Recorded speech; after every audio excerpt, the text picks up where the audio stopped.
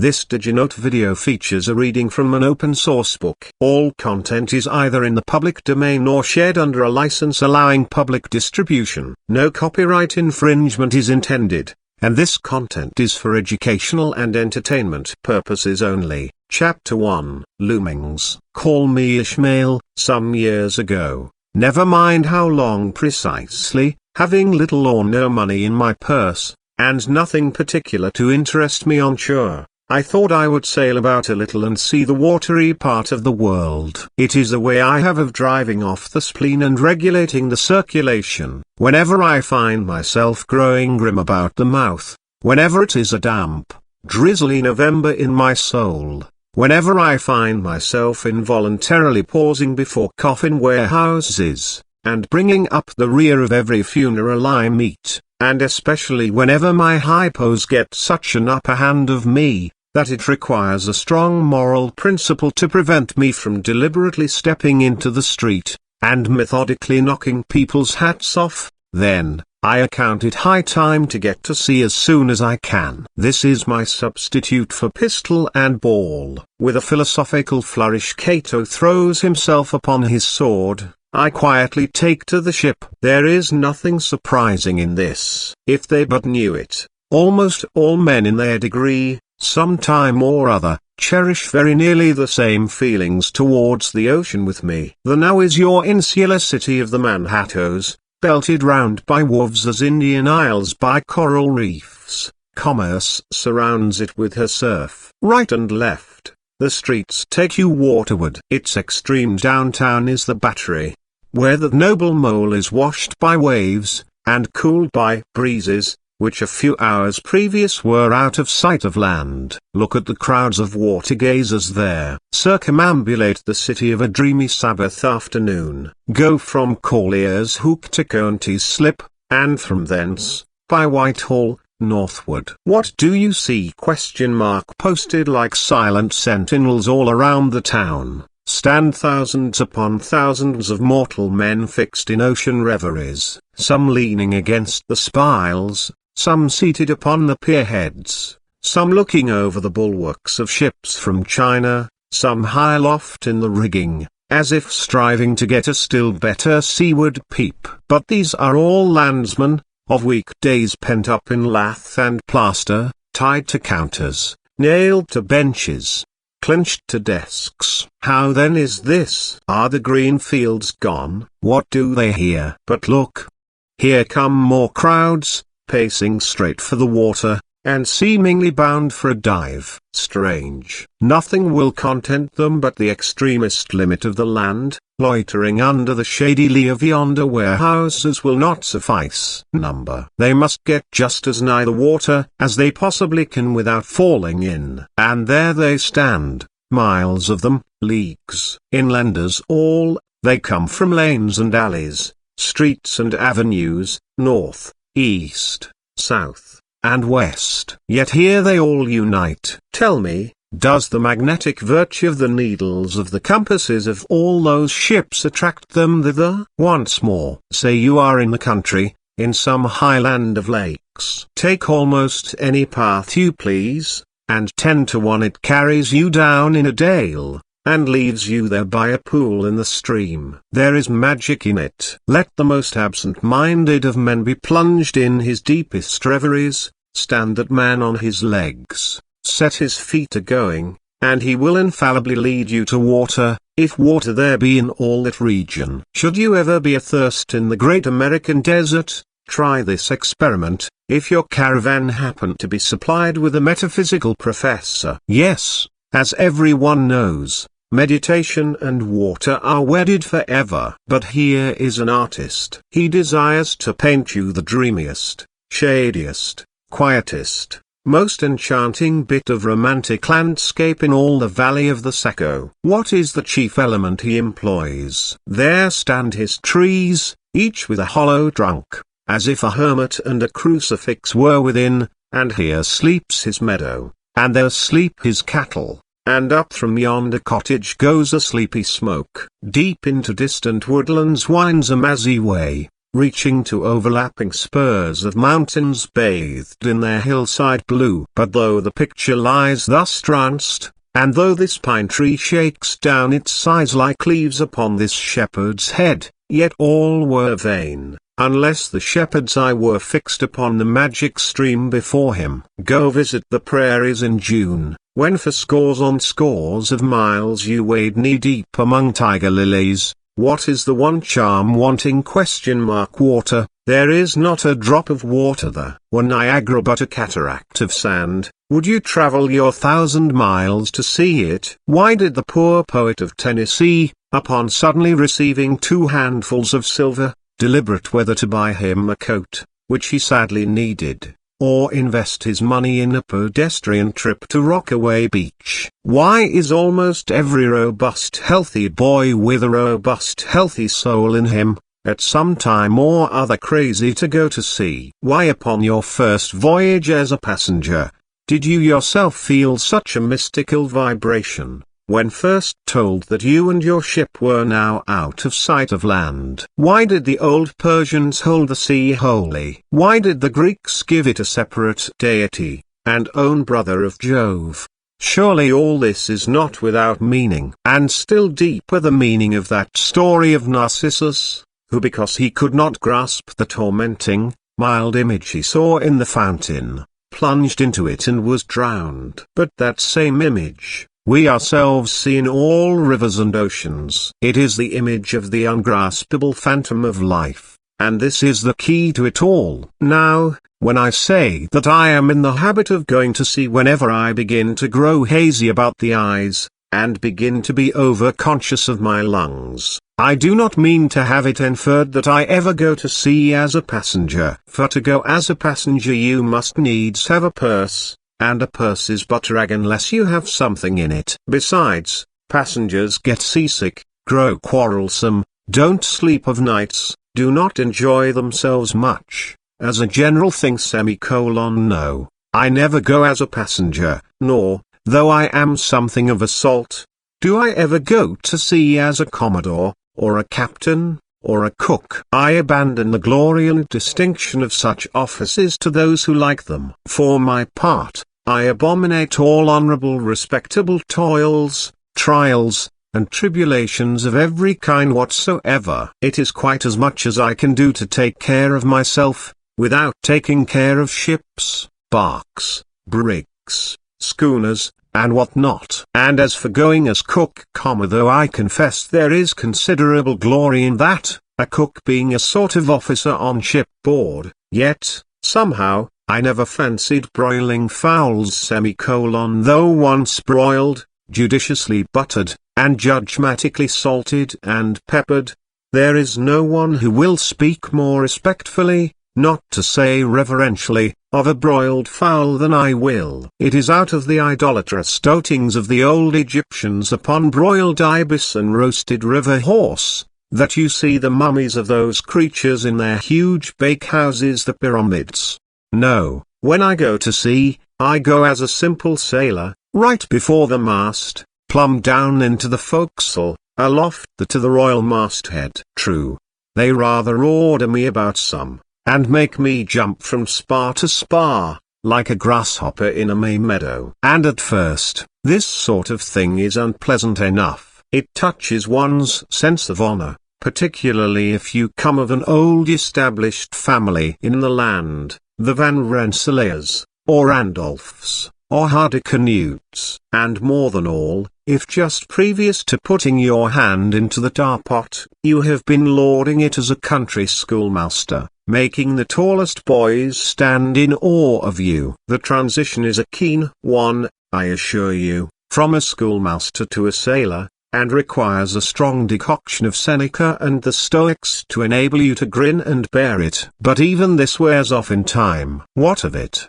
if some old hunks of a sea captain orders me to get a broom and sweep down the decks? What does that indignity amount to, Wade, I mean, in the scales of the New Testament? Do you think the Archangel Gabriel thinks anything the less of me, because I promptly and respectfully obey that old hunks in that particular instance, who ain't a slave? Tell me that. Well, then, However the old sea captains may order me about, however they may thump and punch me about, I have the satisfaction of knowing that it is all right, that everybody else is one way or other served in much the same way, either in a physical or metaphysical point of view, that is, and so the universal thump is passed round, and all hands should rub each other's shoulder blades, and be content.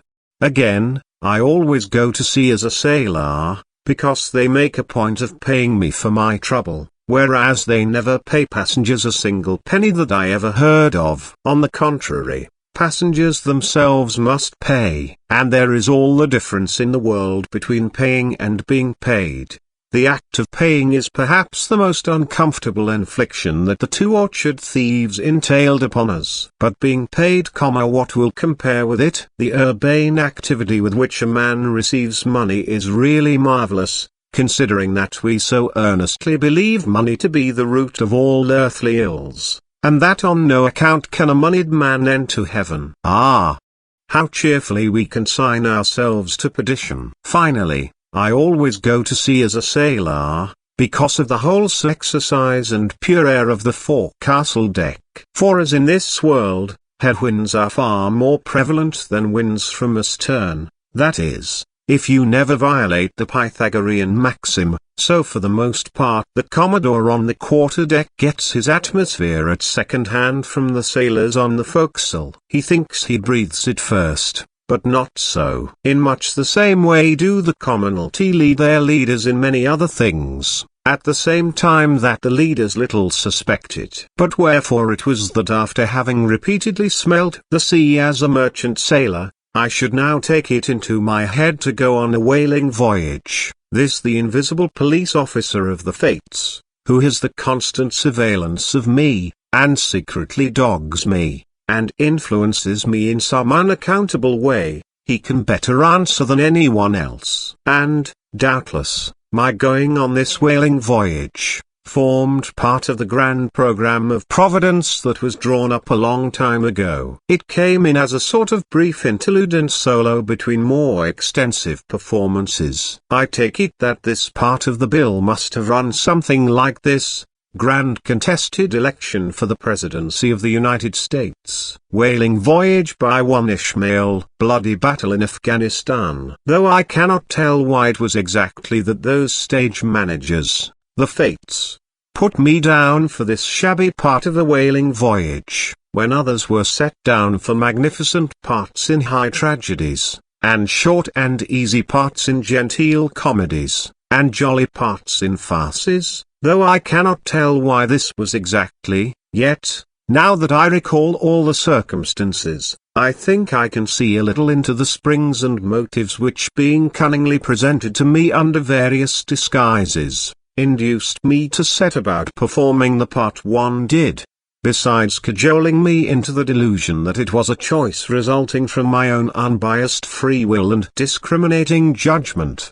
Chief among these motives was the overwhelming idea of the great whale himself. Such a portentous and mysterious monster roused all my curiosity. Then the wild and distant seas where he rolled his island bulk, the undeliverable, nameless perils of the whale, these, with all the attending marvels of 1,000 Patagonian sights and sounds, helped to sway me to my wish. With other men, perhaps, such things would not have been inducements, but as for me, I am tormented with an everlasting itch for things remote. I love to sail forbidden seas, and land on barbarous coasts. Not ignoring what is good, I am quick to perceive a horror, and could still be social with it, would they let me, since it is but well to be on friendly terms with all the inmates of the place one lodges in.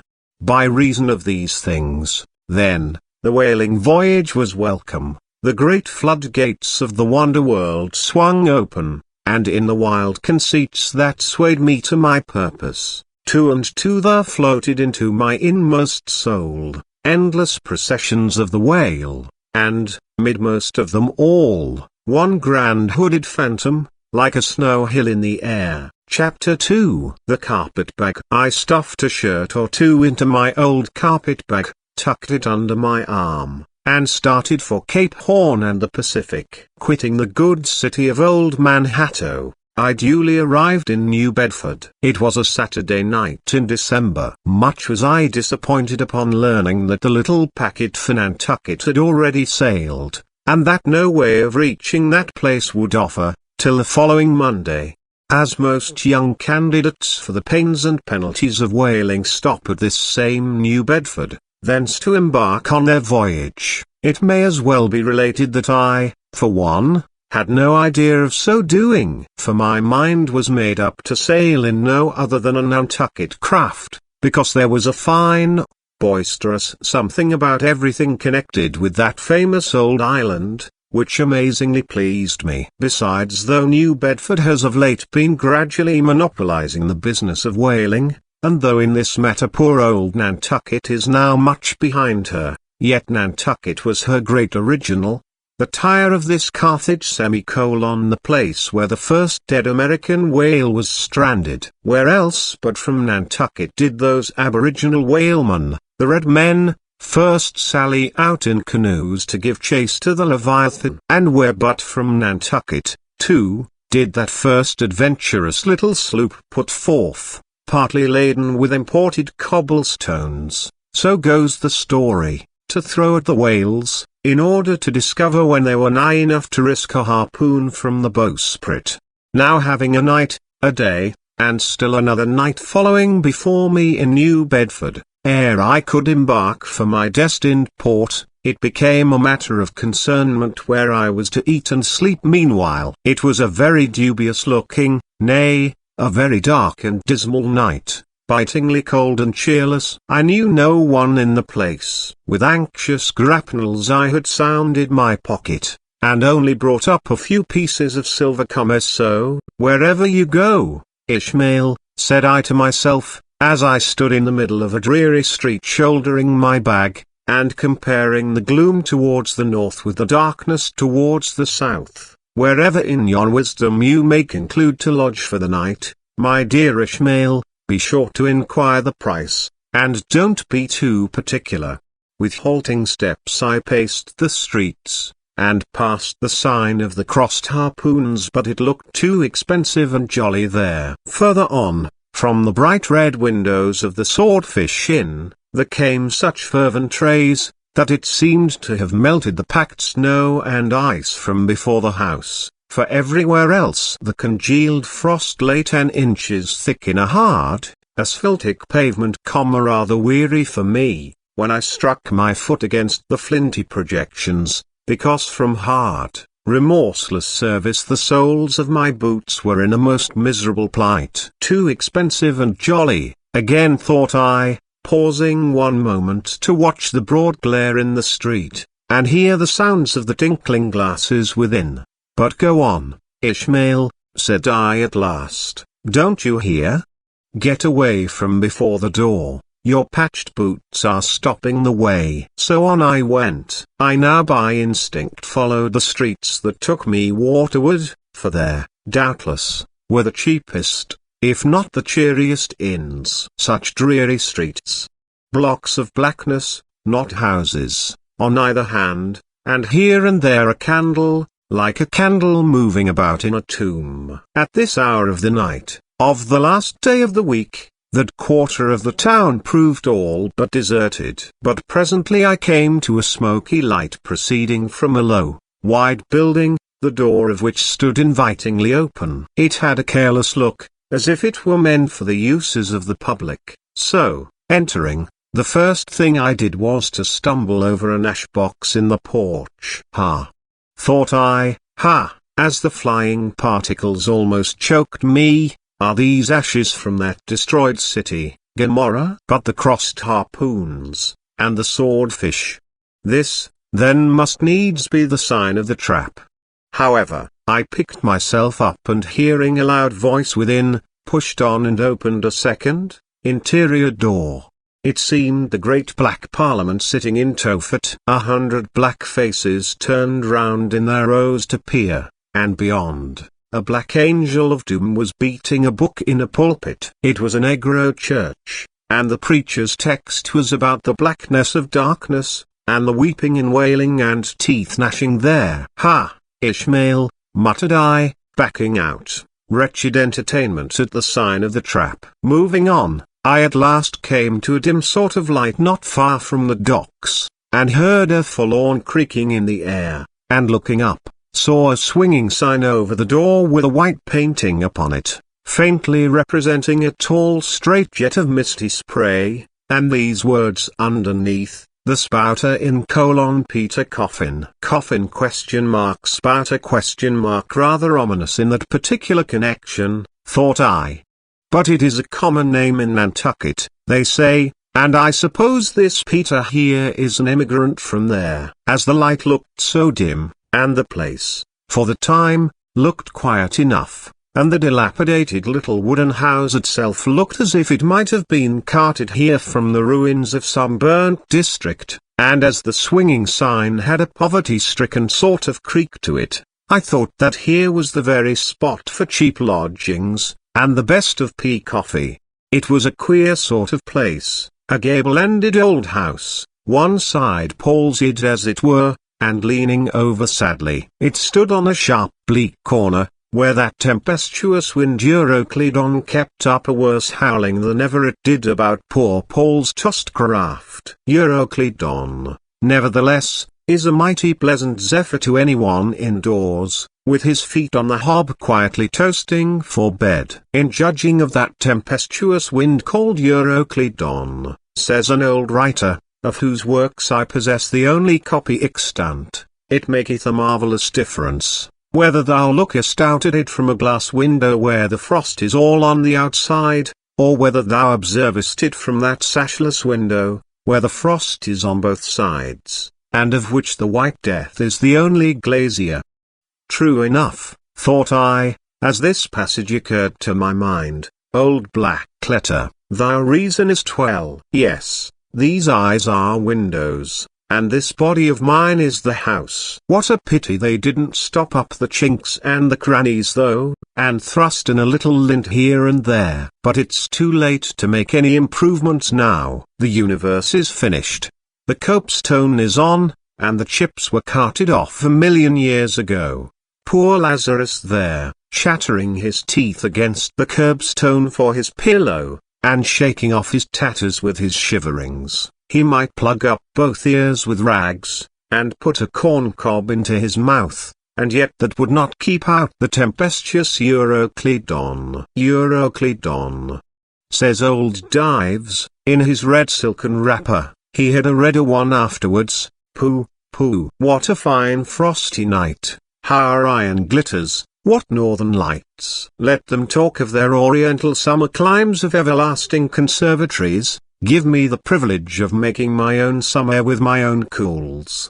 But what thinks Lazarus? Can he warm his blue hands by holding them up to the grand northern lights? Would not Lazarus rather be in Sumatra than here? Would he not far rather lay him down lengthwise along the line of the equator? Yea, ye gods, go down to the fiery pit itself, in order to keep out this frost?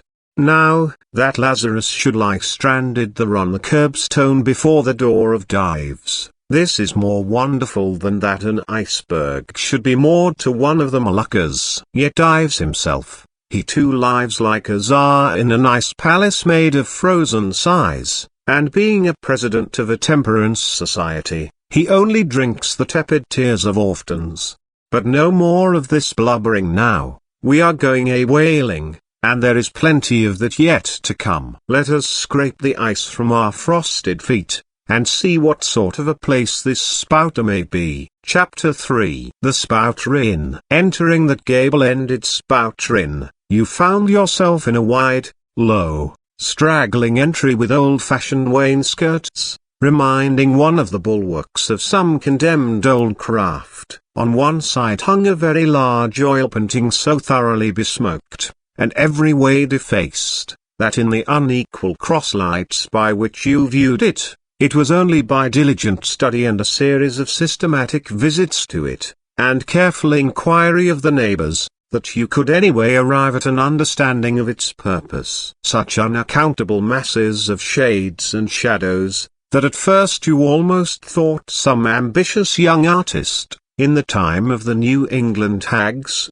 had endeavored to delineate chaos bewitched. But by dint of much and earnest contemplation, and oft-repeated ponderings, and especially by throwing open the little window towards the back of the entry, you at last come to the conclusion that such an idea, however wild, might not be altogether unwarranted.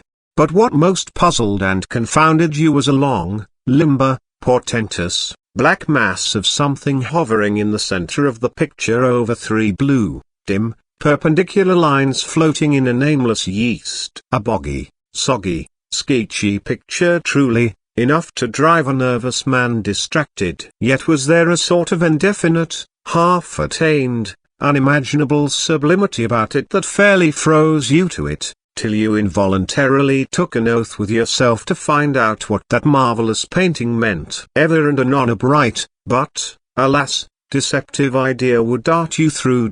It's the Black Sea in a midnight gale. It's the unnatural combat of the four primal elements. It's a blasted heath. It's a Hyperborean winter scene. It's the breaking up of the icebound stream of time. But at last all these fancies yielded to that one portentous something in the picture's midst. That once found out, and all the rest were plain. But stop, does it not bear a faint resemblance to a gigantic fish? Even the great Leviathan himself? In fact, the artist's design seemed this, a final theory of my own, partly based upon the aggregated opinions of many aged persons with whom I conversed upon the subject. The picture represents a Cape Horner in a great hurricane, the half-foundered ship weltering there with its three dismantled masts alone visible, and an exasperated whale, purposing to spring clean over the craft, is in the enormous act of impaling himself upon the three mastheads.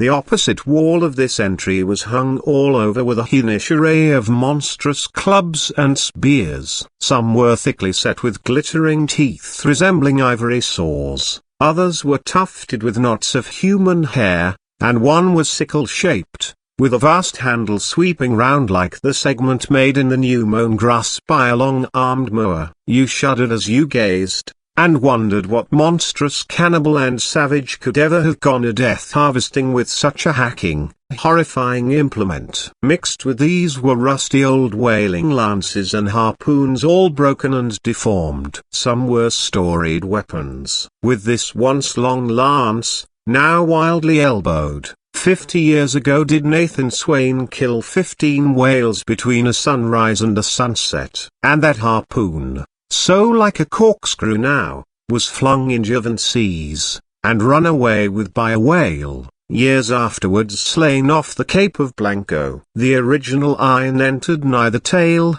and, like a restless needle sojourning in the body of man, travelled full 40 feet, and at last was found embedded in the hump. Crossing this dusky entry, and on through yon low arched way, cut through what in old times must have been a great central chimney with fireplaces all round, you enter the public room. A still duskier place is this, with such low ponderous beams above, and such old wrinkled planks beneath, that you would almost fancy you trod some old craft's cockpits, especially of such a howling night, when this corner anchored old Ark rocked so furiously. On one side stood a long, low, shelf-like table covered with cracked glass cases, filled with dusty rarities gathered from this wide world's remotest nooks. Projecting from the further angle of the room stands a dark-looking den, the bar, a rude attempt at a right whale's head. Be that how it may, there stands the vast arched bone of the whale's jaw, so wide, a coach might almost drive beneath it. Within are shabby shelves, ranged round with old decanters, bottles, flasks, and in those jaws of swift destruction, like another cursed Jonah, by which name indeed they called him, bustles a little withered old man, who, for their money, dearly sells the sailors deliriums and death. Abominable are the tumblers into which he pours his poison, though true cylinders without, Within, the villainous green goggling glasses deceitfully tapered downwards to a cheating bottom. Parallel meridians rudely pecked into the glass. Surround these footpads goblets. Fill to this mark, and your charge is but a penny, to this a penny more, and so on to the full glass, the Cape Horn measure, which you may gulp down for a shilling. Upon entering the place I found a number of young seamen gathered about a table, examining by a dim light divers specimens of scrimshander. I sought the landlord, and telling him I desired to be accommodated with a room, received for answer that his house was full, not a bed unoccupied. But avast, he added, tapping his forehead, you hain't no objections to sharing a harpooner's blanket, have ye? I suppose you are going a whalin', so you'd better get used to that sort of thing. I told him that I never liked to sleep two in a bed, that if I should ever do so, it would depend upon who the harpooner might be, and that if he, the landlord, really had no other place for me, and the harpooner was not decidedly objectionable, why rather than wander further about a strange town on so bitter a night, I would put up with the half of any decent man's blanket. I thought so. All right, take a seat. Supper ?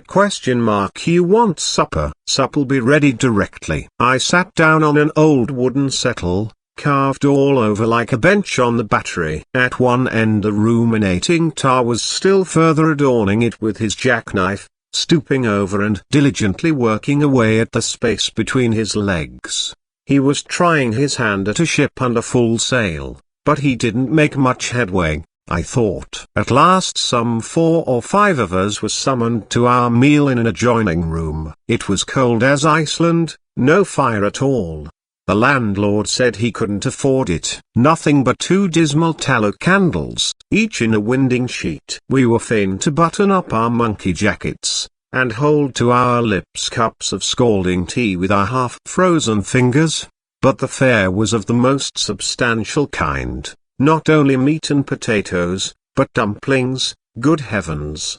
Dumplings for supper. One young fellow in a green box coat addressed himself to these dumplings in a most direful manner. My boy, said the landlord, you'll have the nightmare to a dead certainty. Landlord, I whispered, that ain't the harpooner, is it? Oh, no, said he, looking a sort of diabolically funny, the harpooner is a dark-complexioned chap. He never eats dumplings, he don't, he eats nothing but steaks, and he likes 'em rare. The devil he does, says I. Where is that harpooner? Is he here? He'll be here afore long, was the answer. I could not help it, but I began to feel suspicious of this dark-complexioned harpooner. At any rate, I made up my mind that if it so turned out that we should sleep together, he must undress and get into bed before I did. Supper over, the company went back to the barroom, when, knowing not what else to do with myself, I resolved to spend the rest of the evening as a looker-on.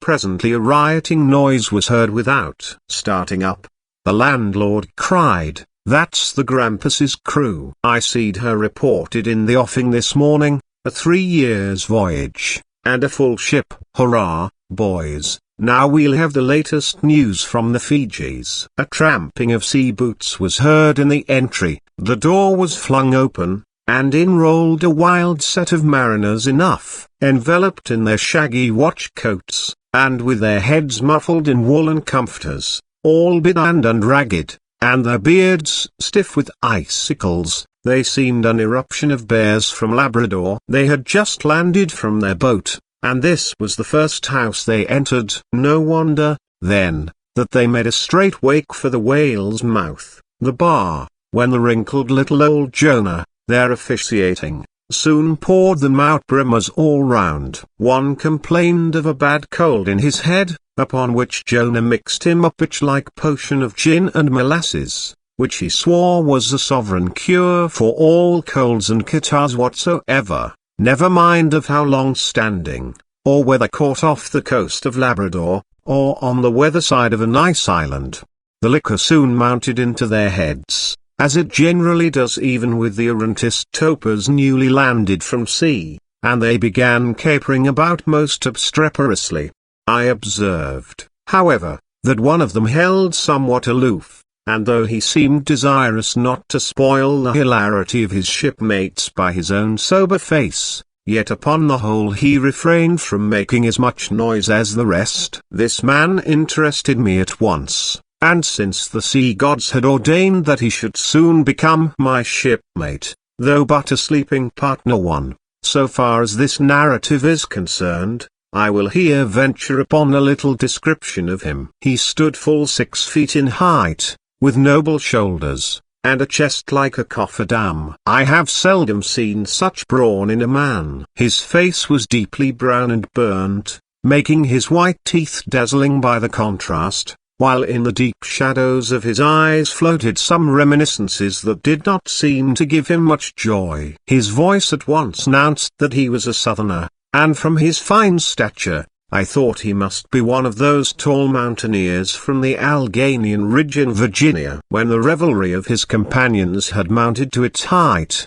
this man slipped away unobserved, and I saw no more of him till he became my comrade on the sea. In a few minutes, however, he was missed by his shipmates, and being, it seems, for some reason a huge favorite with them, they raised a cry of "Bulkington, Bulkington! Where's Bulkington?" and darted out of the house in pursuit of him. It was now about 9 o'clock, and the room seeming almost supernaturally quiet after these orgies, I began to congratulate myself upon a little plan that had occurred to me just previous to the entrance of the seaman. No man prefers to sleep two in a bed. In fact, you would a good deal rather not sleep with your own brother. I don't know how it is, but people like to be private when they are sleeping. And when it comes to sleeping with an unknown stranger, in a strange inn, in a strange town, and that stranger a harpooner, then your objections indefinitely multiply. Nor was there any earthly reason why I as a sailor should sleep two in a bed, more than anybody else, for sailors no more sleep two in a bed at sea, than bachelor kings do ashore. To be sure they all sleep together in one apartment, but you have your own hammock, and cover yourself with your own blanket, and sleep in your own skin. The more I pondered over this harpooner, the more I abominated the thought of sleeping with him. It was fair to presume that being a harpooner, his linen or woolen, as the case might be, would not be of the tidiest, certainly none of the finest. I began to twitch all over. Besides, it was getting late, and my decent harpooner ought to be home and going bedwards. Suppose now, he should tumble in upon me at midnight, how could I tell from what vile hole he had been coming? Landlord, I've changed my mind about that harpooner. I shan't sleep with him. I'll try the bench here, just as you please. I'm sorry I can't spare ye a tablecloth for a mattress, and it's a plaguey rough board here feeling of the knots and notches. But wait a bit, Scrimshander, I've got a carpenter's plane there in the bar. Wait, I say, and I'll make ye snug enough. So saying he procured the plane, and with his old silk handkerchief first dusting the bench, vigorously set to planing away at my bed, the while grinning like an ape. The shavings flew right and left, till at last the plain iron came bump against an indestructible knot. The landlord was near spraining his wrist, and I told him for heaven's sake to quit. The bed was soft enough to suit me, and I did not know how all the planing in the world could make eider down of a pine plank. So gathering up the shavings with another grin, and throwing them into the great stove in the middle of the room, he went about his business, and left me in a brown study. I now took the measure of the bench, and found that it was a foot too short, but that could be mended with a chair. But it was a foot too narrow, and the other bench in the room was about 4 inches higher than the planed one, so there was no yoking them. I then placed the first bench lengthwise along the only clear space against the wall, leaving a little interval between, for my back to settle down in. But I soon found that there came such a draught of cold air over me from under the sill of the window, that this plan would never do at all. especially as another current from the rickety door met the one from the window, and both together formed a series of small whirlwinds in the immediate vicinity of the spot where I had thought to spend the night. The devil fetch that harpooner, thought I, but stop, couldn't I steal a march on him, bolt his door inside, and jump into his bed, not to be wakened by the most violent knockings? It seemed no bad idea, but upon second thoughts I dismissed it. For who could tell but what the next morning, so soon as I popped out of the room, the harpooner might be standing in the entry, all ready to knock me down. Still, looking round me again, and seeing no possible chance of spending a sufferable night unless in some other person's bed, I began to think that after all I might be cherishing unwarrantable prejudices against this unknown harpooner. Thinks I, I'll wait a while, he must be dropping in before long. I'll have a good look at him then, and perhaps we may become jolly good bedfellows after all, there's no telling. But though the other boarders kept coming in by ones, twos, and threes, and going to bed, yet no sign of my harpooner. Landlord, said I, what sort of a chap is he? Does he always keep such late hours? It was now hard upon 12 o'clock. The landlord chuckled again with his lean chuckle, and seemed to be mightily tickled at something beyond my comprehension. No, he answered, generally he's an early bird, early to bed and early to rise. Yes, he's the bird what catches the worm. But tonight he went out a-peddling, you see, and I don't see what on earth keeps him so late, unless, maybe, he can't sell his head. Can't sell his head? ? What sort of a bamboozingly story is this you are telling me? Getting into a towering rage, do you pretend to say, landlord, that this harpooner is actually engaged this blessed Saturday night, or rather Sunday morning, in peddling his head around this town? That's precisely it, said the landlord, and I told him he couldn't sell it here. The market's overstocked. With what?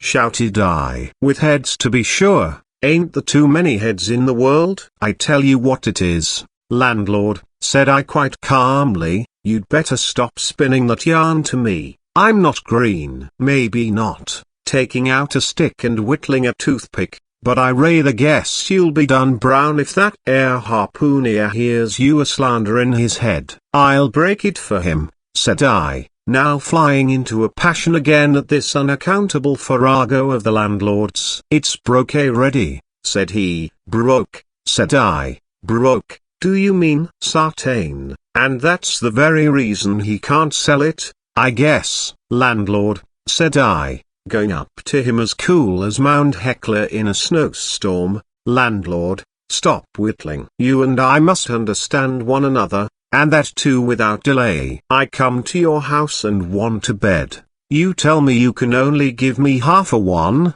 that the other half belongs to a certain harpooner. And about this harpooner, whom I have not yet seen, you persist in telling me the most mystifying and exasperating stories, tending to beget in me an uncomfortable feeling towards the man whom you design for my bedfellow, a sort of connection, landlord, which is an intimate and confidential one in the highest degree. I now demand of you to speak out and tell me who and what this harpooner is, and whether I shall be in all respects safe to spend the night with him. And in the first place, you will be so good as to unsay that story about selling his head, which if true I take to be good evidence that this harpooner is stark mad, and I've no idea of sleeping with a madman, and you, sir, you I mean, landlord, you, sir, by trying to induce me to do so knowingly, would thereby render yourself liable to a criminal prosecution. Wall, said the landlord, fetching a long breath, that's a pretty long sermon for a chap that trips a little now and then. But be easy, this here harpooner I have been telling you of has just arrived from the South Seas, where he bought up a lot of balmed New Zealand heads. Great curios, you know, and he's sold all on 'em but one, and that one he's trying to sell tonight, 'cause tomorrow's Sunday, and it would not do to be silly in human heads about the streets when folks is going to churches. He wanted to, last Sunday, but I stopped him just as he was going out of the door with 4 heads strung on a string, for all the earth like a string of onions. This account cleared up the otherwise unaccountable mystery, and showed that the landlord, after all, had had no idea of fooling me. But at the same time, what could I think of a harpooner who stayed out of a Saturday night clean into the Holy Sabbath, engaged in such a cannibal business as selling the heads of dead idolaters? Depend upon it, landlord, that harpooner is a dangerous man. He pays regular, was the rejoinder. But come, it's getting dreadful late, you had better be turning flukes. It's a nice bed. Sal and me slept in that air bed the night we were spliced. There's plenty of room for 2 to kick about in that bed. It's an almighty big bed that. Why, afore we give it up, Sal used to put our Sam and little Johnny in the foot of it. But I got a dreaming and sprawling about one night, and somehow, Sam got pitched on the floor, and came near breaking his arm. After that, Sal said it wouldn't do. Come along here, I'll give ye a glim in a jiffy, and so saying he lighted a candle and held it towards me, offering to lead the way. But I stood irresolute, when looking at a clock in the corner, he exclaimed, "Ivan, it's Sunday, you won't see that harpooner tonight. He's come to anchor somewhere. Come along then, do come, won't ye come?" I considered the matter a moment, and then upstairs we went, and I was ushered into a small room, cold as a clam, and furnished, sure enough, with a prodigious bed, almost big enough indeed for any 4 harpooneers to sleep abreast. "There," said the landlord, placing the candle on a crazy old sea chest that did double duty as a washstand and centre table. "There, make yourself comfortable now, and good night to ye." I turned round from eyeing the bed, but he had disappeared. Folding back the counterpin, I stooped over the bed. Though none of the most elegant, it yet stood the scrutiny tolerably well. I then glanced round the room, and besides the bedstead and centre table, could see no other furniture belonging to the place, but a rude shelf, the 4 walls, and a papered fireboard representing a man striking a whale. Of things not properly belonging to the room, there was a hammer clashed up, and thrown upon the floor in one corner, also a large seaman's bag, containing the harpooner's wardrobe, no doubt in lieu of a land trunk. Likewise, there was a parcel of outlandish bonefish hooks on the shelf over the fireplace, and a tall harpoon standing at the head of the bed. "But what is this on the chest?" I took it up, and held it close to the light, and felt it, and smelt it, and tried every way possible to arrive at some satisfactory conclusion concerning it. I can compare it to nothing but a large doormat, ornamented at the edges with little tinkling tags, something like the stained porcupine quills round an Indian moccasin. There was a hole or slit in the middle of this mat, as you see the same in South American ponchos. But could it be possible that any sober harpooner would get into a doormat, and parade the streets of any Christian town in that sort of guise? I put it on, to try it, and it weighed me down like a hamper, being uncommonly shaggy and thick, and I thought a little damp, as though this mysterious harpooner had been wearing it of a rainy day. I went up in it to a bit of glass stuck against the wall, and I never saw such a sight in my life. I tore myself out of it in such a hurry that I gave myself a kink in the neck. I sat down on the side of the bed, and commenced thinking about this head-peddling harpooner, and his doormat. After thinking some time on the bedside, I got up and took off my monkey jacket, and then stood in the middle of the room thinking. I then took off my coat, and thought a little more in my shirt sleeves. But beginning to feel very cold now, half undressed as I was, and remembering what the landlord said about the harpooner's not coming home at all that night, it being so very late, I made no more ado, but jumped out of my pantaloons and boots, and then blowing out the light tumbled into bed, and commended myself to the care of heaven. Whether that mattress was stuffed with corn cobs or broken crockery, there is no telling, but I rolled about a good deal, and could not sleep for a long time. At last I slid off into a light doze, and had pretty nearly made a good offing towards the land of Nod, when I heard a heavy footfall in the passage, and saw a glimmer of light come into the room from under the door. Lord save me, thinks I, that must be the harpooner, the infernal head peddler. But I lay perfectly still, and resolved not to say a word till spoken to. Holding a light in one hand, and that identical New Zealand head in the other, the stranger entered the room, and without looking towards the bed, placed his candle a good way off from me on the floor in one corner, and then began working away at the knotted cords of the large bag I before spoke of as being in the room. I was all eagerness to see his face, but he kept it averted for some time while employed in unlacing the bag's mouth. This accomplished, however, he turned round, when, good heavens! What a sight! Such a face! It was of a dark, purplish, yellow color, here and there stuck over with large blackish-looking squares. Yes, it's just as I thought. He's a terrible bedfellow. He's been in a fight, got dreadfully cut, and here he is, just from the surgeon. But at that moment he chanced to turn his face so towards the light, that I plainly saw they could not be sticking plasters at all. Those black squares on his cheeks, they were stains of some sort or other. At first I knew not what to make of this, but soon an inkling of the truth occurred to me. I remembered a story of a white man, a whaleman too, who, falling among the cannibals, had been tattooed by them. I concluded that this harpooner, in the course of his distant voyages, must have met with a similar adventure. And what is it, thought I? After all, it's only his outside. A man can be honest in any sort of skin. But then, what to make of his unearthly complexion, that part of it, I mean, lying round about, and completely independent of the squares of tattooing? To be sure,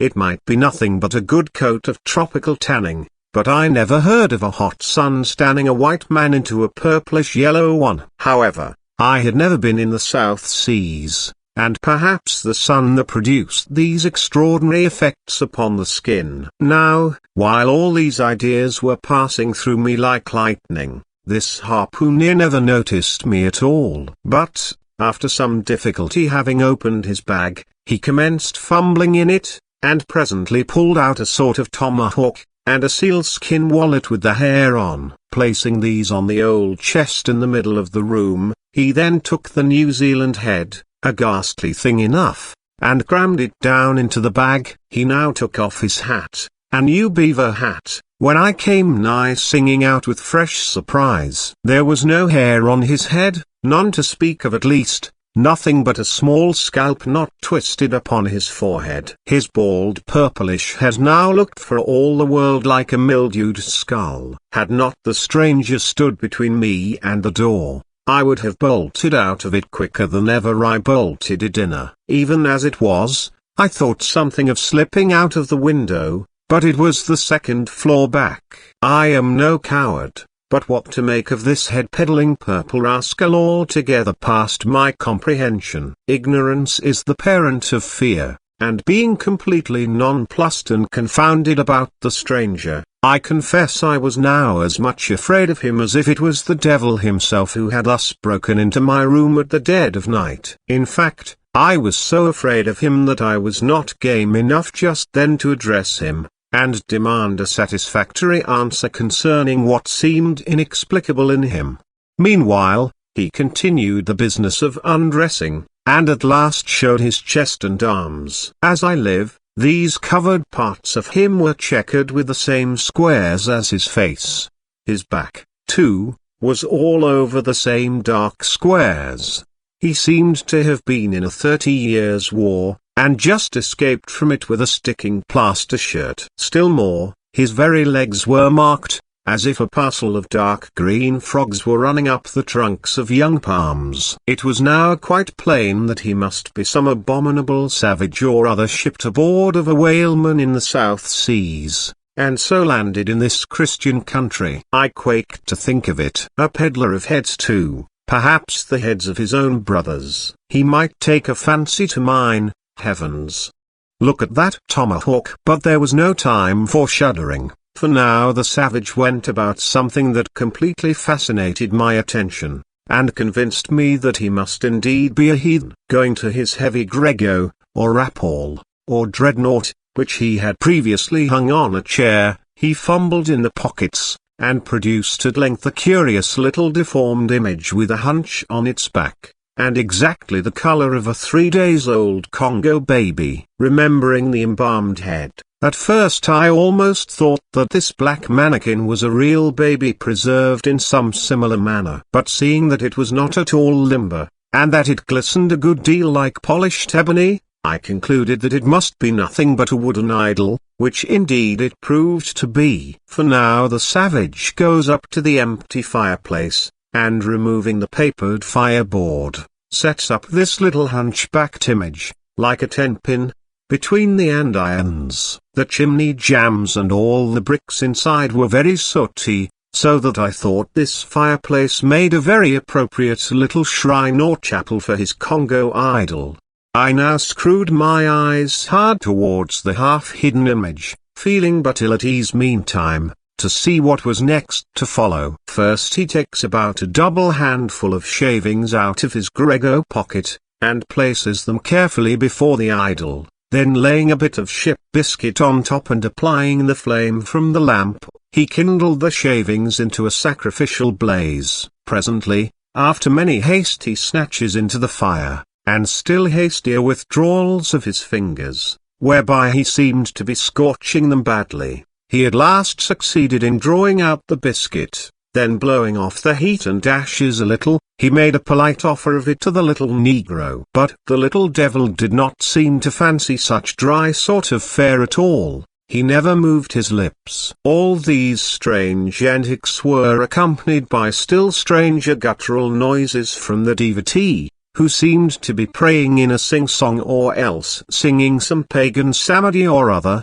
during which his face twitched about in the most unnatural manner. At last extinguishing the fire, he took the idol up very unceremoniously, and bagged it again in his grego pocket as carelessly as if he were a sportsman bagging a dead woodcock. All these queer proceedings increased my uncomfortableness, and seeing him now exhibiting strong symptoms of concluding his business operations, and jumping into bed with me, I thought it was high time, now or never, before the light was put out, to break the spell in which I had so long been bound. But the interval I spent in deliberating what to say, was a fatal one. Taking up his tomahawk from the table, he examined the head of it for an instant, and then holding it to the light, with his mouth at the handle, he puffed out great clouds of tobacco smoke. The next moment the light was extinguished, and this wild cannibal, tomahawk between his teeth, sprang into bed with me. I sang out, I could not help it now, and giving a sudden grunt of astonishment he began feeling me. Stammering out something, I knew not what, I rolled away from him against the wall, and then conjured him, whoever or whatever he might be, to keep quiet, and let me get up and light the lamp again. But his guttural responses satisfied me at once that he but ill comprehended my meaning. Who ew? He at last said, you no speak he, damn me, I kill ye. And so saying the lighted tomahawk began flourishing about me in the dark. Landlord, for God's sake, Peter Coffin! Shouted I. Landlord, watch, Coffin, angels! Save me, speak ye. Tell me who he be, or damn me, I kill ye. Again growled the cannibal, while his horrid flourishings of the tomahawk scattered the hot tobacco ashes about me till I thought my linen would get on fire. But thank heaven, at that moment the landlord came into the room light in hand, and leaping from the bed I ran up to him. Don't be afraid now, said he, grinning again, Queequeg here wouldn't harm a hair of your head." "Stop your grinning," shouted I. "And why didn't you tell me that that infernal harpooner was a cannibal?" "I thought ye knowed it, didn't I tell ye, he was a peddling heads around town ? But turn flukes again and go to sleep." "Queequeg, look here, you sabby me?" "I sabby, you this man sleepy you sabby?" "Me sabby plenty," grunted Queequeg, puffing away at his pipe and sitting up in bed. "You getty in," he added, motioning to me with his tomahawk, and throwing the clothes to one side. He really did this in not only a civil but a really kind and charitable way. I stood looking at him a moment. For all his tattooings he was on the whole a clean, comely looking cannibal. "What's all this fuss I have been making about?" thought I to myself. "The man's a human being just as I am. He has just as much reason to fear me as I have to be afraid of him. Better sleep with a sober cannibal than a drunken Christian." "Landlord," said I, "tell him to stash his tomahawk there, or pipe, or whatever you call it. Tell him to stop smoking, in short, and I will turn in with him. But I don't fancy having a man smoking in bed with me. It's dangerous. Besides, I ain't insured." This being told to Queequeg, he at once complied, and again politely motioned me to get into bed, rolling over to one side as much as to say, "I won't touch a leg of ye." "Good night, landlord," said I, "you may go." I turned in, and never slept better in my life. Chapter 4. The Counterpin. Upon waking next morning about daylight, I found Queequeg's arm thrown over me in the most loving and affectionate manner. You had almost thought I had been his wife. The counterpane was of patchwork, full of odd little party-colored squares and triangles, and this arm of his tattooed all over with an interminable Cretan labyrinth of a figure, no two parts of which were of one precise shade, owing I suppose to his keeping his arm at sea unmethodically in sun and shade, his shirt sleeves irregularly rolled up at various times. This same arm of his, I say, looked for all the world like a strip of that same patchwork quilt. Indeed, partly lying on it as the arm did when I first awoke, I could hardly tell it from the quilt, they so blended their hues together, and it was only by the sense of weight and pressure that I could tell that Queequeg was hugging me. My sensations were strange. Let me try to explain them. When I was a child, I well remember a somewhat similar circumstance that befell me. Whether it was a reality or a dream, I never could entirely settle. The circumstance was this. I had been cutting up some caper or other, I think it was trying to crawl up the chimney, as I had seen a little sweep do a few days previous, and my stepmother who, somehow or other, was all the time whipping me, or sending me to bed supperless, my mother dragged me by the legs out of the chimney and packed me off to bed, though it was only 2 o'clock in the afternoon of the 21st June, the longest day in the year in our hemisphere. I felt dreadfully, but there was no help for it, so upstairs I went to my little room in the 3rd floor, undressed myself as slowly as possible so as to kill time, and with a bitter sigh got between the sheets. I lay there dismally calculating that 16 entire hours must elapse before I could hope for a resurrection. 16 hours in bed.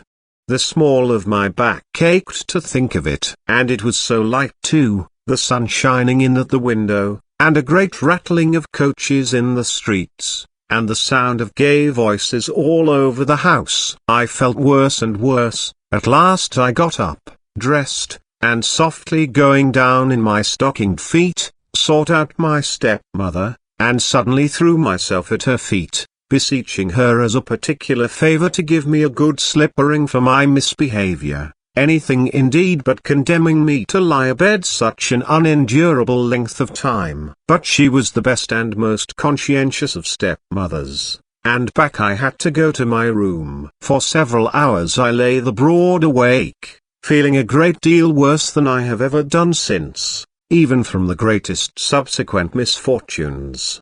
At last I must have fallen into a troubled nightmare of a doze, and slowly waking from it, Half steeped in dreams, I opened my eyes, and the before sunlit room was now wrapped in outer darkness. Instantly I felt a shock running through all my frame. Nothing was to be seen, and nothing was to be heard, but a supernatural hand seemed placed in mine. My arm hung over the counterpin, and the nameless, unimaginable, silent form or phantom, to which the hand belonged, seemed closely seated by my bedside. For what seemed ages piled on ages, I lay there, frozen with the most awful fears, not daring to drag away my hand, yet ever thinking that if I could but stir it one single inch, the horrid spell would be broken. I knew not how this consciousness at last glided away from me, but waking in the morning, I shudderingly remembered it all,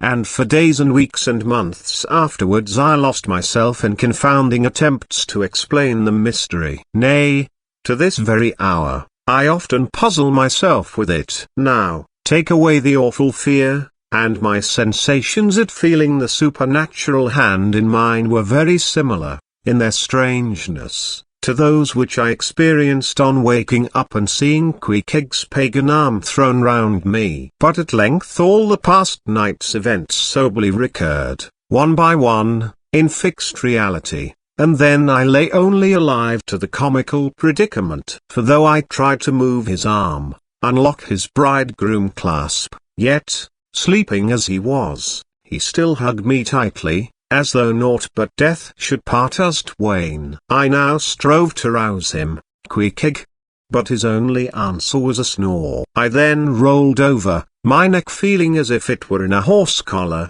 and suddenly felt a slight scratch. Throwing aside the counterpin, there lay the tomahawk sleeping by the savage's side, as if it were a hatchet-faced baby. A pretty pickle, truly, thought I, a bed here in a strange house in the broad day, with a cannibal and a tomahawk. Pequod! In the name of goodness, Pequod, wake. At length, by dint of much wriggling, and loud and incessant expostulations upon the unbecomingness of his hugging a fellow male in that matrimonial sort of style, I succeeded in extracting a grunt, and presently, he drew back his arm, shook himself all over like a Newfoundland dog just from the water, and sat up in bed, stiff as a pikestaff, looking at me, and rubbing his eyes as if he did not altogether remember how I came to be there, though a dim consciousness of knowing something about me seemed slowly dawning over him. Meanwhile, I lay quietly eyeing him, having no serious misgivings now, and bent upon narrowly observing so curious a creature, when, at last, his mind seemed made up touching the character of his bedfellow, and he became, as it were, reconciled to the fact. He jumped out upon the floor, and by certain signs and sounds gave me to understand that, if it pleased me, he would dress first and then leave me to dress afterwards, leaving the whole apartment to myself. Thinks I, Pequod, under the circumstances, this is a very civilized overture, but, the truth is, these savages have an innate sense of delicacy. Say what you will, it is marvelous how essentially polite they are. I pay this particular compliment to Pequod, because he treated me with so much civility and consideration, while I was guilty of great rudeness, staring at him from the bed, and watching all his toilette motions, for the time my curiosity getting the better of my breeding. Nevertheless, a man like Pequod you don't see every day. He and his ways were well worth unusual regarding. He commenced dressing at top by donning his beaver hat, a very tall one, by the by, and then, still minus his trousers, he hunted up his boots. What under the heavens he did it for, I cannot tell, but his next movement was to crush himself, boots in hand, and hat on, under the bed, when, from sundry violent gaspings and strainings, I inferred he was hard at work booting himself, though by no law of propriety that I ever heard of, is any man required to be private when putting on his boots. But Pequod, do you see, was a creature in the transition stage, neither caterpillar nor butterfly. He was just enough civilized to show off his outlandishness in the strangest possible manners. His education was not yet completed. He was an undergraduate. If he had not been a small degree civilized, he very probably would not have troubled himself with boots at all, but then, if he had not been still a savage, he never would have dreamt of getting under the bed to put them on. At last, he emerged with his hat very much dented and crushed down over his eyes, and began creaking and limping about the room, as if, not being much accustomed to boots, his pair of damp, wrinkled cowhide ones, probably not made to order either, rather pinched and tormented him at the first go-off of a bitter cold morning. Seeing, now, that there were no curtains to the window, and that the street being very narrow, the house opposite commanded a plain view into the room, and observing more and more the indecorous figure that Pequod made, staving about with little else but his hat and boots on, I begged him as well as I could, to accelerate his toilet somewhat, and particularly to get into his pantaloons as soon as possible. He complied, and then proceeded to wash himself.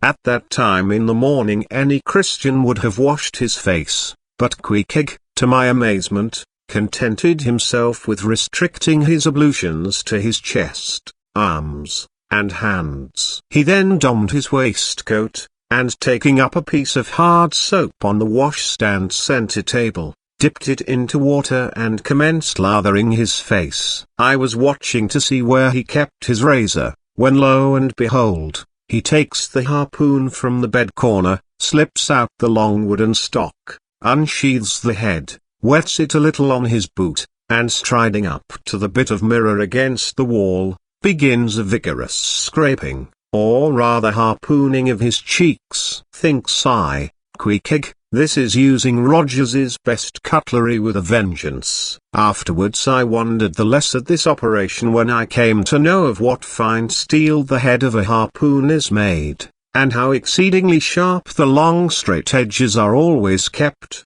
The rest of his toilet was soon achieved, and he proudly marched out of the room, wrapped up in his great pilot monkey jacket, and sporting his harpoon like a marshal's baton. Chapter 5. Breakfast. I quickly followed suit, and descending into the barroom accosted the grinning landlord very pleasantly. I cherished no malice towards him, though he had been skylarking with me not a little in the matter of my bedfellow. However, a good laugh is a mighty good thing, and rather too scarce a good thing, the more's the pity. So, if any one man, in his own proper person, afford stuff for a good joke to anybody, let him not be backward, but let him cheerfully allow himself to spend and be spent in that way. And the man that has anything bountifully laughable about him, be sure there is more in that man than you perhaps think for. The barroom was now full of the boarders who had been dropping in the night previous, and whom I had not as yet had a good look at. They were nearly all whalemen, chief mates, and second mates, and third mates, and sea carpenters, and sea coopers, and sea blacksmiths, and harpooneers, and ship keepers, a brown and brawny company, with bosky beards, an unshorn, shaggy set, all wearing monkey jackets for morning gowns. You could pretty plainly tell how long each one had been ashore. This young fellow's healthy cheek is like a sun-toasted pear in hue, and would seem to smell almost as musky. He cannot have been 3 days landed from his Indian voyage. That man next him looks a few shades lighter. You might say a touch of satinwood is in him. In the complexion of a third still lingers a tropic tone, but slightly bleached withal. He doubtless has tarried whole weeks ashore. But who could show a cheek like Pequod, which, barred with various tints, seemed like the Andes' western slope, to show forth in one array, contrasting climates, zone by zone. Grub, ho! Now, cried the landlord, flinging open a door, and in we went to breakfast. They say that men who have seen the world, thereby become quite at ease in manner, quite self-possessed in company. Not always, though. Ledyard, the great New England traveller, and Mungo Park, the Scotch one, of all men. They possessed the least assurance in the parlour. But perhaps the mere crossing of Siberia in a sledge drawn by dogs as Ledyard did, or the taking a long solitary walk on an empty stomach, in the Negro heart of Africa, which was the sum of poor Mungo's performances. This kind of travel, I say, may not be the very best mode of attaining a high social polish. Still, for the most part, that sort of thing is to be had anywhere. These reflections just here are occasioned by the circumstance that after we were all seated at the table, and I was preparing to hear some good stories about whaling, to my no small surprise, nearly every man maintained a profound silence. And not only that, but they looked embarrassed. Yes, here were a set of sea dogs, many of whom without the slightest bashfulness had boarded great whales on the high seas, entire strangers to them, and duelled them dead without winking, and yet, here they sat at a social breakfast table, all of the same calling, all of kindred tastes, looking round as sheepishly at each other as though they had never been out of sight of some sheepfold among the Green Mountains. A curious sight, these bashful bears, these timid warrior whalemen. But as for Queequeg, why, Queequeg sat there among them, at the head of the table, too. It so chanced, as cool as an icicle. To be sure, I cannot say much for his breeding. His greatest admirer could not have cordially justified his bringing his harpoon into breakfast with him, and using it there without ceremony, reaching over the table with it, to the imminent jeopardy of many heads, and grappling the beefsteaks towards him. But that was certainly very coolly done by him, and everyone knows that in most people's estimation, to do anything coolly is to do it genteelly.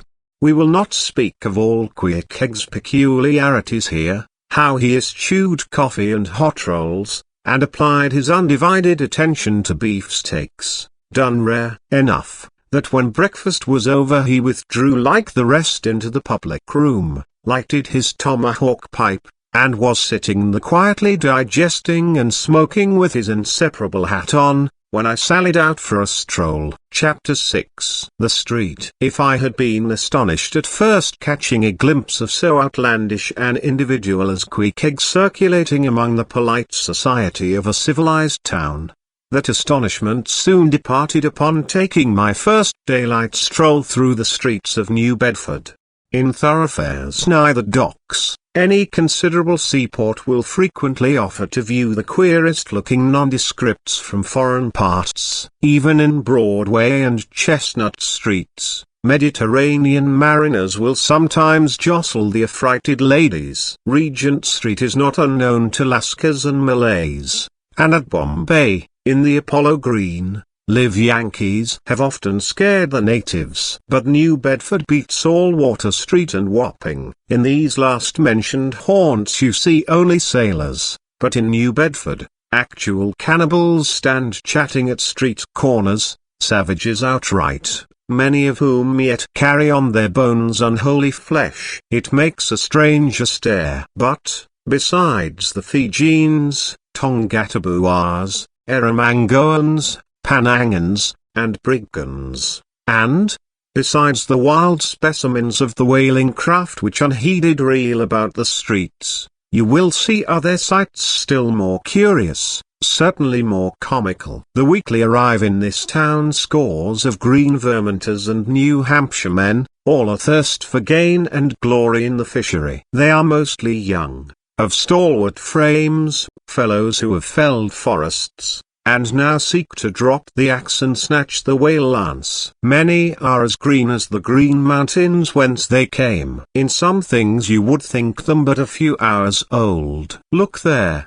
That chap strutting round the corner. He wears a beaver hat and swallow-tailed coat, girdled with a sailor belt and sheath knife. Here comes another with a sou'wester and a Bombaysian cloak. No town-bred dandy will compare with a country-bred one. I mean a downright bumpkin dandy, a fellow that, in the dog days, will mow his 2 acres in buckskin gloves for fear of tanning his hands. Now when a country dandy like this takes it into his head to make a distinguished reputation, and joins the great whale fishery, you should see the comical things he does upon reaching the seaport. In bespeaking his sea outfit, he orders bell buttons to his waistcoats, straps to his canvas trousers. Ah, poor hayseed! How bitterly will burst those straps in the first howling gale, when thou art driven, straps, buttons, and all, down the throat of the tempest. But think not that this famous town has only harpooneers, cannibals, and bumpkins to show her visitors. Not at all. Still New Bedford is a queer place. Had it not been for us whalemen, that tract of land would this day perhaps have been in as howling condition as the coast of Labrador. As it is, parts of her back country are enough to frighten one, they look so bony. The town itself is perhaps the dearest place to live in all New England. It is a land of oil, true enough, but not like Canaan, a land, also, of corn and wine. The streets do not run with milk, nor in the springtime do they pave them with fresh eggs. Yet, in spite of this, nowhere in all America will you find more patrician-like houses, parks and gardens more opulent, than in New Bedford. Whence came they? How planted upon this once scraggy scoria of a country? Go and gaze upon the iron emblematical harpoons round yonder lofty mansion, and your question will be answered. Yes, all these brave houses and flowery gardens came from the Atlantic, Pacific, and Indian Oceans. One and all, they were harpooned and dragged up hither from the bottom of the sea. Can Herr Alexander perform a feat like that? In New Bedford, fathers, they say, give whales for dowers to their daughters, and portion off their nieces with a few porpoises apiece. You must go to New Bedford to see a brilliant wedding, for, they say, they have reservoirs of oil in every house, and every night recklessly burn their lengths in spermaceti candles.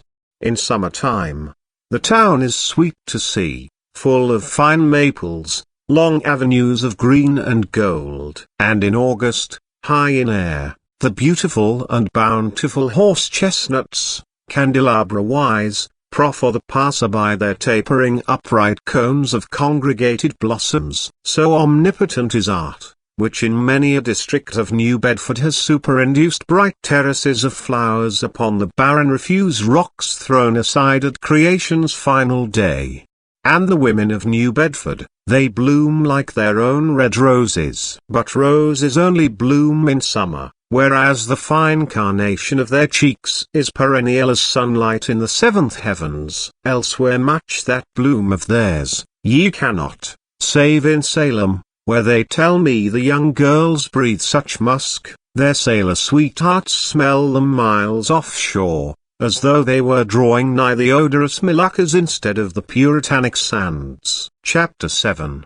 The Chapel. In this same New Bedford there stands a whaleman's chapel, and few are the moody fishermen, shortly bound for the Indian Ocean or Pacific, who failed to make a Sunday visit to the spot. I am sure that I did not. Returning from my first morning stroll, I again sallied out upon this special errand. The sky had changed from clear, sunny cold, to driving sleet and mist. Wrapping myself in my shaggy jacket of the cloth called bearskin, I fought my way against the stubborn storm. Entering, I found a small scattered congregation of sailors, and sailors' wives and widows. A muffled silence reigned, only broken at times by the shrieks of the storm. Each silent worshipper seemed purposely sitting apart from the other, as if each silent grief were insular and incommunicable.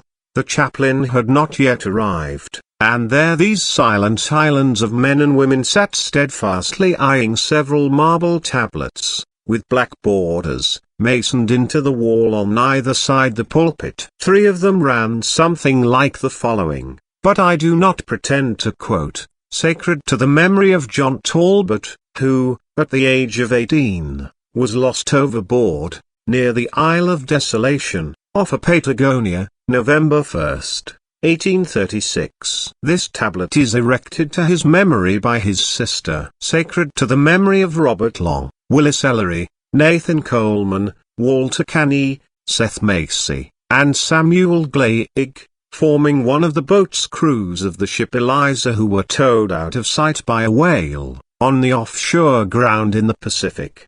December 31st, 1839. This marble is here placed by their surviving shipmates. Sacred to the memory of the late Captain Ezekiel Hardy, who in the bows of his boat was killed by a sperm whale on the coast of Japan, August 3d, 1833. This tablet is erected to his memory by his widow. Shaking off the sleet from my ice-glazed hat and jacket, I seated myself near the door, and turning sideways was surprised to see Queequeg near me. Affected by the solemnity of the scene, there was a wondering gaze of incredulous curiosity in his countenance. This savage was the only person present who seemed to notice my entrance, because he was the only one who could not read, and, therefore, was not reading those frigid inscriptions on the wall. Whether any of the relatives of the seamen whose names appeared there were now among the congregation, I knew not,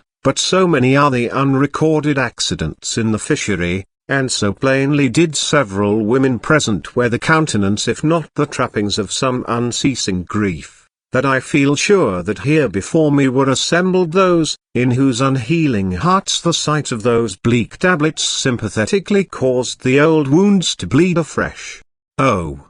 Ye whose dead lie buried beneath the green grass, who standing among flowers can say, Here, here lies my beloved, ye know not the desolation that broods in bosoms like these. What bitter blanks in those black-bordered marbles which cover no ashes. What despair in those immovable inscriptions. What deadly voids and unbidden infidelities in the lines that seem to gnaw upon all faith, and refuse resurrections to the beings who have placelessly perished without a grave. As well might those tablets stand in the cave of Elephantuas here. In what census of living creatures the dead of mankind are included, why it is that a universal proverb says of them, that they tell no tales, though containing more secrets than the Goodwin Sands. How it is that to his name who yesterday departed for the other world, we prefix so significant and infidel a word, and yet do not thus entitle him, if he but embarks for the remotest Indies of this living earth.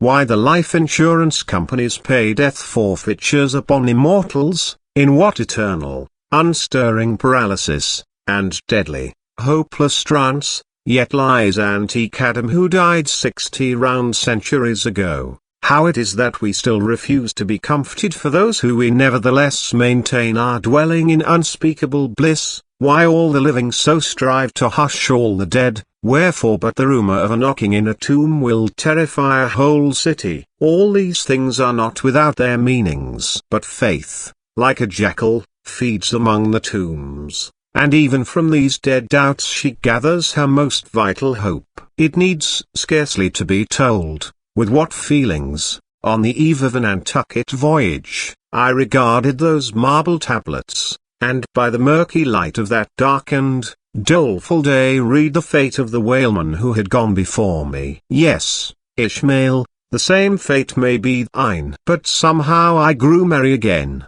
Delightful inducements to embark, fine chance for promotion. It seems, a stove boat will make me an immortal by brevet. Yes, there is death in this business of whaling, a speechlessly quick chaotic bundling of a man into eternity. But what then? Methinks we have hugely mistaken this matter of life and death. Methinks that what they call my shadow here on earth is my true substance. Methinks that in looking at things spiritual, we are too much like oysters observing the sun through the water, and thinking that thick water the thinnest of air. Methinks my body is but the lees of my better being. In fact, take my body who will, take it I say, it is not me. And therefore 3 cheers for Nantucket, and come a stove boat and stove body when they will, for stave my soul, Jove himself cannot. Chapter 8. The Pulpit. I had not been seated very long ere a man of a certain venerable robustness entered, immediately as the storm-pelted door flew back upon admitting him, a quick regardful eyeing of him by all the congregation sufficiently attested that this fine old man was the chaplain. Yes, it was the famous Father Mapple, so called by the whalemen, among whom he was a very great favourite. He had been a sailor and a harpooner in his youth, but for many years past had dedicated his life to the ministry. At the time I now write of, Father Mapple was in the hardy winter of a healthy old age, that sort of old age which seems merging into a second flowering youth, for among all the fissures of his wrinkles, there shone certain mild gleams of a newly developing bloom, the spring verdure peeping forth even beneath February's snow. No one having previously heard his history, could for the first time behold Father Mapple without the utmost interest, because there were certain engrafted clerical peculiarities about him, imputable to that adventurous maritime life he had led. When he entered I observed that he carried no umbrella,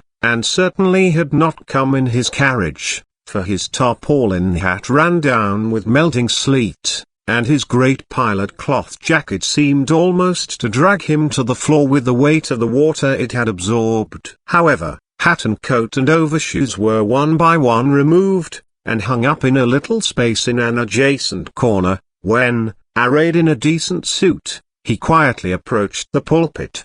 Like most old-fashioned pulpits, it was a very lofty one, and since irregular stairs to such a height would, by its long angle with the floor, seriously contract the already small area of the chapel, the architect, it seemed, had acted upon the hint of Father Mapple, and finished the pulpit without a stairs, substituting a perpendicular side ladder, like those used in mounting a ship from a boat at sea. The wife of a whaling captain had provided the chapel with a handsome pair of red worsted man-ropes for this ladder, which, being itself nicely headed, and stained with a mahogany colour, the whole contrivance, considering what manner of chapel it was, seemed by no means in bad taste. Halting for an instant at the foot of the ladder, and with both hands grasping the ornamental knobs of the man-ropes, Father Mapple cast a look upwards, and then with a truly sailor-like but still reverential dexterity,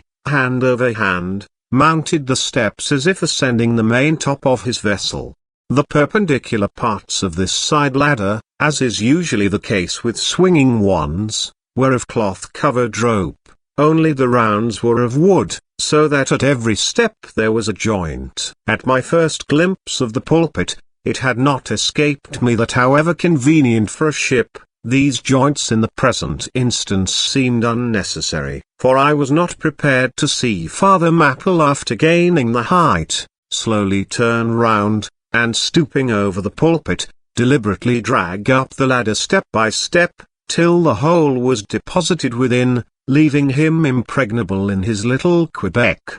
I pondered some time without fully comprehending the reason for this. Father Mapple enjoyed such a wide reputation for sincerity and sanctity, that I could not suspect him of courting notoriety by any mere tricks of the stage. No, thought I, there must be some sober reason for this thing. Furthermore, it must symbolize something unseen. Can it be, then, that by that act of physical isolation, he signifies his spiritual withdrawal for the time, from all outward worldly ties and connections? Yes, for replenished with the meat and wine of the Word.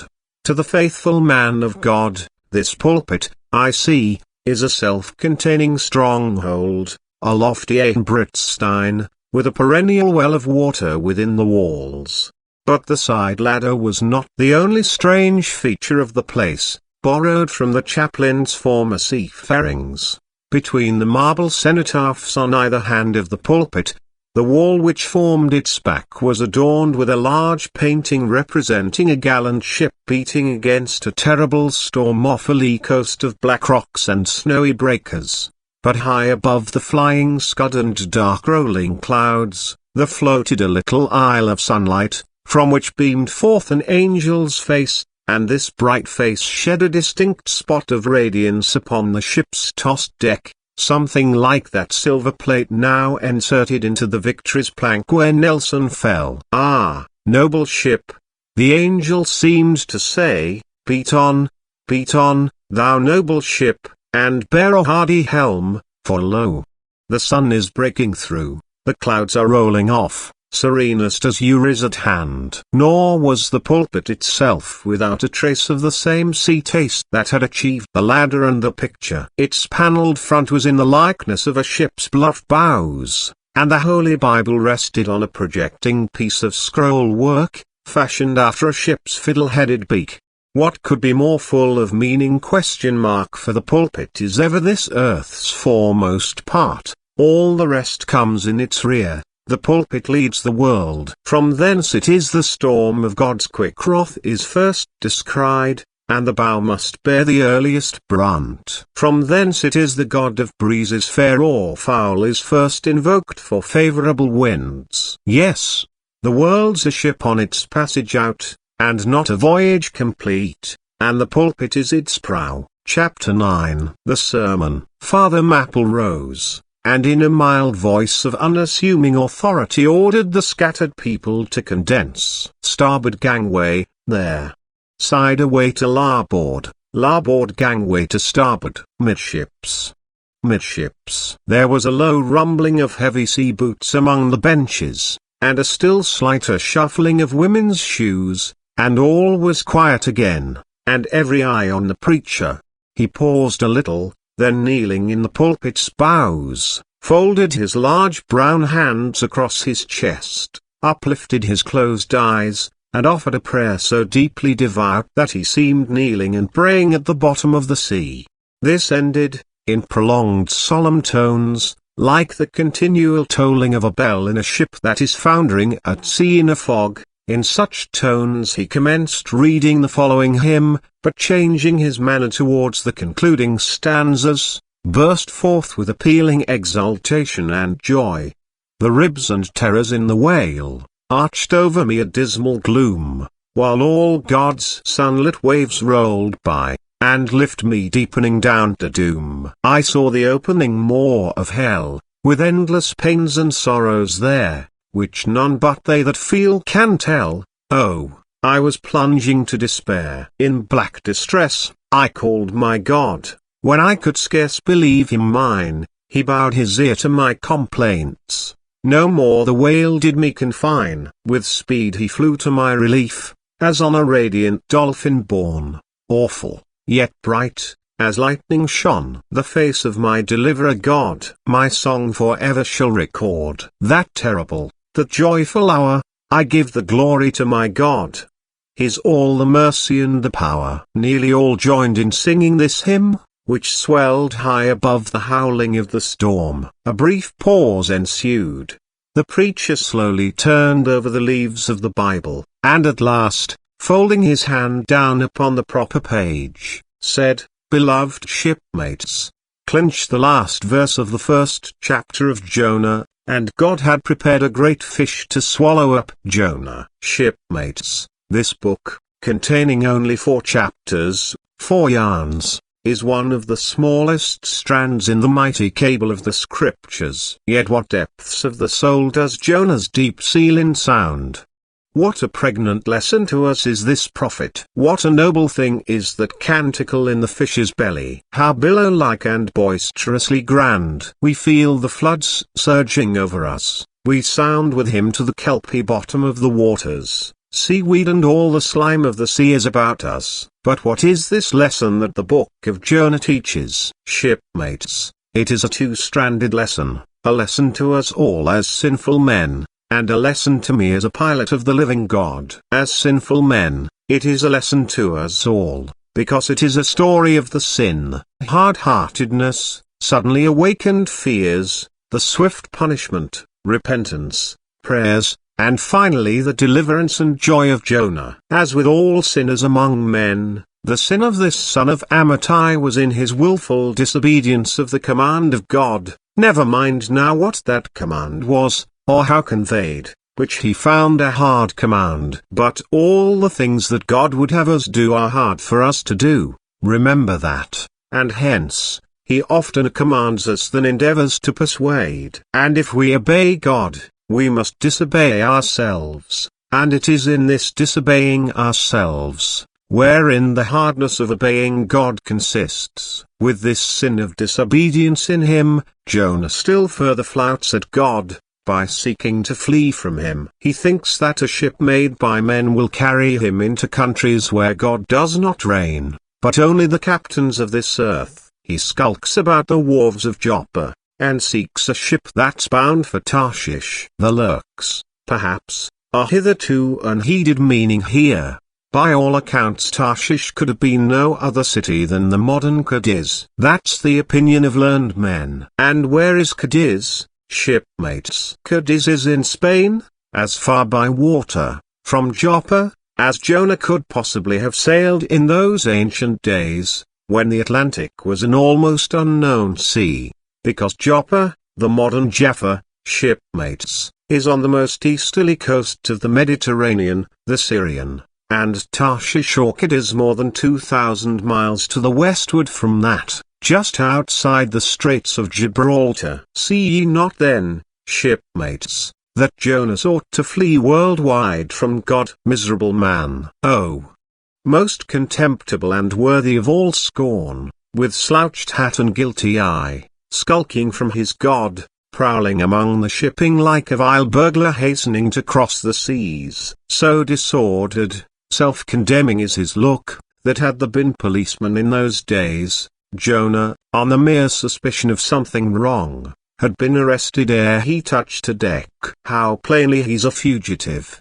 No baggage, not a hat box, valise, or carpet bag, no friends accompany him to the wharf with their ducks. At last, after much dodging search, he finds the Tarshish ship receiving the last items of her cargo, and as he steps on board to see its captain in the cabin, all the sailors for the moment desist from hoisting in the goods, to mark the stranger's evil eye. Jonah sees this, but in vain he tries to look all ease and confidence. In vain essays his wretched smile. Strong intuitions of the man assure the mariners he can be no innocent. In their gamesome but still serious way, one whispers to the other, "Jack, he's robbed a widow," or, "Joe, do you mark him, he's a bigamist," or, "Harry lad, I guess he's the adulterer that broke jail in old Gomorrah," or belike, "one of the missing murderers from Sodom." Another runs to read the bill that's stuck against the spile upon the wharf to which the ship is moored, offering 500 gold coins for the apprehension of a parricide, and containing a description of his person. He reads, and looks from Jonah to the bill, while all his sympathetic shipmates now crowd round Jonah, prepared to lay their hands upon him. Frighted Jonah trembles, and summoning all his boldness to his face, only looks so much the more a coward. He will not confess himself suspected, but that itself is strong suspicion. So he makes the best of it, and when the sailors find him not to be the man that is advertised, they let him pass, and he descends into the cabin. "Who's there?" cries the captain at his busy desk, hurriedly making out his papers for the customs. "Who's there?" Oh! How that harmless question mangles Jonah. For the instant he almost turns to flee again, but he rallies. "I seek a passage in this ship to Tarshish. How soon sail ye, sir?" Thus far the busy captain had not looked up to Jonah, though the man now stands before him, but no sooner does he hear that hollow voice, than he darts a scrutinizing glance. "We sail with the next coming tide," at last he slowly answered, still intently eyeing him. "No sooner, sir? Soon enough for any honest man that goes a passenger." Ha! Jonah, that's another stab. But he swiftly calls away the captain from that scent. "I'll sail with ye, he says, "the passage money, how much is that? I'll pay now. For it is particularly written, shipmates, as if it were a thing not to be overlooked in this history, that he paid the fare thereof ere the craft did sail. And taken with the context, this is full of meaning. Now Jonah's captain, shipmates, was one whose discernment detects crime in any, but whose cupidity exposes it only in the penniless. In this world, shipmates, sin that pays its way can travel freely, and without a passport, whereas virtue, if a pauper, is stopped at all frontiers. So Jonah's captain prepares to test the length of Jonah's purse, ere he judge him openly. He charges him thrice the usual sum, and it's assented to. Then the captain knows that Jonah is a fugitive, but at the same time resolves to help a flight that paves its rear with gold. Yet when Jonah fairly takes out his purse, prudent suspicions still molest the captain. He rings every coin to find a counterfeit. Not a forger, anyway, he mutters, and Jonah is put down for his passage. "Point out my stateroom, sir," says Jonah now. "I'm travel-weary, I need sleep." "Thou lookest like it," says the captain, "there's thy room." Jonah enters, and would lock the door, but the lock contains no key. Hearing him foolishly fumbling the captain laughs slowly to himself, and mutters something about the doors of convicts' cells being never allowed to be locked within. All dressed and dusty as he is, Jonah throws himself into his berth, and finds the little stateroom ceiling almost resting on his forehead. The air is close, and Jonah gasps. Then, in that contracted hole, sunk, too, beneath the ship's waterline, Jonah feels the heralding presentiment of that stifling hour, when the whale shall hold him in the smallest of his bowels wards, screwed at its axis against the side. A swinging lamp slightly oscillates in Jonah's room, and the ship, heeling over towards the wharf with the weight of the last bales received, the lamp, flame and all, though in slight motion, still maintains a permanent obliquity with reference to the room, though, in truth, infallibly straight itself, it but made obvious the false, lying levels among which it hung. The lamp alarms and frightens Jonah, as lying in his berth his tormented eyes roll round the place, and this thus far successful fugitive finds no refuge for his restless glance. But that contradiction in the lamp more and more appalls him. The floor, the ceiling, and the side, are all awry. "Oh! So my conscience hangs in me," he groans, "straight upwards, so it burns, but the chambers of my soul are all in crookedness." Like one who after a night of drunken revelry hies to his bed, still reeling, but with conscience yet pricking him, as the plungings of the Roman race-horse but so much the more strike his steel tags into him, as one who in that miserable plight still turns and turns in giddy anguish, praying God for annihilation until the fit be past, and at last amid the whirl of woe he feels, a deep stupor steals over him, as over the man who bleeds to death, for conscience is the wound, and there's naught to staunch it. So, after sore wrestlings in his berth, Jonah's prodigy of ponderous misery drags him drowning down to sleep. And now the time of tide has come, the ship casts off her cables, and from the deserted wharf the unsheared ship for Tarshish, all careening, glides to sea. That ship, my friends, was the first of recorded smugglers. The contraband was Jonah. But the sea rebels, he will not bear the wicked burden. A dreadful storm comes on, the ship is like to break. But now when the boatswain calls all hands to lighten her, when boxes, bales, and jars are clattering overboard, when the wind is shrieking, and the men are yelling, and every plank thunders with trampling feet right over Jonah's head, in all this raging tumult, Jonah sleeps his hideous sleep. He sees no black sky and raging sea, feels not the reeling timbers, and little hears he or heeds he the far rush of the mighty whale, which even now with open mouth is cleaving the seas after him. Aye, shipmates, Jonah was gone down into the sides of the ship, a berth in the cabin as I have taken it, and was fast asleep. But the frightened master comes to him, and shrieks in his dead ear, "What meanest thou, O sleeper? Arise." Startled from his lethargy by that direful cry, Jonah staggers to his feet, and stumbling to the deck, grasps a shroud, to look out upon the sea. But at that moment he is sprung upon by a panther billow leaping over the bulwarks. Wave after wave thus leaps into the ship, and finding no speedy vent runs roaring fore and aft, till the mariners come nigh to drowning while yet afloat. And ever, as the white moon shows her affrighted face from the steep gullies in the blackness overhead, aghast Jonah sees the rearing bowsprit pointing high upward, but soon beat downward again towards the tormented deep. Terrors upon terrors run shouting through his soul. In all his cringing attitudes, the god fugitive is now too plainly known. The sailors mark him, more and more certain grow their suspicions of him, and at last, fully to test the truth, by referring the whole matter to high heaven, they fall to casting lots, to see for whose cause this great tempest was upon them. The lot is Jonah's, that discovered. Then how furiously they mob him with their questions. "What is thine occupation? Whence comest thou? Thy country? What people?"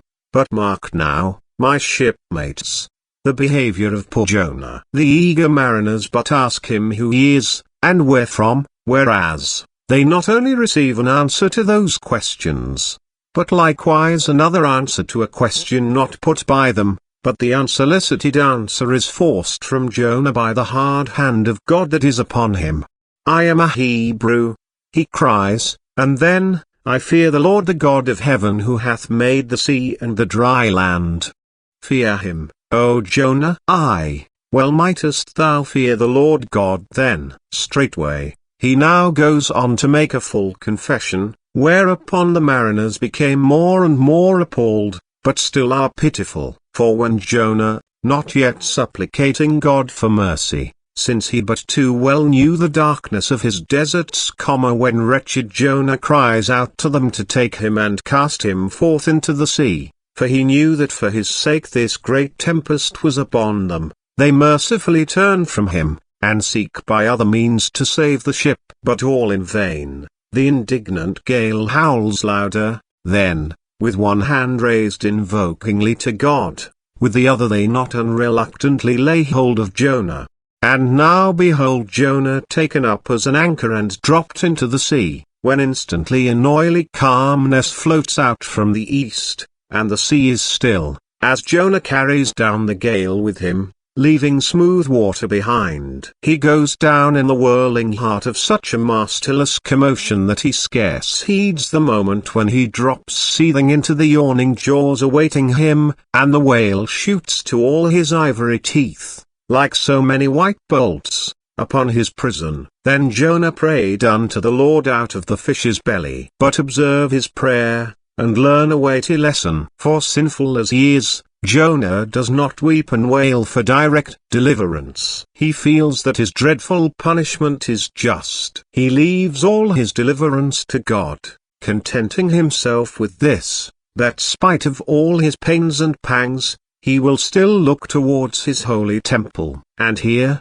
shipmates, is true and faithful repentance, not clamorous for pardon, but grateful for punishment. And how pleasing to God was this conduct in Jonah, is shown in the eventual deliverance of him from the sea and the whale. Shipmates, I do not place Jonah before you to be copied for his sin, but I do place him before you as a model for repentance. Sin not, but if you do, take heed to repent of it. Like Jonah, while he was speaking these words, the howling of the shrieking, slanting storm without seemed to add new power to the preacher, who, when describing Jonah's sea storm, seemed tossed by a storm himself. His deep chest heaved as with a ground swell, his tossed arms seemed the warring elements at work, and the thunders that rolled away from off his swarthy brow, and the light leaping from his eye, made all his simple hearers look on him with a quick fear that was strange to them. Then now came a lull in his look, as he silently turned over the leaves of the book once more, and, at last, standing motionless, with closed eyes, for the moment, seemed communing with God and himself.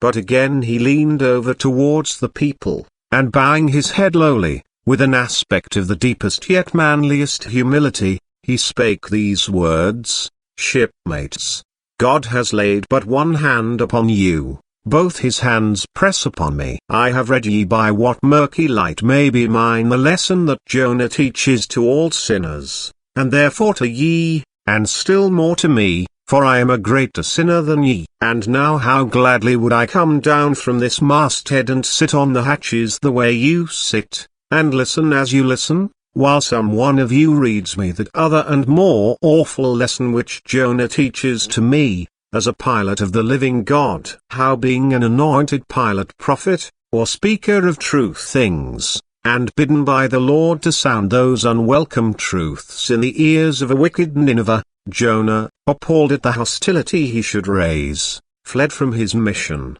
and sought to escape his duty and his God by taking ship at Joppa. But God is everywhere. Tarshish he never reached. As we have seen, God came upon him in the whale, and swallowed him down to living gulfs of doom, and with swift slantings tore him along into the midst of the seas, where the eddying depths sucked him 10,000 fathoms down, and the weeds were wrapped about his head, and all the watery world of woe bowled over him. Yet even then, beyond the reach of any plummet, out of the belly of hell, when the whale grounded upon the ocean's utmost bones, even then, God heard the engulfed, repenting prophet when he cried. Then God spake unto the fish, and from the shuddering cold and blackness of the sea, the whale came breaching up towards the warm and pleasant sun, and all the delights of air and earth, and vomited out Jonah upon the dry land. When the word of the Lord came a second time, and Jonah, bruised and beaten, his ears, like two seashells, still multitudinously murmuring of the ocean, Jonah did the Almighty's bidding. And what was that, shipmates? To preach the truth to the face of falsehood. That was it. This, shipmates, this is that other lesson. And woe to that pilot of the living God who slights it. Woe to him whom this world charms from gospel duty. Woe to him who seeks to pour oil upon the waters when God has brewed them into a gale. Woe to him who seeks to please rather than to appall. Woe to him whose good name is more to him than goodness. Woe to him who, in this world, courts not dishonor. Woe to him who would not be true, even though to be false was salvation. Yea, woe to him who, as the great pilot Paul has it, while preaching to others is himself a castaway. He dropped and fell away from himself for a moment, then lifting his face to them again, showed a deep joy in his eyes, as he cried out with a heavenly enthusiasm, "But oh, shipmates! On the starboard hand of every woe, there is a sure delight, and higher the top of that delight than the bottom of the woe is deep. Is not the main truck higher than the kelson is low? Delight is to him, a far, far upward, and inward delight, who against the proud gods and commodores of this earth, ever stands forth his own inexorable self. Delight is to him whose strong arms yet support him, when the ship of this base treacherous world has gone down beneath him. Delight is to him, who gives no quarter in the truth, and kills, burns, and destroys all sin though he pluck it out from under the robes of senators and judges. Delight, top-gallant delight is to him, who acknowledges no law or lord, but the Lord his God, and is only a patriot to heaven. Delight is to him, whom all the waves of the billows of the seas of the boisterous mob can never shake from this shore keel of the ages. And eternal delight and deliciousness will be his, who coming to lay him down, can say with his final breath, "O Father!" Chiefly known to me by thy rod, mortal or immortal, here I die. I have striven to be thine, more than to be this world's, or mine own. Yet this is nothing, I leave eternity to thee, for what is man that he should live out the lifetime of his God? He said no more, but slowly waving a benediction, covered his face with his hands, and so remained kneeling, till all the people had departed, and he was left alone in the place. Chapter 10. A bosom friend. Returning to the Spouter Inn from the chapel, I found Pequod there quite alone, he having left the chapel before the benediction some time. He was sitting on the bench before the fire, with his feet on the stove hearth, and in one hand was holding close up to his face that little negro idol of his, peering hard into its face, and with a jackknife gently whittling away at its nose, meanwhile humming to himself in his heathenish way. But being now interrupted, he put up the image, and pretty soon, going to the table, took up a large book there, and placing it on his lap began counting the pages with deliberate regularity, at every 50th page, as I fancied, stopping a moment, looking vacantly around him, and giving utterance to a long-drawn gurgling whistle of astonishment. He would then begin again at the next 50, seeming to commence at number 1 each time, as though he could not count more than 50, and it was only by such a large number of 50s being found together, that his astonishment at the multitude of pages was excited. With much interest I sat watching him. Savage though he was, and hideously marred about the face, at least to my taste, his countenance yet had a something in it which was by no means disagreeable. You cannot hide the soul. Through all his unearthly tattooings, I thought I saw the traces of a simple honest heart, and in his large, deep eyes, fiery black and bold, there seemed tokens of a spirit that would dare 1,000 devils. And besides all this, there was a certain lofty bearing about the pagan, which even his uncouthness could not altogether maim. He looked like a man who had never cringed and never had had a creditor, whether it was, too, that his head being shaved, his forehead was drawn out in freer and brighter relief, and looked more expansive than it otherwise would. This I will not venture to decide, but certain it was his head was phrenologically an excellent one. It may seem ridiculous,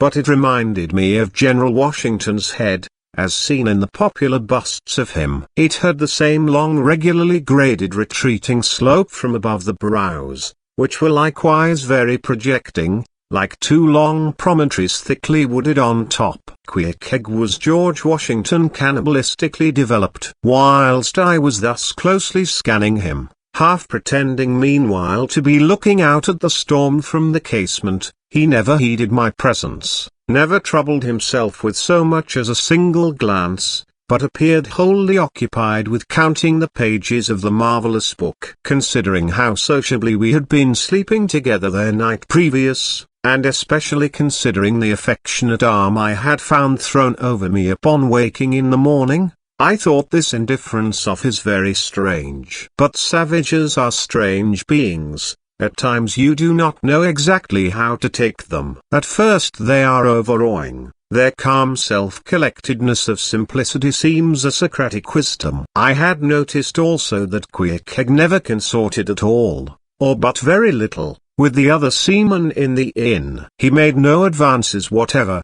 appeared to have no desire to enlarge the circle of his acquaintances. All this struck me as mighty singular, yet, upon second thoughts, there was something almost sublime in it. Here was a man some 20,000 miles from home, by the way of Cape Horn, that is, which was the only way he could get there, thrown among people as strange to him as though he were in the planet Jupiter, and yet he seemed entirely at his ease, preserving the utmost serenity, content with his own companionship, always equal to himself. Surely this was a touch of fine philosophy, though no doubt he had never heard there was such a thing as that. But, perhaps, to be true philosophers, we mortals should not be conscious of so living or so striving. So soon as I hear that such or such a man gives himself out for a philosopher, I conclude that, like the dyspeptic old woman, he must have broken his digester. As I sat there in that now lonely room,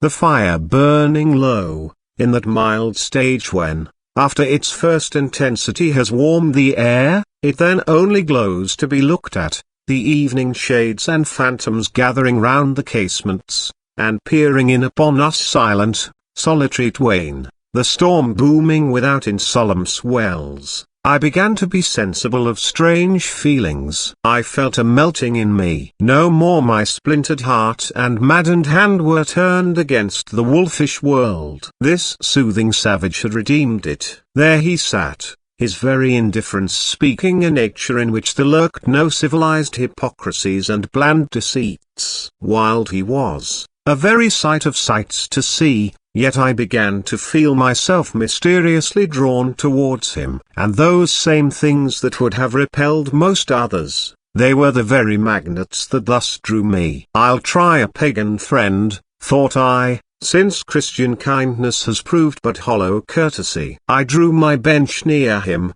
and made some friendly signs and hints, doing my best to talk with him meanwhile. At first he little noticed these advances, but presently, upon my referring to his last night's hospitalities, he made out to ask me whether we were again to be bedfellows. I told him yes, whereat I thought he looked pleased, perhaps a little complimented. We then turned over the book together, and I endeavored to explain to him the purpose of the printing, and the meaning of the few pictures that were in it. Thus I soon engaged his interest, and from that we went to jabbering the best we could about the various outer sights to be seen in this famous town. Soon I proposed a social smoke, and, producing his pouch and tomahawk, he quietly offered me a puff. And then we sat exchanging puffs from that wild pipe of his, and keeping it regularly passing between us. If there yet lurked any ice of indifference towards me in the pagan's breast, this pleasant,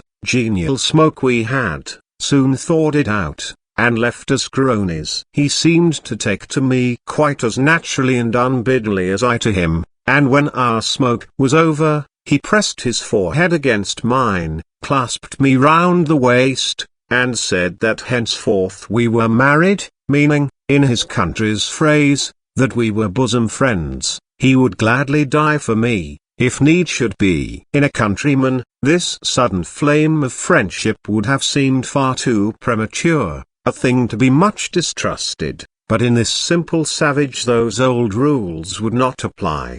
After supper, and another social chat and smoke, we went to our room together. He made me a present of his embalmed head, took out his enormous tobacco wallet, and groping under the tobacco, drew out some $30 in silver, then spreading them on the table, and mechanically dividing them into 2 equal portions, pushed one of them towards me, and said it was mine. I was going to remonstrate, but he silenced me by pouring them into my trousers pockets. I let them stay. He then went about his evening prayers, took out his idol, and removed the paper fireboard. By certain signs and symptoms, I thought he seemed anxious for me to join him, but well knowing what was to follow, I deliberated a moment whether, in case he invited me, I would comply or otherwise. I was a good Christian, born and bred in the bosom of the infallible Presbyterian Church.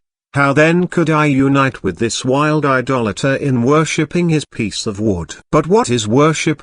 Thought I. Do you suppose now, Ishmael, that the magnanimous God of heaven and earth, pagans and all included, can possibly be jealous of an insignificant bit of black wood? Impossible. But what is worship? To do the will of God, that is worship. And what is the will of God? To do to my fellow man what I would have my fellow man to do to me. That is the will of God. Now, Pequod is my fellow man. And what do I wish that this Pequod would do to me? Why, unite with me in my particular Presbyterian form of worship. Consequently, I must then unite with him in his, ergo, I must turn idolater. So I kindled the shavings, helped prop up the innocent little idol, offered him burnt biscuit with Pequod, salaamed before him twice or thrice, kissed his nose, and that done, we undressed and went to bed, at peace with our own consciences and all the world. But we did not go to sleep without some little chat. How it is I know not, but there is no place like a bed for confidential disclosures between friends. Man and wife, they say, they're open the very bottom of their souls to each other, and some old couples often lie and chat over old times till nearly morning. Thus, then, in our heart's honeymoon, lay I and Pequod, a cozy, loving pair. Chapter 11. Nightgown. We had lain thus in bed, chatting and napping at short intervals, and Pequod now and then affectionately throwing his brown tattooed legs over mine, and then drawing them back. So entirely sociable and free and easy were we, when, at last, by reason of our confabulations, what little nappishness remained in us altogether departed, and we felt like getting up again, though daybreak was yet some way down the future. Yes, we became very wakeful, so much so that our recumbent position began to grow wearisome, and by little and little we found ourselves sitting up, the clothes well tucked around us, leaning against the headboard with our foreknees drawn up close together, and our two noses bending over them, as if our knee-pans were warming pans. We felt very nice and snug, the more so since it was so chilly out of doors, indeed out of bedclothes too, seeing that there was no fire in the room. The more so, I say, because truly to enjoy bodily warmth, some small part of you must be cold, for there is no quality in this world that is not what it is merely by contrast. Nothing exists in itself. If you flatter yourself that you are all over comfortable, and have been so a long time, then you cannot be said to be comfortable any more. But if, like Pequod and me in the bed, the tip of your nose or the crown of your head be slightly chilled, why then, indeed, in the general consciousness you feel most delightfully and unmistakably warm. For this reason a sleeping apartment should never be furnished with a fire, which is one of the luxurious discomforts of the rich. For the height of this sort of deliciousness is to have nothing but the blanket between you and your snugness and the cold of the outer air. Then you lie like the one warm spark in the heart of an Arctic crystal. We had been sitting in this crouching manner for some time, when all at once I thought I would open my eyes, for when between sheets, whether by day or by night, and whether asleep or awake, I have a way of always keeping my eyes shut, in order the more to concentrate the snugness of being in bed, because no man can ever feel his own identity aright except his eyes be closed, as if darkness were indeed the proper element of our essences, though light be more congenial to our clayey part. Upon opening my eyes then, and coming out of my own pleasant and self-created darkness into the imposed and coarse outer gloom of the unilluminated 12 o'clock at night, I experienced a disagreeable revulsion. Nor did I at all object to the hint from Pequod that perhaps it were best to strike a light, seeing that we were so wide awake. And besides he felt a strong desire to have a few quiet puffs from his tomahawk. Be it said, that though I had felt such a strong repugnance to his smoking in the bed the night before, yet see how elastic our stiff prejudices grow when love once comes to bend them. For now I liked nothing better than to have Pequod smoking by me, even in bed, because he seemed to be full of such serene household joy. Then I no more felt unduly concerned for the landlord's policy of insurance. I was only alive to the condensed confidential comfortableness of sharing a pipe and a blanket with a real friend. With our shaggy jackets drawn about our shoulders, we now passed the tomahawk from one to the other, till slowly there grew over us a blue hanging tester of smoke, illuminated by the flame of the new lit lamp.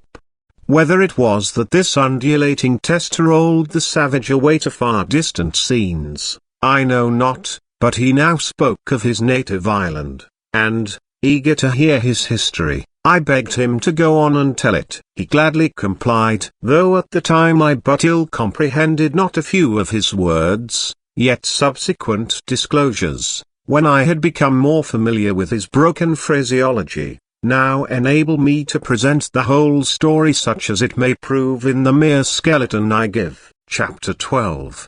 Biographical. Pequod was a native of Rokovoko, an island far away to the west and south. It is not down in any map. True places never are. When a new-hatched savage running wild about his native woodlands in a grass clout, followed by the nibbling goats, as if he were a green sapling, even then, in Pequod's ambitious soul, lurked a strong desire to see something more of Christendom than a specimen whaler or two. His father was a high chief, a king, his uncle a high priest, and on the maternal side he boasted aunts who were the wives of unconquerable warriors. There was excellent blood in his veins, royal stuff, though sadly vitiated, I fear, by the cannibal propensity he nourished in his untutored youth. A Sag Harbor ship visited his father's bay, and Pequod sought a passage to Christian lands. But the ship, having her full complement of seamen, spurned his suit, and not all the king his father's influence could prevail. But Pequod vowed a vow. Alone in his canoe, he paddled off to a distant strait, which he knew the ship must pass through when she quitted the island. On one side was a coral reef, on the other a low tongue of land, covered with mangrove thickets that grew out into the water. Hiding his canoe, still afloat, among these thickets, with its brow seaward, he sat down in the stern, paddle low in hand, and when the ship was gliding by, like a flash he darted out, gained her side, with one backward dash of his foot capsized and sank his canoe, climbed up the chains, and throwing himself at full length upon the deck, grappled a ring bolt there, and swore not to let it go, though hacked in pieces. In vain the captain threatened to throw him overboard, suspended a cutlass over his naked wrists. Pequod was the son of a king, and Pequod budged not. Struck by his desperate dauntlessness, and his wild desire to visit Christendom, the captain at last relented, and told him he might make himself at home. But this fine young savage, this sea prince of Wales, never saw the captain's cabin. They put him down among the sailors, and made a whaleman of him. But like Tsar Peter content to toil in the shipyards of foreign cities, Pequod disdained no seeming ignominy, if thereby he might happily gain the power of enlightening his untutored countrymen. For at bottom, so he told me, he was actuated by a profound desire to learn among the Christians, the arts whereby to make his people still happier than they were, and more than that, still better than they were. But, alas! The practices of whalemen soon convinced him that even Christians could be both miserable and wicked, infinitely more so, than all his father's heathens. Arrived at last in Old Sag Harbor, and seeing what the sailors did there, and then going on to Nantucket, and seeing how they spent their wages in that place also, poor Pequod gave it up for lost. Thought he, it's a wicked world in all meridians, I'll die a pagan. And thus an old idolater at heart, he yet lived among these Christians, wore their clothes, and tried to talk their gibberish. Hence the queer ways about him, though now some time from home. By hints, I asked him whether he did not propose going back, and having a coronation, since he might now consider his father dead and gone, he being very old and feeble at the last accounts. He answered no, not yet, and added that he was fearful Christianity, or rather Christians, had unfitted him for ascending the pure and undefiled throne of 30 pagan kings before him. But by and by, he said, he would return as soon as he felt himself baptized again. For the nonce, however, he proposed to sail about, and sow his wild oats in all 4 oceans. They had made a harpooner of him, and that barbed iron was in lieu of a scepter now. I asked him what might be his immediate purpose, touching his future movements. He answered, to go to sea again, in his old vocation. Upon this, I told him that whaling was my own design, and informed him of my intention to sail out of Nantucket, as being the most promising port for an adventurous whaleman to embark from. He at once resolved to accompany me to that island, ship aboard the same vessel, get into the same watch, the same boat, the same mess with me, in short to share my every hap, with both my hands in his, boldly dip into the potluck of both worlds. To all this I joyously assented, for besides the affection I now felt for Pequod, he was an experienced harpooner, and as such, could not fail to be of great usefulness to one, who, like me, was wholly ignorant of the mysteries of whaling, though well acquainted with the sea, as known to merchant seamen.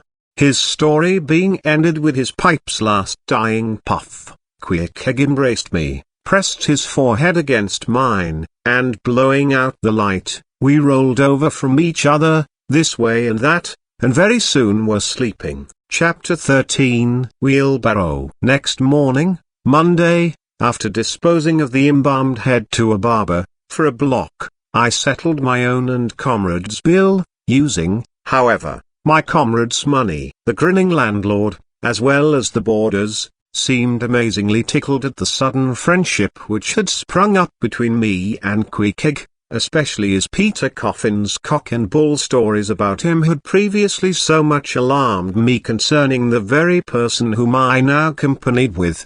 We borrowed a wheelbarrow, and embarking our things, including my own poor carpet bag, and Pequod's canvas sack and hammock, away we went down to the Moss, the little Nantucket packet schooner moored at the wharf. As we were going along the people stared, not at Pequod so much, for they were used to seeing cannibals like him in their streets, but at seeing him and me upon such confidential terms. But we heeded them not, going along wheeling the barrow by turns, and Pequod now and then stopping to adjust the sheath on his harpoon barbs. I asked him why he carried such a troublesome thing with him ashore, and whether all whaling ships did not find their own harpoons. To this, in substance, he replied, that though what I hinted was true enough, yet he had a particular affection for his own harpoon, because it was of assured stuff, well tried in many a mortal combat, and deeply intimate with the hearts of whales. In short, like many inland reapers and mowers, who go into the farmers' meadows armed with their own scythes, though in no wise obliged to furnish them, even so, Pequod, for his own private reasons, preferred his own harpoon.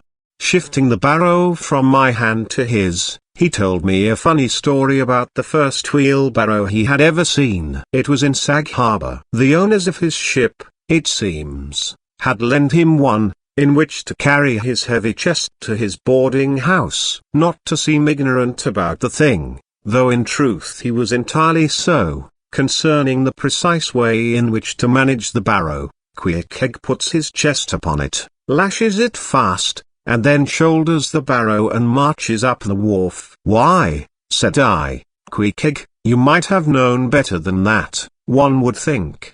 Didn't the people laugh? Upon this, he told me another story. The people of his island of Rokovoko, it seems, at their wedding feasts express the fragrant water of young coconuts into a large stained calabash like a punch bowl, and this punch bowl always forms the great central ornament on the braided mat where the feast is held. Now a certain grand merchant ship once touched at Rokovoko, and its commander, from all accounts, a very stately punctilious gentleman, at least for a sea captain. This commander was invited to the wedding feast of Pequod's sister, a pretty young princess just turned of 10. Well, when all the wedding guests were assembled at the bride's bamboo cottage, this captain marches in, and being assigned the post of honor, placed himself over against the punch bowl, and between the high priest and his majesty the king, Pequod's father. Grace being said, for those people have their grace as well as we, though Pequod told me that unlike us, who at such times look downwards to our platters, they, on the contrary, copying the ducks, glance upwards to the great giver of all feasts. Grace, I say, being said, the high priest opens the banquet by the immemorial ceremony of the island, that is, dipping his consecrated and consecrating fingers into the bowl before the blessed beverage circulates. Seeing himself placed next the priest, and noting the ceremony, and thinking himself, being captain of a ship, as having plain precedence over a mere island king, especially in the king's own house, the captain coolly proceeds to wash his hands in the punch bowl taking it I suppose for a huge finger glass. "Now," said Queequeg, "what you think now? Didn't our people laugh?" At last, passage paid, and luggage safe, we stood on board the schooner. Hoisting sail, it glided down the Acushnet River. On one side, New Bedford rose in terraces of streets, their ice-covered trees all glittering in the clear, cold air. Huge hills and mountains of casks on casks were piled upon her wharves, and side by side the world-wandering whale ships lay silent and safely moored at last, while from others came a sound of carpenters and coopers, with blended noises of fires and forges to melt the pitch, all betokening that new cruises were on the start, that one most perilous and long voyage ended, only begins a second, and a second ended, only begins a third, and so on, forever and for aye. Such is the endlessness, yea, the intolerableness of all earthly effort. Gaining the more open water, the bracing breeze waxed fresh, the little moss tossed the quick foam from her bows, as a young colt his snortings. How I snuffed that tartar air! How I spurned that turnpike earth! That common highway all overdented with the marks of slavish heels and hoofs, and turned me to admire the magnanimity of the sea which will permit no records. At the same foam fountain, Queequeg seemed to drink and reel with me. His dusky nostrils swelled apart, he showed his filed and pointed teeth. On we flew, and our offing gained, the moss did homage to the blast, ducked and dived her bows as a slave before the Sultan. Sideways leaning, we sideways darted, every rope yarn dingling like a wire, the two tall masts buckling like Indian canes in land tornadoes. So full of this reeling scene were we, as we stood by the plunging bowsprit, that for some time we did not notice the jeering glances of the passengers, a lub-like assembly, who marveled that two fellow beings should be so companionable, as though a white man were anything more dignified than a whitewashed Negro. But there were some boobies and bumpkins there, who, by their intense greenness, must have come from the heart and center of all verdure. Queequeg caught one of these young saplings mimicking him behind his back. I thought the bumpkin's hour of doom was come. Dropping his harpoon, the brawny savage caught him in his arms, and by an almost miraculous dexterity and strength, sent him high up bodily into the air, then slightly tapping his stern in mid-somerset, the fellow landed with bursting lungs upon his feet, while Queequeg, turning his back upon him, lighted his tomahawk pipe and passed it to me for a puff. "Captain, Captain!" yelled the bumpkin, running towards that officer. "Captain, Captain, here's the devil!" "Hello, you sir!" cried the captain, a horn trib of the sea, stalking up to Queequeg. "What in thunder do you mean by that? Don't you know you might have killed that chap?" "What him say?" said Queequeg, as he mildly turned to me. "He say," said I, "that you came near killee that man there," pointing to the still shivering greenhorn. "Killee!" cried Queequeg, twisting his tattooed face into an unearthly expression of disdain. "Ah!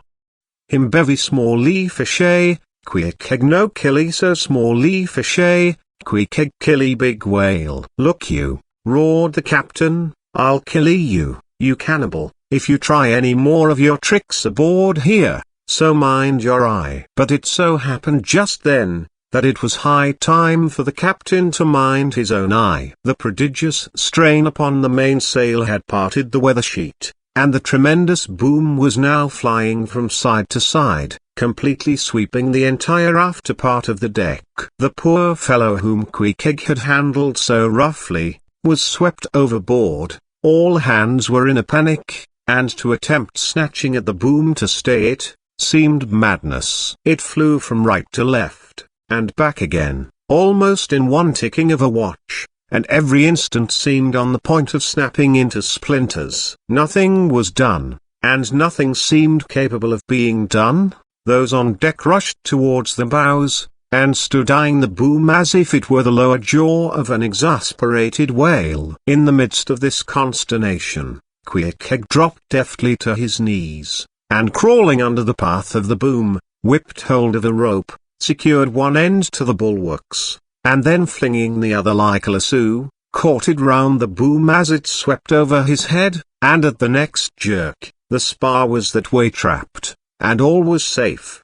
The schooner was run into the wind, and while the hands were clearing away the stern boat, Pequod, stripped to the waist, darted from the side with a long living arc of a leap. For 3 minutes or more he was seen swimming like a dog, throwing his long arms straight out before him, and by turns revealing his brawny shoulders through the freezing foam. I looked at the grand and glorious fellow, but saw no one to be saved. The greenhorn had gone down. Shooting himself perpendicularly from the water, Pequod now took an instant's glance around him, and seeming to see just how matters were, dived down and disappeared. A few minutes more, and he rose again, one arm still striking out, and with the other dragging a lifeless form. The boat soon picked them up. The poor bumpkin was restored. All hands voted Pequod a noble trump.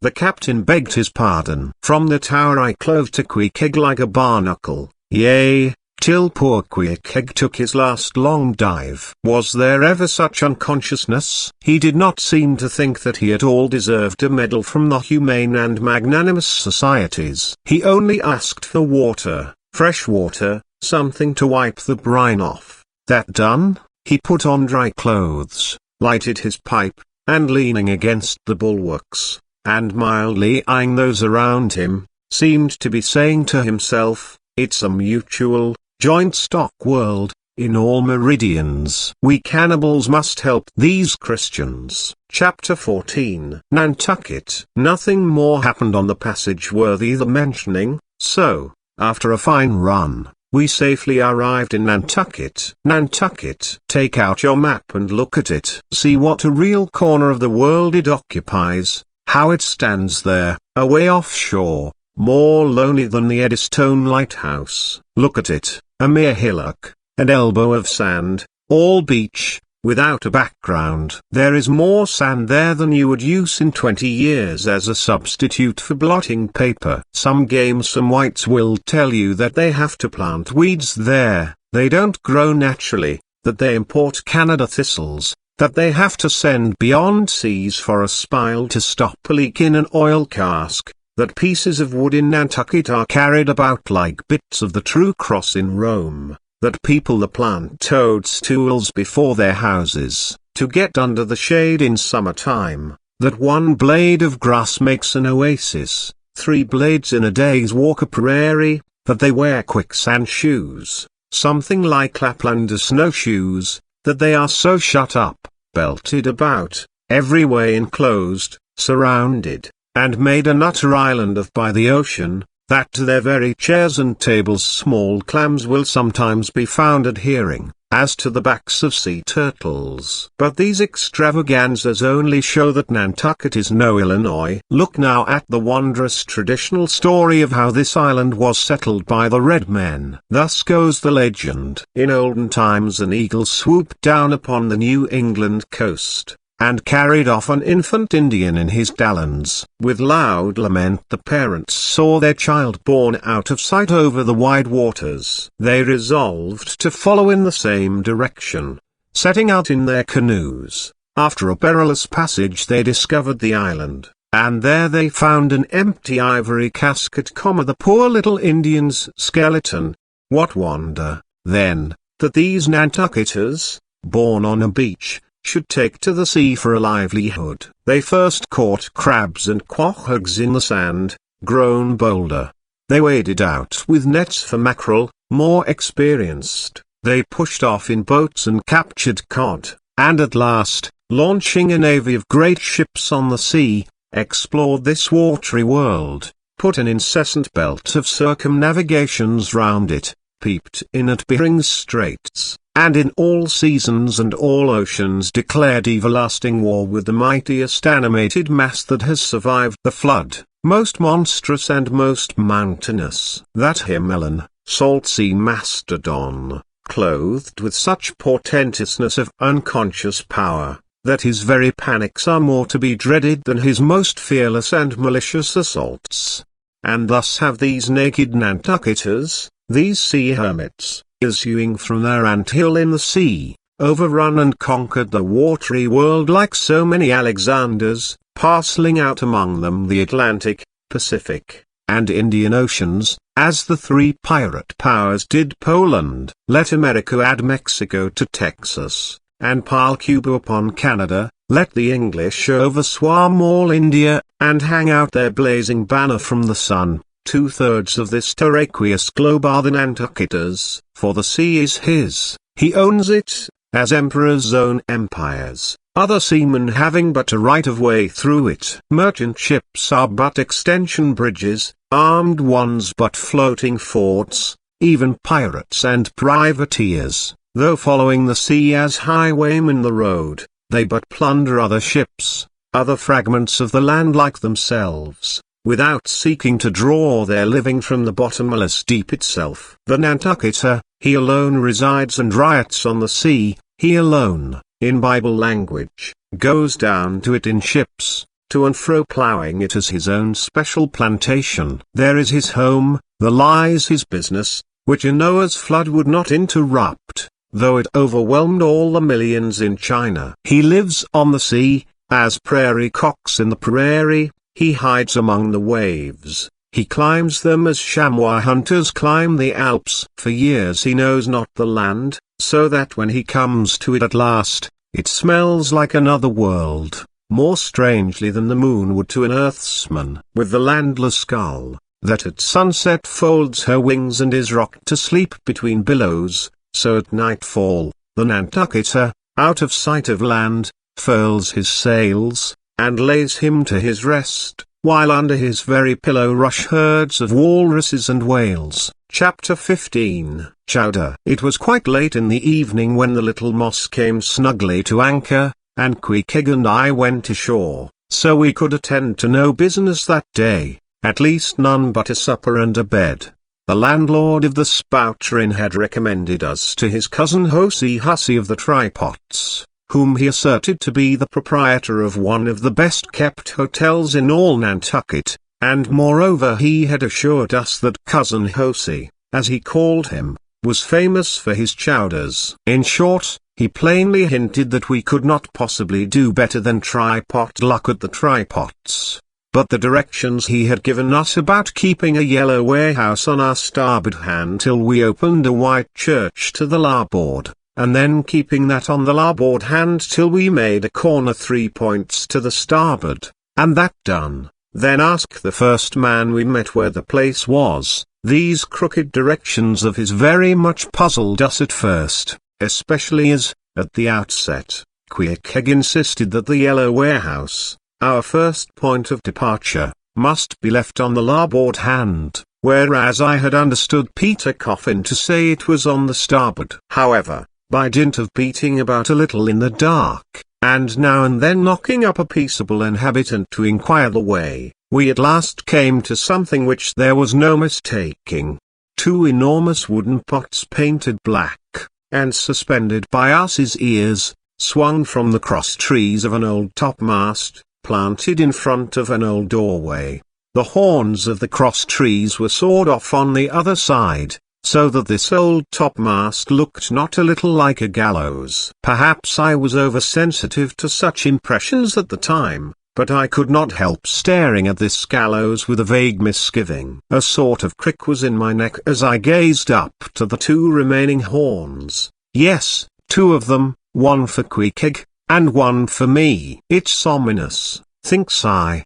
A coffin my innkeeper upon landing in my first whaling port, tombstones staring at me in the whaleman's chapel, and here a gallows. and a pair of prodigious black pots too. Are these last throwing out oblique hints touching toe fate? I was called from these reflections by the sight of a freckled woman with yellow hair and a yellow gown, standing in the porch of the inn, under a dull red lamp swinging there, that looked much like an injured eye, and carrying on a brisk scolding with a man in a purple woolen shirt. "Get along with ye," said she to the man, "or I'll be combing ye." "Come on, Queequeg," said I. "All right." "There's Mrs. Hussey." And so it turned out, Mr. Hosey Hussey being from home, but leaving Mrs. Hussey entirely competent to attend to all his affairs. Upon making known our desires for a supper and a bed, Mrs. Hussey, postponing further scolding for the present, ushered us into a little room, and seating us at a table spread with the relics of a recently concluded repast, turned round to us and said, "Clam or cod?" "What's that about cods, ma'am?" said I, with much politeness. "Clam or cod?" she repeated. "A clam for supper? A cold clam, is that what you mean, Mrs. Hussey?" says I, "but that's a rather cold and clammy reception in the winter-time, ain't it, Mrs. Hussey?" But being in a great hurry to resume scolding the man in the purple shirt, who was waiting for it in the entry, and seeming to hear nothing but the word clam, Mrs. Hussey hurried towards an open door leading to the kitchen, and bawling out "Clam for two," disappeared. "Queequeg," said I, "do you think that we can make out a supper for us both on one clam?" However, a warm savoury steam from the kitchen served to belie the apparently cheerless prospect before us. But when that smoking chowder came in, the mystery was delightfully explained. "Oh, sweet friends, hearken to me." It was made of small juicy clams, scarcely bigger than hazelnuts, mixed with pounded ship biscuit, and salted pork cut up into little flakes, the whole enriched with butter, and plentifully seasoned with pepper and salt. Our appetites being sharpened by the frosty voyage, and in particular, Queequeg seeing his favourite fishing food before him, and the chowder being surpassingly excellent, we dispatched it with great expedition, when leaning back a moment and bethinking me of Mrs. Hussey's clam and cod announcement, I thought I would try a little experiment. Stepping to the kitchen door, I uttered the word cod with great emphasis,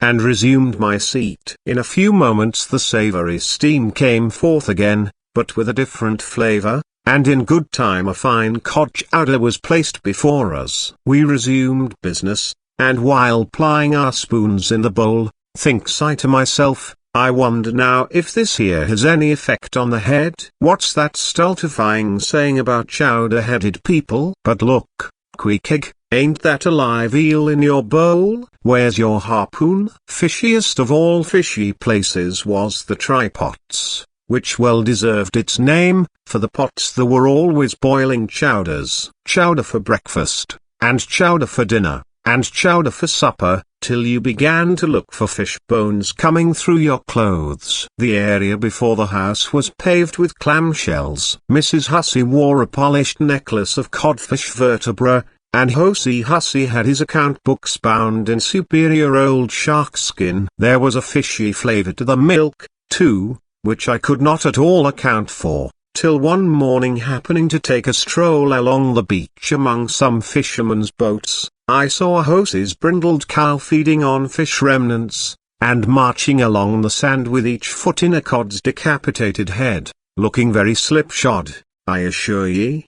Supper concluded, we received a lamp, and directions from Mrs. Hussey concerning the nearest way to bed, but, as Queequeg was about to precede me up the stairs, the lady reached forth her arm, and demanded his harpoon. She allowed no harpoon in her chambers. "Why not?"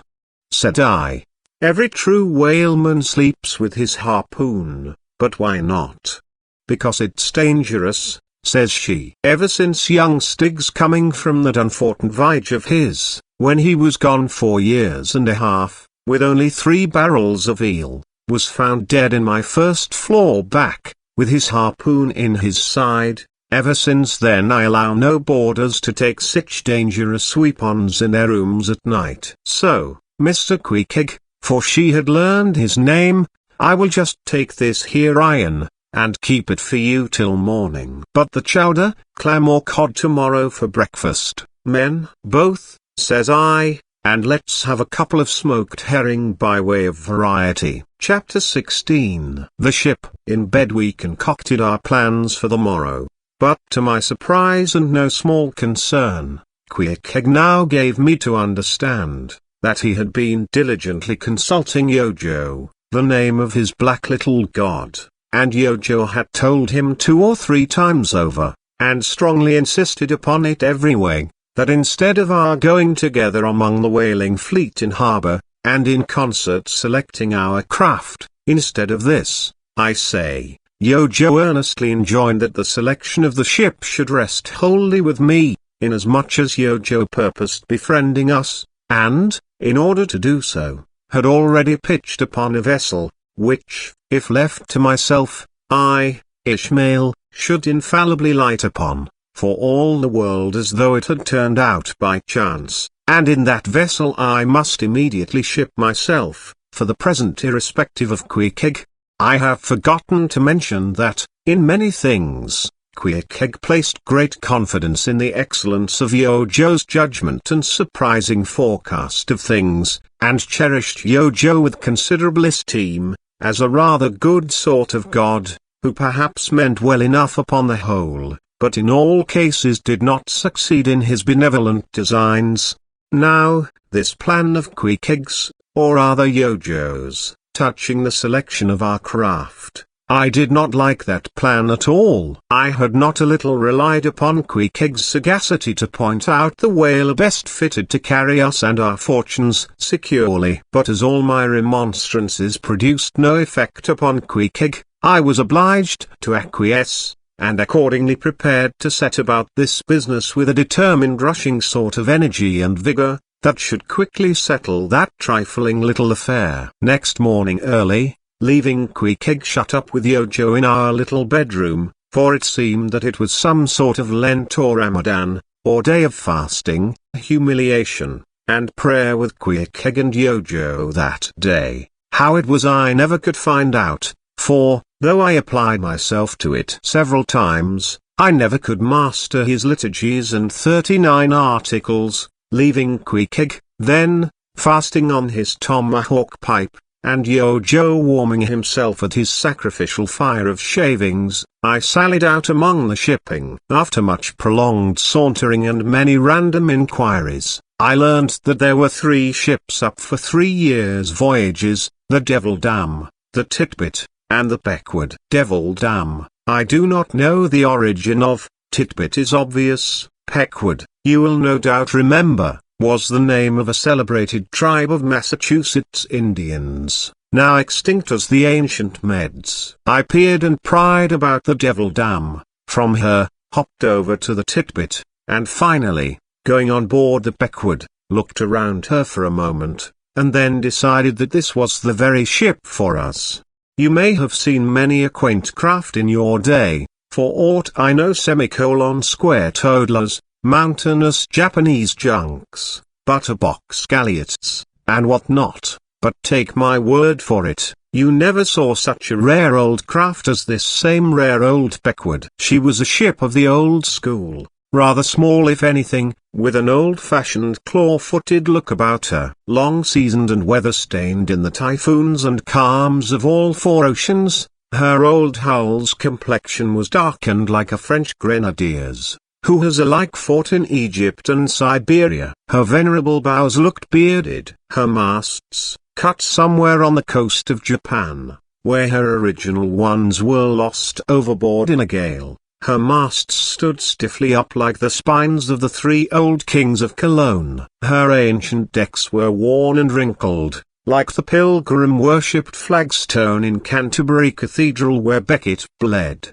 But to all these her old antiquities, were added new and marvellous features, pertaining to the wild business that for more than half a century she had followed. Old Captain Peleg, many years her chief mate, before he commanded another vessel of his own, and now a retired seaman, and one of the principal owners of the Pequod, this old Peleg, during the term of his chief mateship, had built upon her original grotesqueness, and inlaid it, all over, with a quaintness both of material and device, unmatched by anything except it be Thorkelhake's carved buckler or bedstead. She was apparelled like any barbaric Ethiopian emperor, his neck heavy with pendants of polished ivory. She was a thing of trophies, a cannibal of a craft, tricking herself forth in the chaste bones of her enemies. All round, her unpanelled, open bulwarks were garnished like one continuous jaw, with the long sharp teeth of the sperm whale, inserted the forepins, to fasten her old hempen thews and tendons to. Those thews ran not through base blocks of land wood, but deftly travelled over sheaves of sea ivory. Scorning a turnstile wheel at her ever and helm, she sported there a tiller, and that tiller was in one mass, curiously carved from the long narrow lower jaw of her hereditary foe. The helmsman who steered by the tiller in a tempest, felt like the Tartar, when he holds back his fiery steed by clutching its jaw. A noble craft, but somehow a most melancholy. All noble things are touched with that. Now when I looked about the quarter-deck, for someone having authority, in order to propose myself as a candidate for the voyage, at first I saw nobody, but I could not well overlook a strange sort of tent, or rather wigwam, pitched a little behind the mainmast. It seemed only a temporary erection used in port. It was of a conical shape, some 10 feet high, consisting of their long, huge slabs of limber black bone taken from the middle and highest part of the jaws of the right whale. Planted with their broad ends on the deck, a circle of these slabs laced together, mutually sloped towards each other, and at the apex united in a tufted point, where the loose hairy fibers waved to and fro like the top knot on some old Potawatomi sachem's head. A triangular opening faced towards the bows of the ship, so that the insider commanded a complete view forward. And half concealed in this queer tenement, I at length found one who by his aspect seemed to have authority, and who, it being noon, and the ship's work suspended, was now enjoying respite from the burden of command. He was seated on an old-fashioned oaken chair, wriggling all over with curious carving, and the bottom of which was formed of a stout interlacing of the same elastic stuff of which the wigwam was constructed. There was nothing so very particular, perhaps, about the appearance of the elderly man I saw. He was brown and brawny, like most old seamen, and heavily rolled up in blue pilot cloth, cut in the Quaker style, only there was a fine and almost microscopic network of the minutest wrinkles interlacing round his eyes, which must have risen from his continual sailings in many hard gales, and always looking to windward. For this causes the muscles about the eyes to become pursed together. Such eye wrinkles are very effectual in a scowl. "Is this the captain of the Pequod?" said I, advancing to the door of the tent. "Supposing it be the captain of the Pequod, what dost thou want of him?" he demanded. "I was thinking of shipping." "Thou wast thou? I see thou art no Nantucketer. Ever been in a stove-boat?" "No, sir, I never have." "Dost know nothing at all about whaling, I dare say, eh?" "Nothing, sir, but I have no doubt I shall soon learn. I've been several voyages in the merchant service, and I think that, merchant service be damned. Talk not that lingo to me." "Dost see that leg? I'll take that leg away from thy stern, if ever thou talkest of the merchant service to me again." "Merchant service indeed. I suppose now ye feel considerable proud of having served in those merchant ships. But flukes, man, what makes thee want to go a-whaling? It looks a little suspicious, don't it? Hast not been a pirate, hast thou? Didst not rob thy last captain? Didst thou?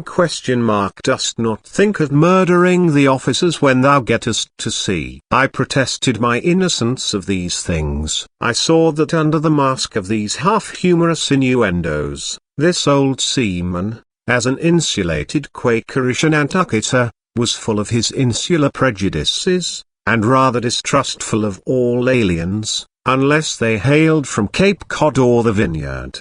But what takes thee a whaling? I want to know that before I think of shipping ye. Well, sir, I want to see what whaling is. I want to see the world. Want to see what whaling is, eh? Have ye clapped eye on Captain Ahab? Who is Captain Ahab, sir?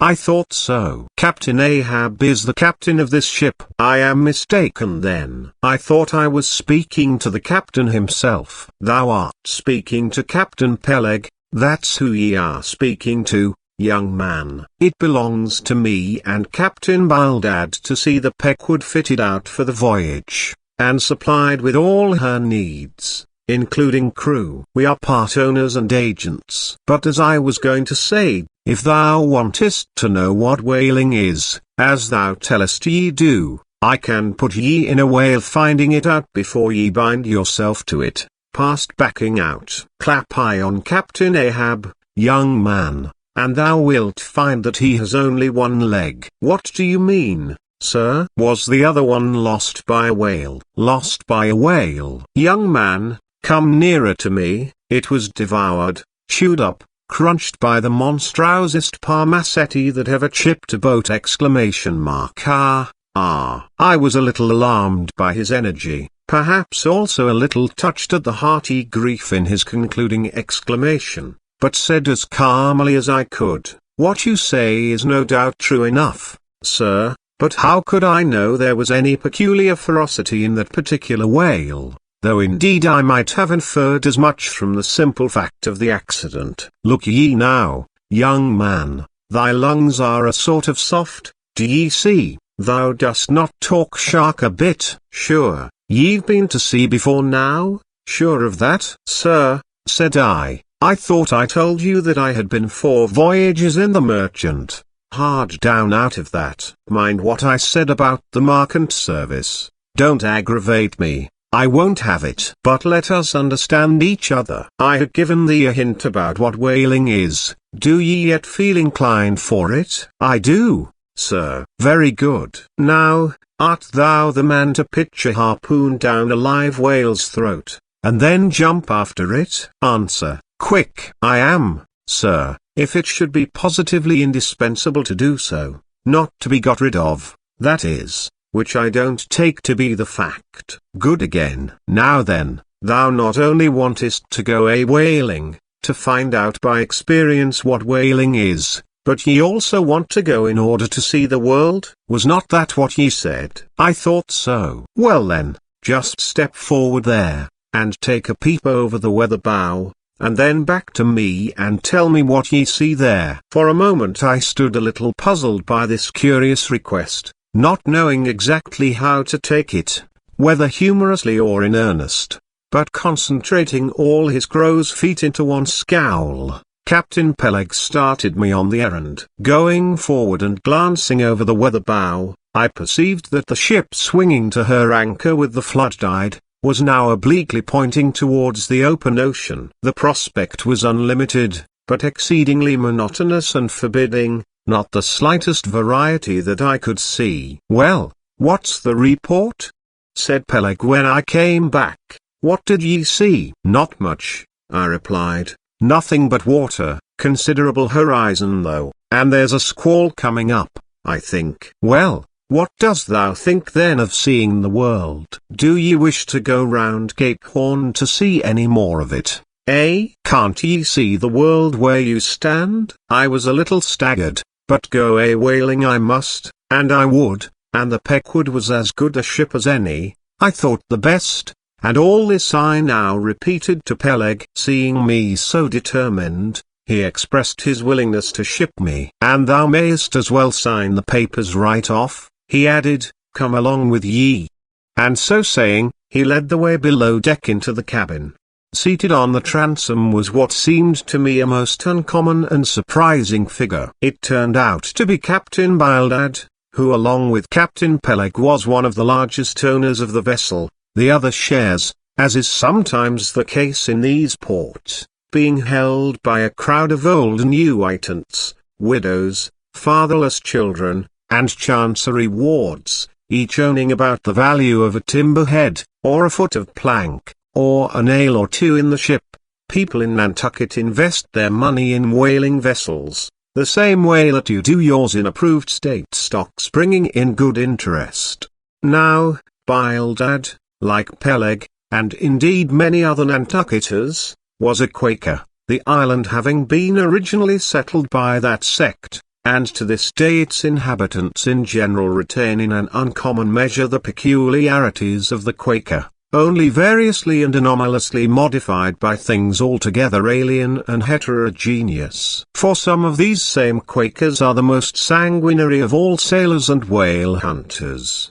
They are fighting Quakers, they are Quakers with a vengeance, so that there are instances among them of men, who, named with scripture names, a singularly common fashion on the island, and in childhood naturally imbibing the stately dramatic thee and thou of the Quaker idiom, still, from the audacious, daring, and boundless adventure of their subsequent lives, strangely blend with these ungrown peculiarities, a thousand-fold dashes of character, not unworthy a Scandinavian sea king, or a poetical pagan Roman. And when these things unite in a man of greatly superior natural force, with a globular brain and a ponderous heart, who has also by the stillness and seclusion of many long night watches in the remotest waters, and beneath constellations never seen here at the north, been led to think untraditionally and independently,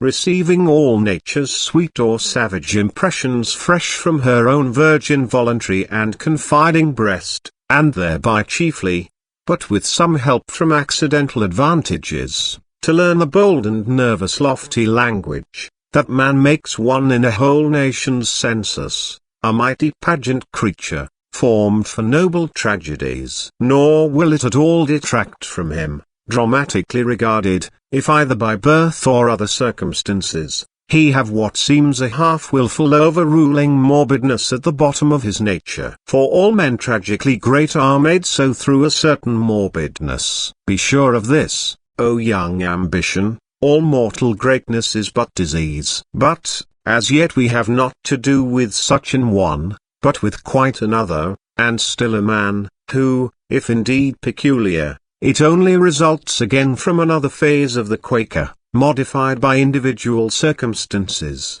Like Captain Peleg, Captain Bildad was a well-to-do, retired whaleman. But unlike Captain Peleg, who cared not to rush for what are called serious things, and indeed deemed those self-same serious things the veriest of all trifles, Captain Bildad had not only been originally educated according to the strictest sect of Nantucket Quakerism, but all his subsequent ocean life, and the sight of many unclad, lovely island creatures, round the Horn, all that had not moved this native-born Quaker one single jot, had not so much as altered one angle of his vest. Still, for all this immutableness, was there some lack of common consistency about worthy Captain Bildad, though refusing, from conscientious scruples, to bear arms against land invaders, yet himself had illimitably invaded the Atlantic and Pacific, and though a sworn foe to human bloodshed, yet had he in his straight-bodied coat, spilled tons upon tons of Leviathan gore. How now in the contemplative evening of his days, the pious Bildad reconciled these things in the reminiscence, I do not know, but it did not seem to concern him much, and very probably he had long since come to the sage and sensible conclusion that a man's religion is one thing, and this practical world quite another. This world pays dividends, rising from a little cabin boy in short clothes of the drabbest drab, to a harpooner in a broad shad-bellied waistcoat, from that becoming boat-header, chief mate, and captain, and finally a ship-owner. Bildad, as I hinted before, had concluded his adventurous career by wholly retiring from active life at the goodly age of 60, and dedicating his remaining days to the quiet receiving of his well-earned income. Now, Bildad, I am sorry to say, had the reputation of being an incorrigible old hunks, and in his seagoing days, a bitter, hard taskmaster. They told me in Nantucket, though it certainly seems a curious story, that when he sailed the old Cattegat whaleman, his crew, upon arriving home, were mostly all carried ashore to the hospital, sore exhausted and worn out. For a pious man, especially for a Quaker, he was certainly rather hard-hearted, to say the least. He never used to swear, though, at his men, they said. But somehow he got an inordinate quantity of cruel, unmitigated hard work out of them. When Bildad was a chief mate, to have his drab-colored eye intently looking at you, made you feel completely nervous, till you could clutch something, a hammer or a marling's pike, and go to work like mad, at something or other, never mind what. Indolence and idleness perished before him. His own person was the exact embodiment of his utilitarian character. On his long, gaunt body, he carried no spare flesh, no superfluous beard, his chin having a soft, economical nap to it, like the worn nap of his broad-brimmed hat. Such, then, was the person that I saw seated on the transom when I followed Captain Peleg down into the cabin. The space between the decks was small, and there, bolt upright, sat old Bildad, who always sat so, and never leaned, and this to save his coat tails. His broad brim was placed beside him, his legs were stiffly crossed, his drab vesture was buttoned up to his chin, and spectacles on nose. He seemed absorbed in reading from a ponderous volume. "Bildad," cried Captain Peleg, at it again.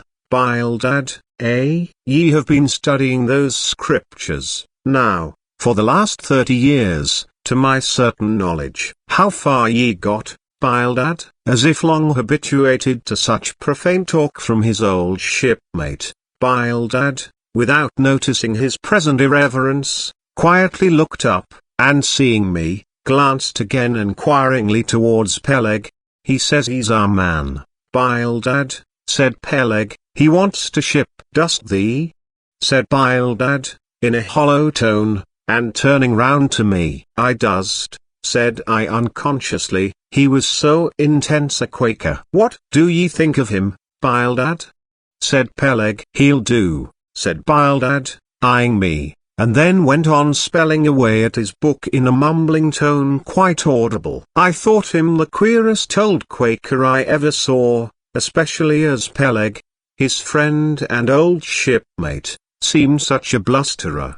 But I said nothing, only looking round me sharply. Peleg now threw open a chest, and drawing forth the ship's articles, placed pen and ink before him, and seated himself at a little table. I began to think it was high time to settle with myself at what terms I would be willing to engage for the voyage. I was already aware that in the whaling business they paid no wages, but all hands, including the captain, received certain shares of the profits called lays, and that these lays were proportioned to the degree of importance pertaining to the respective duties of the ship's company. I was also aware that being a green hand at whaling, my own lay would not be very large, but considering that I was used to the sea, could steer a ship, splice a rope, and all that, I made no doubt that from all I had heard I should be offered at least the 275th lay, that is, the 275th part of the clear net proceeds of the voyage, whatever that might eventually amount to. And though the 275th lay was what they call a rather long lay, yet it was better than nothing, and if we had a lucky voyage, might pretty nearly pay for the clothing I would wear out on it, not to speak of my 3 years' beef and board, for which I would not have to pay once tiva. It might be thought that this was a poor way to accumulate a princely fortune, and so it was, a very poor way indeed. But I am one of those that never take on about princely fortunes, and am quite content if the world is ready to board and lodge me, while I am putting up at this grim sign of the thundercloud. Upon the whole, I thought that the 275th lay would be about the fair thing, but would not have been surprised had I been offered the 200th, considering I was of a broad-shouldered make. But one thing, nevertheless, that made me a little distrustful about receiving a generous share of the profits was this: ashore, I had heard something of both Captain Peleg and his unaccountable old crony Bildad, how that they being the principal proprietors of the Pequod, therefore the other and more inconsiderable and scattered owners, left nearly the whole management of the ship's affairs to these two, and I did not know but what the stingy old Bildad might have a mighty deal to say about shipping hands, especially as I now found him on board the Pequod, quite at home there in the cabin, and reading his Bible as if at his own fireside. Now while Peleg was vainly trying to mend a pen with his jackknife, old Bildad, to my no small surprise, considering that he was such an interested party in these proceedings, Bildad never heeded us, but went on mumbling to himself out of his book, "Lay not up for yourselves treasures upon earth, where moth—" "Well, Captain Bildad," interrupted Peleg, "what do ye say? What lay shall we give this young man?" "Thou knowest best," was the sepulchral reply. "The 777th wouldn't be too much, would it? Where moth and rust do corrupt, but lay, indeed, thought I, and such a lay. The 777th. Well, old Bildad, you are determined that I, for one, shall not lay up many lays here below, where moth and rust do corrupt." It was an exceedingly long lay that, indeed, and though from the magnitude of the figure it might at first deceive a landsman, yet the slightest consideration will show that though 777 is a pretty large number, yet, when you come to make a tenth of it, you will then see, I say, that the 777th part of a farthing is a good deal less than 777 gold doubloons, and so I thought at the time. "Why, blast your eyes, Bildad," cried Peleg, "thou dost not want to swindle this young man. He must have more than that." 777th, again said Bildad, without lifting his eyes, and then went on mumbling, "For where your treasure is, there will your heart be also." "I am going to put him down for the 300th, said Peleg. "D'ye hear that, Bildad? The 300th lay, I say." Bildad laid down his book, and turning solemnly towards him said, "Captain Peleg, thou hast a generous heart, but thou must consider the duty thou owest to the other owners of this ship, widows and orphans, many of them, and that if we too abundantly reward the labours of this young man, we may be taking the bread from those widows and those orphans." The 777th lay, Captain Peleg. "Thou Bildad!" roared Peleg, starting up and clattering about the cabin. "Blast ye, Captain Bildad, if I had followed thy advice in these matters, I would afore now had a conscience to lug about that would be heavy enough to founder the largest ship that ever sailed round Cape Horn." "Captain Peleg," said Bildad steadily, "thy conscience may be drawing 10 inches of water, or 10 fathoms, I can't tell, but as thou art still an impenitent man, Captain Peleg, I greatly fear lest thy conscience be but a leaky one, and will in the end sink thee foundering down to the fiery pit." "Captain Peleg." "Fiery pit! Fiery pit! Ye insult me, man, past all natural bearing. Ye insult me." "It's an all-fired outrage to tell any human creature that he's bound to hell, flukes and flames. Bildad, say that again to me, and start my soul bolts, but yes, I'll swallow a live goat with all his hair and horns on." Out of the cabin, ye canting, drab-coloured son of a wooden gun, a straight wake with ye. As he thundered out this he made a rush at Bildad, but with a marvellous oblique, sliding celerity. Bildad for that time eluded him. Alarmed at this terrible outburst between the two principal and responsible owners of the ship, and feeling half a mind to give up all idea of sailing in a vessel so questionably owned and temporarily commanded, I stepped aside from the door to give egress to Bildad, who, I made no doubt, was all eagerness to vanish from before the awakened wrath of Peleg. But to my astonishment, he sat down again on the transom very quietly, and seemed to have not the slightest intention of withdrawing. He seemed quite used to impenitent Peleg and his ways. As for Peleg, after letting off his rage as he had, there seemed no more left in him, and he, too, sat down like a lamb, though he twitched a little as if still nervously agitated. Phew! He whistled at last. The squall's gone off to leeward, I think. Bildad, thou used to be good at sharpening a lance, mend that pen, will ye? My jackknife here needs the grindstone. That's he, thank ye, Bildad. Now then, my young man, Ishmael's thy name, didn't ye say? Well then, down ye go here, Ishmael, for the 300th lay. Captain Peleg, said I have a friend with me who wants to ship too. Shall I bring him down tomorrow? To be sure, said Peleg. Fetch him along, and we'll look at him. What lay does he want? Groaned Bildad, glancing up from the book in which he had again been burying himself. Oh, never thee mind about that, Bildad, said Peleg. Has he ever whaled it any?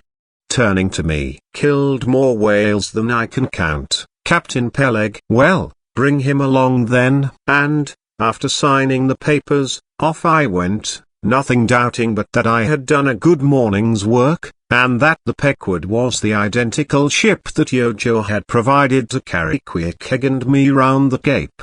But I had not proceeded far, when I began to bethink me that the captain with whom I was to sail yet remained unseen by me, though, indeed, in many cases, a whale ship will be completely fitted out, and receive all her crew on board, ere the captain makes himself visible by arriving to take command, for sometimes these voyages are so prolonged, and the sure intervals at home so exceedingly brief, that if the captain have a family, or any absorbing concernment of that sort, he does not trouble himself much about his ship in port, but leaves her to the owners till all is ready for sea. However, it is always as well to have a look at him before irrevocably committing yourself into his hands. Turning back, I accosted Captain Peleg, inquiring where Captain Ahab was to be found. And what dost thou want of Captain Ahab? It's all right enough, thou art shipped. Yes,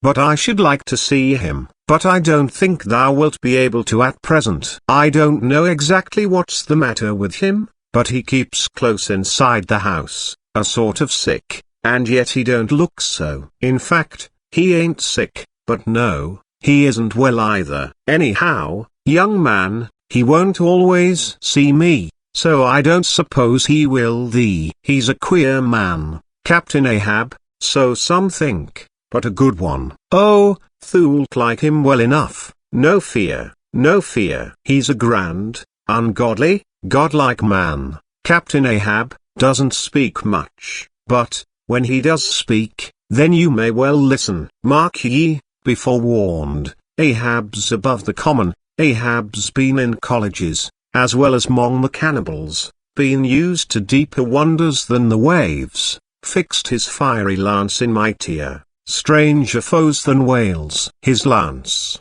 aye, the keenest and the surest that out of all our isle. Oh, he ain't Captain Bildad, no, and he ain't Captain Peleg, he's Ahab, boy, and Ahab of old, thou knowest, was a crowned king, and a very vile one. When that wicked king was slain, the dogs, did they not lick his blood? Come hither to me, hither, hither, said Peleg, with a significance in his eye that almost startled me. Look ye, lad, never say that on board the Pequod. Never say it anywhere. Captain Ahab did not name himself. 'Twas a foolish, ignorant whim of his crazy, widowed mother, who died when he was only a 12-month-old. And yet the old Squattisteg, at Gayhead, said that the name would somehow prove prophetic. And, perhaps, Other fools like her may tell thee the same. I wish to warn thee. It's a lie. I know Captain Ahab well. I've sailed with him as mate years ago. I know what he is,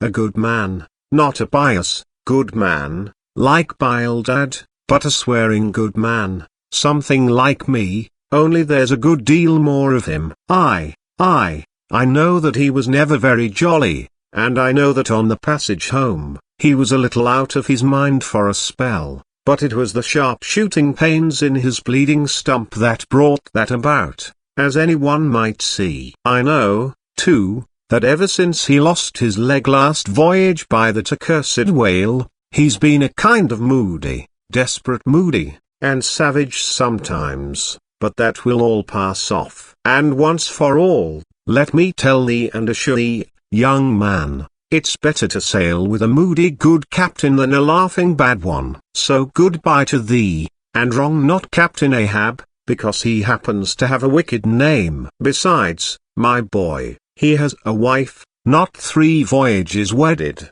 a sweet, resigned girl. Think of that. By that sweet girl that old man has a child. Hold ye then there can be any utter, helpless harm in Ahab? No, no, my lad, stricken, blasted, if he be. Ahab has his humanities. As I walked away, I was full of thoughtfulness. What had been incidentally revealed to me of Captain Ahab, filled me with a certain wild vagueness of painfulness concerning him, and somehow, at the time, I felt a sympathy and a sorrow for him, but for I don't know what, unless it was the cruel loss of his leg. And yet I also felt a strange awe of him. But that sort of awe, which I cannot at all describe, was not exactly awe. I do not know what it was, but I felt it, and it did not disincline me towards him, though I felt impatience at what seemed like mystery in him, so imperfectly as he was known to me then. However, my thoughts were at length carried in other directions, so that for the present dark Ahab slipped my mind. Chapter 17. The Ramadan, as Queequeg's Ramadan, or fasting and humiliation, was to continue all day. I did not choose to disturb him till towards nightfall, for I cherished the greatest respect towards everybody's religious obligations, never mind how comical, and could not find it in my heart to undervalue even a congregation of ants worshipping a toadstool, or those other creatures in certain parts of our earth, who with a degree of footmanism quite unprecedented in other planets, bow down before the torso of a deceased landed proprietor merely on account of the inordinate possessions yet owned and rented in his name.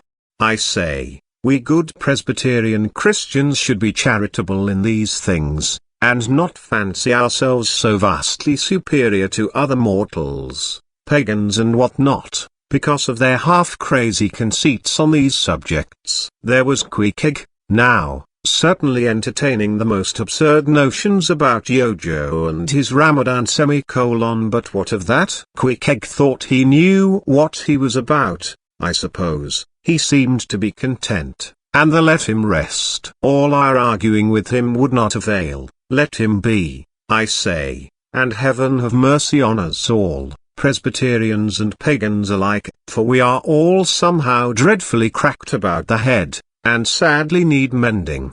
Towards evening, when I felt assured that all his performances and rituals must be over, I went up to his room and knocked at the door, but no answer. I tried to open it, but it was fastened inside. Queequeg, said I softly through the keyhole: all silent. I say, Queequeg, why don't you speak? It's I, Ishmael.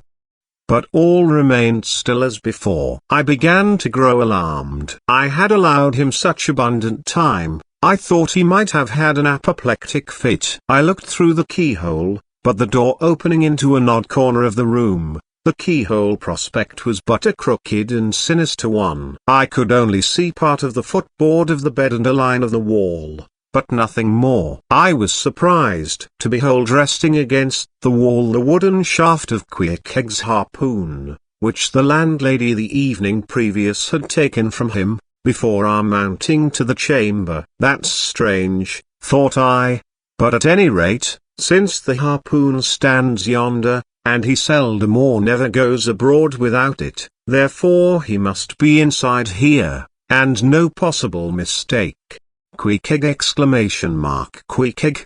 All still. Something must have happened. Apoplexy. I tried to burst open the door, but it stubbornly resisted. Running downstairs, I quickly stated my suspicions to the first person I met, the chambermaid. La! She cried. I thought something must be the matter. I went to make the bed after breakfast, and the door was locked, and not a mouse to be heard, and it's been just so silent ever since. But I thought, maybe, you had both gone off and locked your baggage in for safekeeping. Mistress. Murder. Mrs. Hussey. Apoplexy. And with these cries, she ran towards the kitchen, I following. Mrs. Hussey soon appeared, with a mustard pot in one hand and a vinegar cruet in the other, having just broken away from the occupation of attending to the castors, and scolding her little black boy meantime. Woodhouse! Cried I, which way to it? Run for God's sake, and fetch something to pry open the door. The axe! The axe! He's had a stroke, depend upon it. And so saying I was unmethodically rushing upstairs again empty-handed, when Mrs. Hussey interposed the mustard pot and vinegar cruet, and the entire castor of her countenance. What's the matter with you, young man? Get the axe. For God's sake, run for the doctor, someone, while I pry it open. Look here, said the landlady, quickly putting down the vinegar cruet, so as to have one hand free. Look here, are you talking about prying open any of my doors?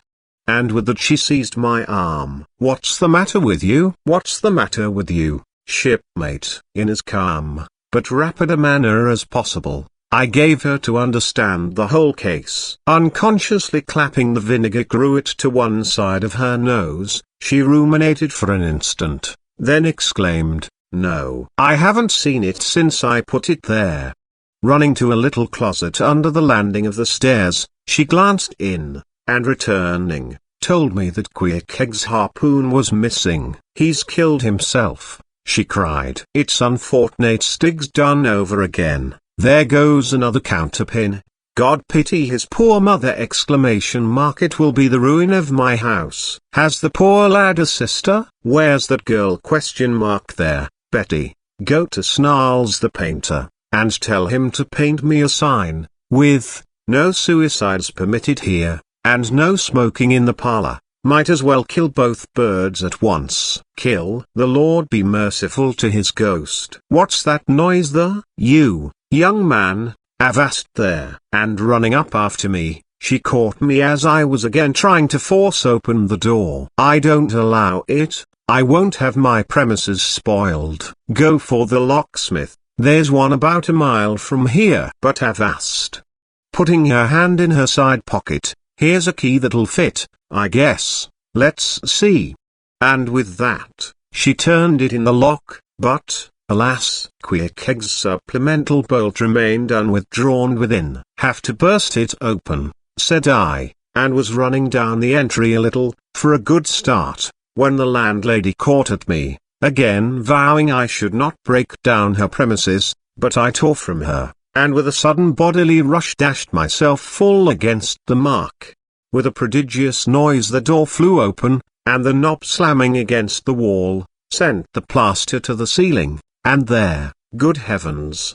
There sat Queequeg, altogether cool and self-collected, right in the middle of the room, squatting on his hams, and holding Yojo on top of his head. He looked neither one way nor the other way, but sat like a carved image with scarce a sign of active life. Queequeg, said I, going up to him, Queequeg, what's the matter with you? He hain't been a-sittin' so all day, has he? Said the landlady. But all we said, not a word could we drag out of him. I almost felt like pushing him over, so as to change his position, for it was almost intolerable. It seemed so painfully and unnaturally constrained, especially, as in all probability he had been sitting so for upwards of 8 or 10 hours, going to without his regular meals. "Mrs. Hussey," said I, "he's alive at all events, so leave us, if you please, and I will see to this strange affair myself." Closing the door upon the landlady, I endeavoured to prevail upon Queequeg to take a chair, but in vain. There he sat, and all he could do, for all my polite arts and blandishments, he would not move a peg, nor say a single word, nor even look at me, nor notice my presence in the slightest way.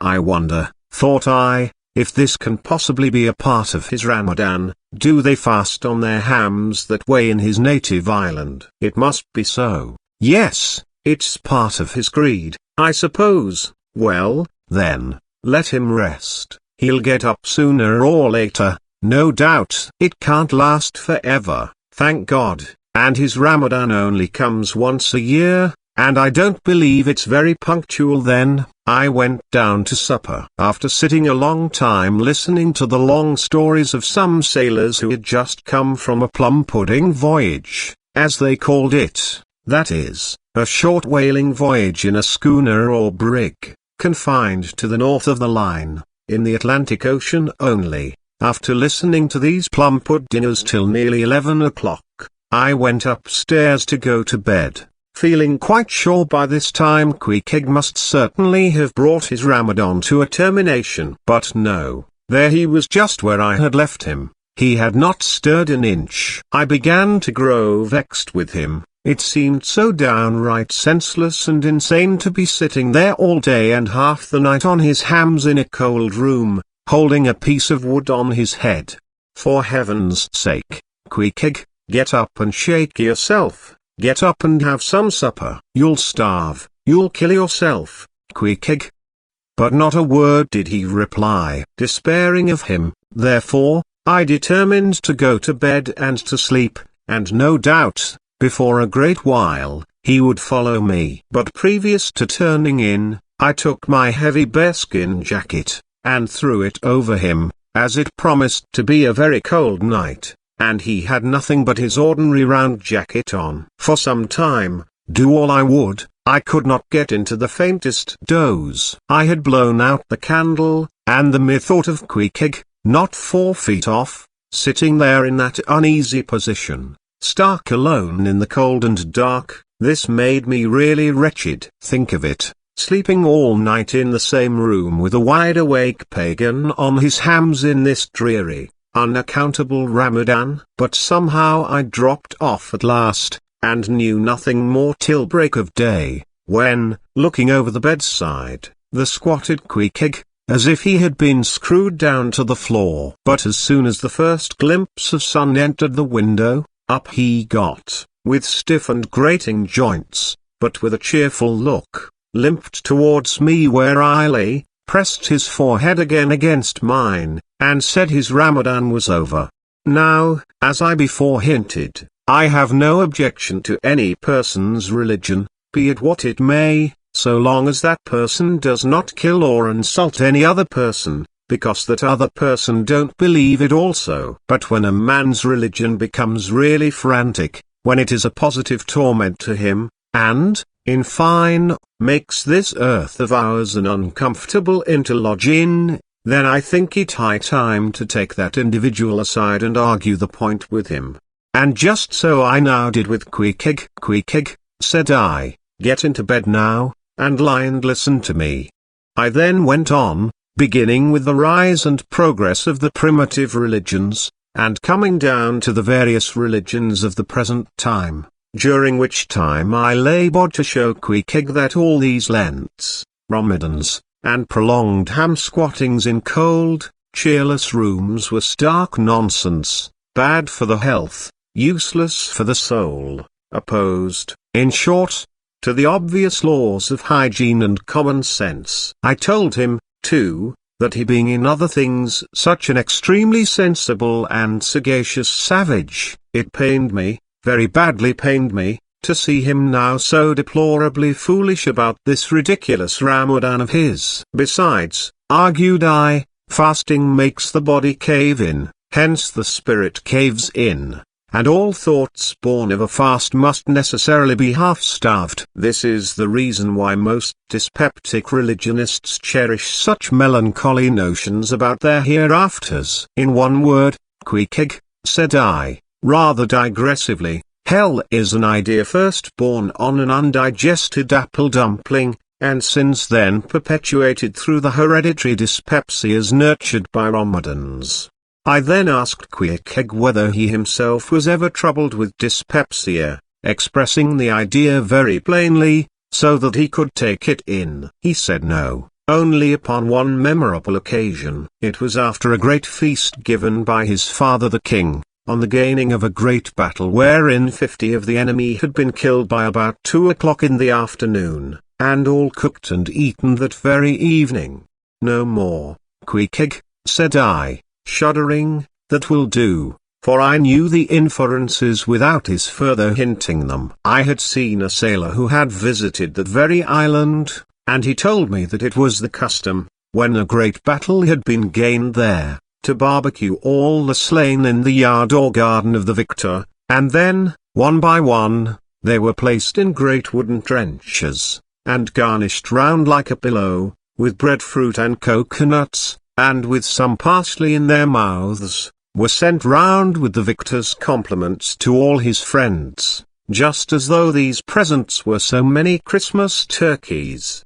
After all, I do not think that my remarks about religion made much impression upon Queequeg, because, in the first place, he somehow seemed dull of hearing on that important subject, unless considered from his own point of view, and, in the second place, he did not more than 1/3 understand me, couch my ideas simply as I would, and, finally, he no doubt thought he knew a good deal more about the true religion than I did. He looked at me with a sort of condescending concern and compassion, as though he thought it a great pity that such a sensible young man should be so hopelessly lost to evangelical pagan piety.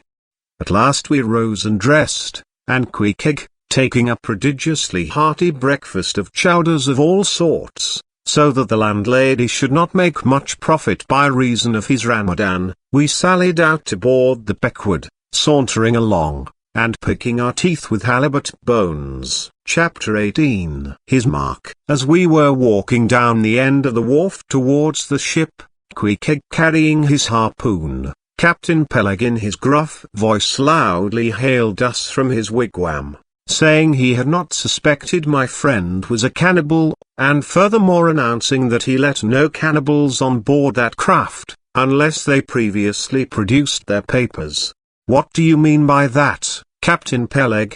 said I, now jumping on the bulwarks, and leaving my comrade standing on the wharf. "I mean," he replied, "he must show his papers." "Yes," said Captain Bildad in his hollow voice, sticking his head from behind Peleg's, out of the wigwam. "He must show that he's converted." "Son of darkness," he added, turning to Queequeg, "art thou at present in communion with any Christian church?" "Why," said I, "he's a member of the First Congregational Church." "Here be it said, that many tattooed savages sailing in Nantucket ships at last come to be converted into the churches." "First Congregational Church," cried Bildad, "what?" "That worships in Deacon Deuteronomy Coleman's meeting house." And so saying, taking out his spectacles, he rubbed them with his great yellow bandana handkerchief, and putting them on very carefully, came out of the wigwam, and leaning stiffly over the bulwarks, took a good long look at Queequeg. "How long hath he been a member?" he then said, turning to me. "Not very long, I rather guess, young man." "No," said Peleg, "and he hasn't been baptized right either, or it would have washed some of that devil's blue off his face."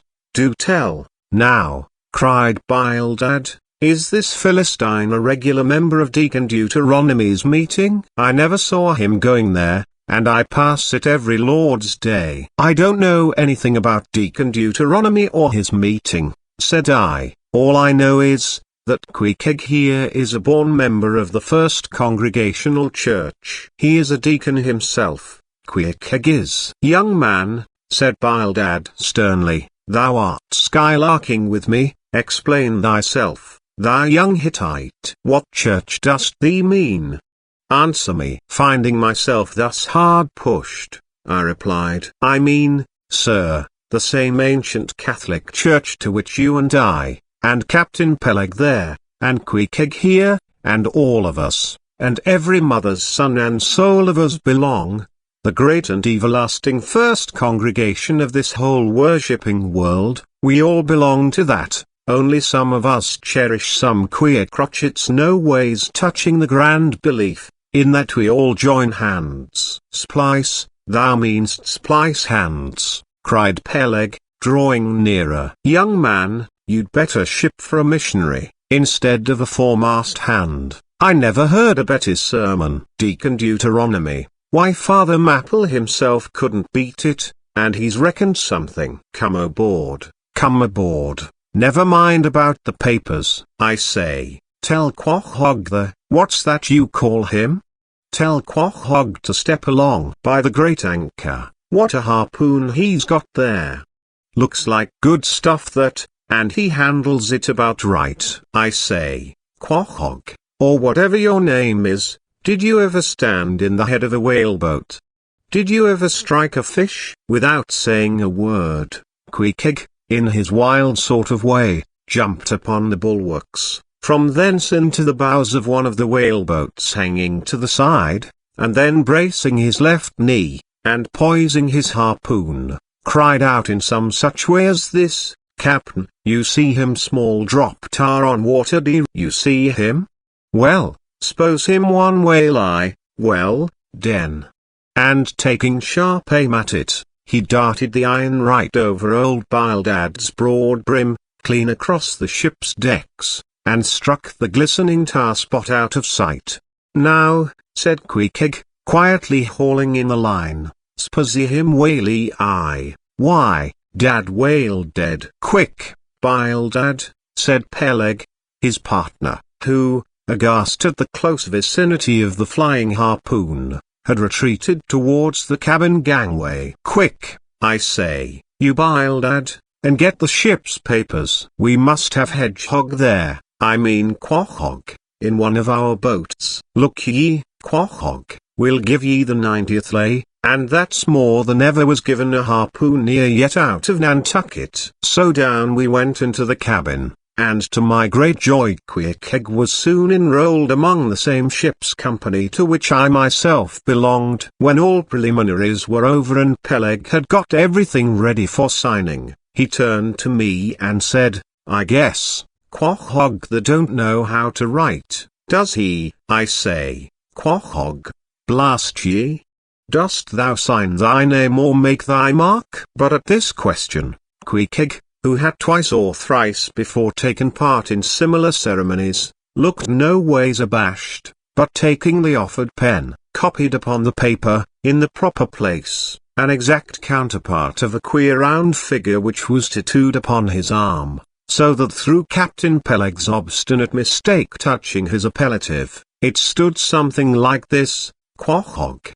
His X mark. Meanwhile Captain Bildad sat earnestly and steadfastly eyeing Pequod, and at last rising solemnly and fumbling in the huge pockets of his broad-skirted drab coat, took out a bundle of tracts, and selecting one entitled The Latter Day Coming, or No Time to Lose, placed it in Pequod's hands, and then grasping them and the book with both his, looked earnestly into his eyes, and said, Son of Darkness, I must do my duty by thee. I am part owner of this ship, and feel concerned for the souls of all its crew. If thou still clingest to thy pagan ways, which I sadly fear, I beseech thee, remain not for ill bondsman. Spurn the idle bell, and the hideous dragon, turn from the wrath to come, mind thine eye, I say, oh, goodness gracious.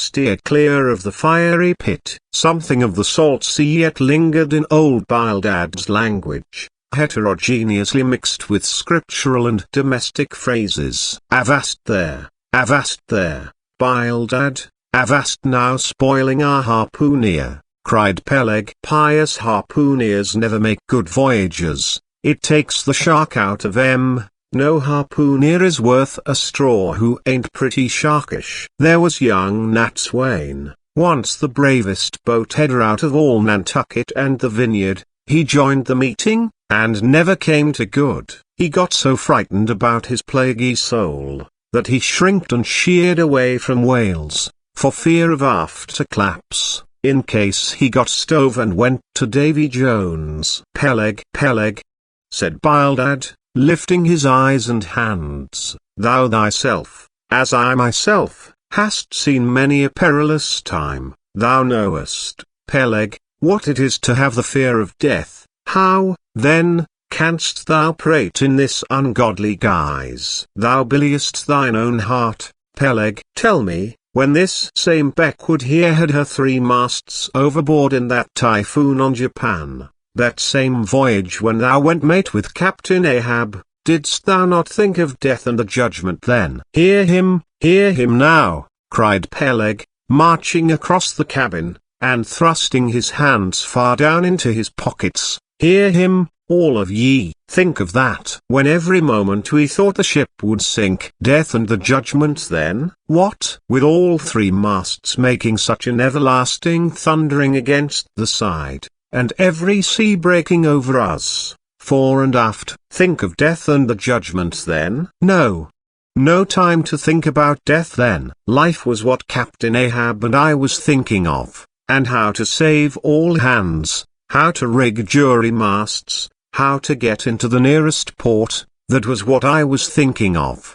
Bildad said no more, but buttoning up his coat, stalked on deck, where we followed him. There he stood, very quietly overlooking some sailmakers who were mending a topsail in the waist. Now and then he stooped to pick up a patch, or save an end of tarred twine, which otherwise might have been wasted. Chapter 19, The Prophet. "Shipmates, have ye shipped in that ship?" Queequeg and I had just left the Pequod, and were sauntering away from the water, for the moment each occupied with his own thoughts, when the above words were put to us by a stranger, who, pausing before us, levelled his massive forefinger at the vessel in question. He was but shabbily apparelled in faded jacket and patched trousers, a rag of a black handkerchief investing his neck. A confluent smallpox had in all directions flowed over his face, and left it like the complicated ribbed bed of a torrent, when the rushing waters have been dried up. "Have ye shipped in her?" he repeated. "You mean the ship Pequod, I suppose," said I, trying to gain a little more time for an uninterrupted look at him. "Aye, the Pequod, that ship there," he said, drawing back his whole arm, and then rapidly shoving it straight out from him, with the fixed bayonet of his pointed finger darted full at the object. "Yes," said I, "we have just signed the articles." "Anything down there about your souls?" "About what?" "Oh, perhaps you haven't got any," he said quickly. "No matter though, I know many chaps that haven't got any. Good luck to 'em, and they are all the better off for it. A soul's a sort of a fifth wheel to a wagon." "What are you jabbering about, shipmate?" said I. "He's got enough, though, to make up for all deficiencies of that sort in other chaps," abruptly said the stranger, placing a nervous emphasis upon the word he. "Queequeg," said I, "let's go. This fellow has broken loose from somewhere. He's talking about something and somebody we don't know." "Stop!" cried the stranger. "Ye said true, ye haven't seen Old Thunder yet, have ye?" "Who's Old Thunder?" said I, again riveted with the insane earnestness of his manner. "Captain Ahab." "What? The captain of our ship, the Pequod?" "Aye, among some of us old sailor chaps, he goes by that name." "Ye haven't seen him yet, have ye?" "No, we haven't. He's sick they say, but is getting better, and will be all right again before long." "All right again before long?" laughed the stranger, with a solemnly derisive sort of laugh. "Look ye, when Captain Ahab is all right, then this left arm of mine will be all right. Not before." "What do you know about him? What did they tell you about him?" "Say that." "They didn't tell much of anything about him, only I've heard that he's a good whale hunter, and a good captain to his crew." "That's true, that's true." "Yes, both true enough. But you must jump when he gives an order. Step and growl. Growl and go, that's the word with Captain Ahab." "But nothing about that thing that happened to him off Cape Horn, long ago, when he lay like dead for 3 days and nights. Nothing about the deadly scrimmage with the Spaniard afore the altar in Santa ? Heard nothing about that, eh? Nothing about the silver calabash he spat into, and nothing about his losing his leg last voyage, according to the prophecy. Didn't ye hear a word about the matters and something more, eh?" "No, I don't think ye did. How could ye?" "Who knows it? Not all Nantucket, I guess. But howsever, mayhap, ye've heard tell about the leg, and how he lost it." "Aye, ye have heard of that, I dare say." "Oh yes, that everyone knows a'most. I mean they know he's only one leg, and that a Parmassett took the other off." "My friend," said I, "what all this gibberish of yours is about, I don't know, and I don't much care, for it seems to me that you must be a little damaged in the head. But if you are speaking of Captain Ahab, of that ship there, the Pequod, then let me tell you, that I know all about the loss of his leg." "All about it, eh? Sure you do? All?" "Pretty sure." With finger pointed and eye leveled at the Pequod, the beg-like stranger stood a moment, as if in a troubled reverie, then starting a little, turned and said, "Ye've shipped, have ye? Names down on the papers?" "Well, what's signed, is signed, and what's to be, will be, and then again, perhaps it won't be, after all. Anyhow, it's all fixed and arranged ready, and some sailors or other must go with him, I suppose, as well these as any other men. God pity 'em. Morning to ye, shipmates, morning. The ineffable heavens bless ye. I'm sorry I stopped ye." "Look here, friend," said I, "if you have anything important to tell us, out with it, but if you are only trying to bamboozle us, you are mistaken in your game, that's all I have to say." And it's said very well, and I like to hear a chap talk up that way. You are just the man for him, the likes of ye. "Morning to ye, shipmates, morning. Oh, when ye get there, tell 'em I've concluded not to make one of 'em." "Ah, my dear fellow, you can't fool us that way. You can't fool us." "It is the easiest thing in the world for a man to look as if he had a great secret in him." "Morning to ye, shipmates, morning." "Morning it is," said I. "Come along, Queequeg, let's leave this crazy man." "But stop, tell me your name, will you?" "Elijah." "Elijah," thought I, and we walked away, both commenting, after each other's fashion, upon this ragged old sailor, and agreed that he was nothing but a humbug, trying to be a bugbear. But we had not gone perhaps above 100 yards, when chancing to turn a corner, and looking back as I did so, who should be seen but Elijah following us, though at a distance. Somehow, the sight of him struck me so, that I said nothing to Queequeg of his being behind, but passed on with my comrade, anxious to see whether the stranger would turn the same corner that we did. He did, and then it seemed to me that he was dogging us, but with what intent I could not for the life of me imagine. This circumstance, coupled with his ambiguous, half-hinting, half-revealing, shrouded sort of talk, now begat in me all kinds of vague wonderments and half-apprehensions, and all connected with the Pequod, and Captain Ahab, and the leg he had lost, and the Cape Horn fit, and the silver calabash, and what Captain Peleg had said of him, when I left the ship the day previous, and the prediction of the Squartisteag, and the voyage we had bound ourselves to sail, and 100 other shadowy things.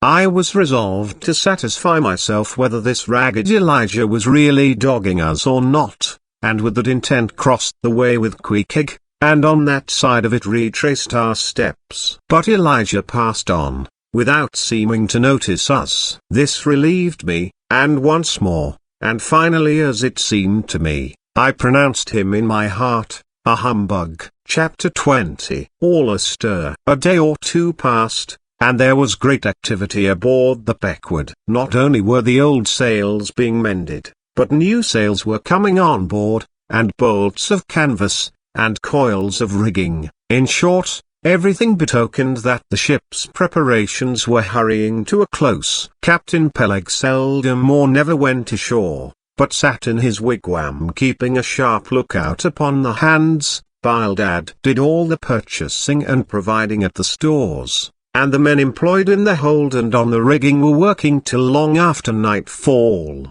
On the day following Pequod's signing the articles, word was given at all the inns where the ship's company were stopping, that their chests must be on board before night, for there was no telling how soon the vessel might be sailing. So Pequod and I got down our traps, resolving, however, to sleep ashore till the last.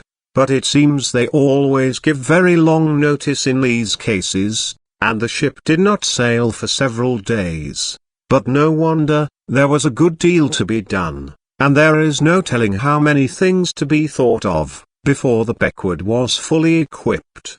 Everyone knows what a multitude of things, beds, saucepans, knives and forks, shovels and tongs, napkins, nutcrackers, and what not, are indispensable to the business of housekeeping. Just so with whaling, which necessitates a 3 years' housekeeping upon the wide ocean, far from all grocers, costermongers, doctors, bakers, and bankers. And though this also holds true of merchant vessels, yet not by any means to the same extent as with whalemen. For besides the great length of the whaling voyage, the numerous articles peculiar to the prosecution of the fishery, and the impossibility of replacing them at the remote harbours usually frequented, it must be remembered, that of all ships, whaling vessels are the most exposed to accidents of all kinds, and especially to the destruction and loss of the very things upon which the success of the voyage most depends. Hence, the spare boats, spare spars, and spare lines and harpoons, and spare everythings, almost, but a spare captain and duplicate ship. At the period of our arrival at the island, the heaviest storage of the Pequod had been almost completed, comprising her beef, bread, water, fuel, and iron hoops and staves. But, as before hinted, for some time there was a continual fetching and carrying on board of divers odds and ends of things, both large and small. Chief among those who did this fetching and carrying was Captain Bildad's sister, a lean old lady of a most determined and indefatigable spirit, but withal very kind-hearted, who seemed resolved that, if she could help it, nothing should be found wanting in the Pequod. After once fairly getting to sea, at one time she would come on board with a jar of pickles for the steward's pantry, another time with a bunch of quills for the chief mate's desk, where he kept his log, a third time with a roll of flannel for the small of someone's rheumatic back. Never did any woman better deserve her name, which was Charity, Aunt Charity, as everybody called her. And like a sister of charity did this charitable Aunt Charity bustle about hither and thither, ready to turn her hand and heart to anything that promised to yield safety, comfort, and consolation to all on board a ship in which her beloved brother Bildad was concerned, and in which she herself owned a score or two of well-saved dollars.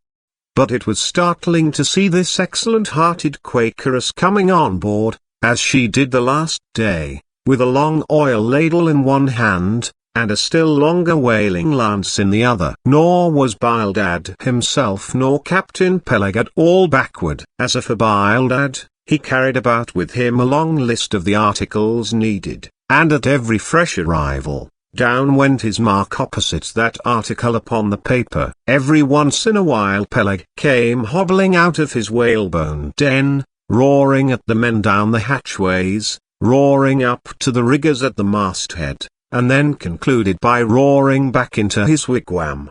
During these days of preparation, Queequeg and I often visited the craft, and as often I asked about Captain Ahab, and how he was, and when he was going to come on board his ship. To these questions they would answer, that he was getting better and better, and was expected aboard every day. Meantime, the two captains, Peleg and Bildad, could attend to everything necessary to fit the vessel for the voyage. If I had been downright honest with myself, I would have seen very plainly in my heart that I did but half fancy being committed this way to so long a voyage, without once laying my eyes on the man who was to be the absolute dictator of it, so soon as the ship sailed out upon the open sea.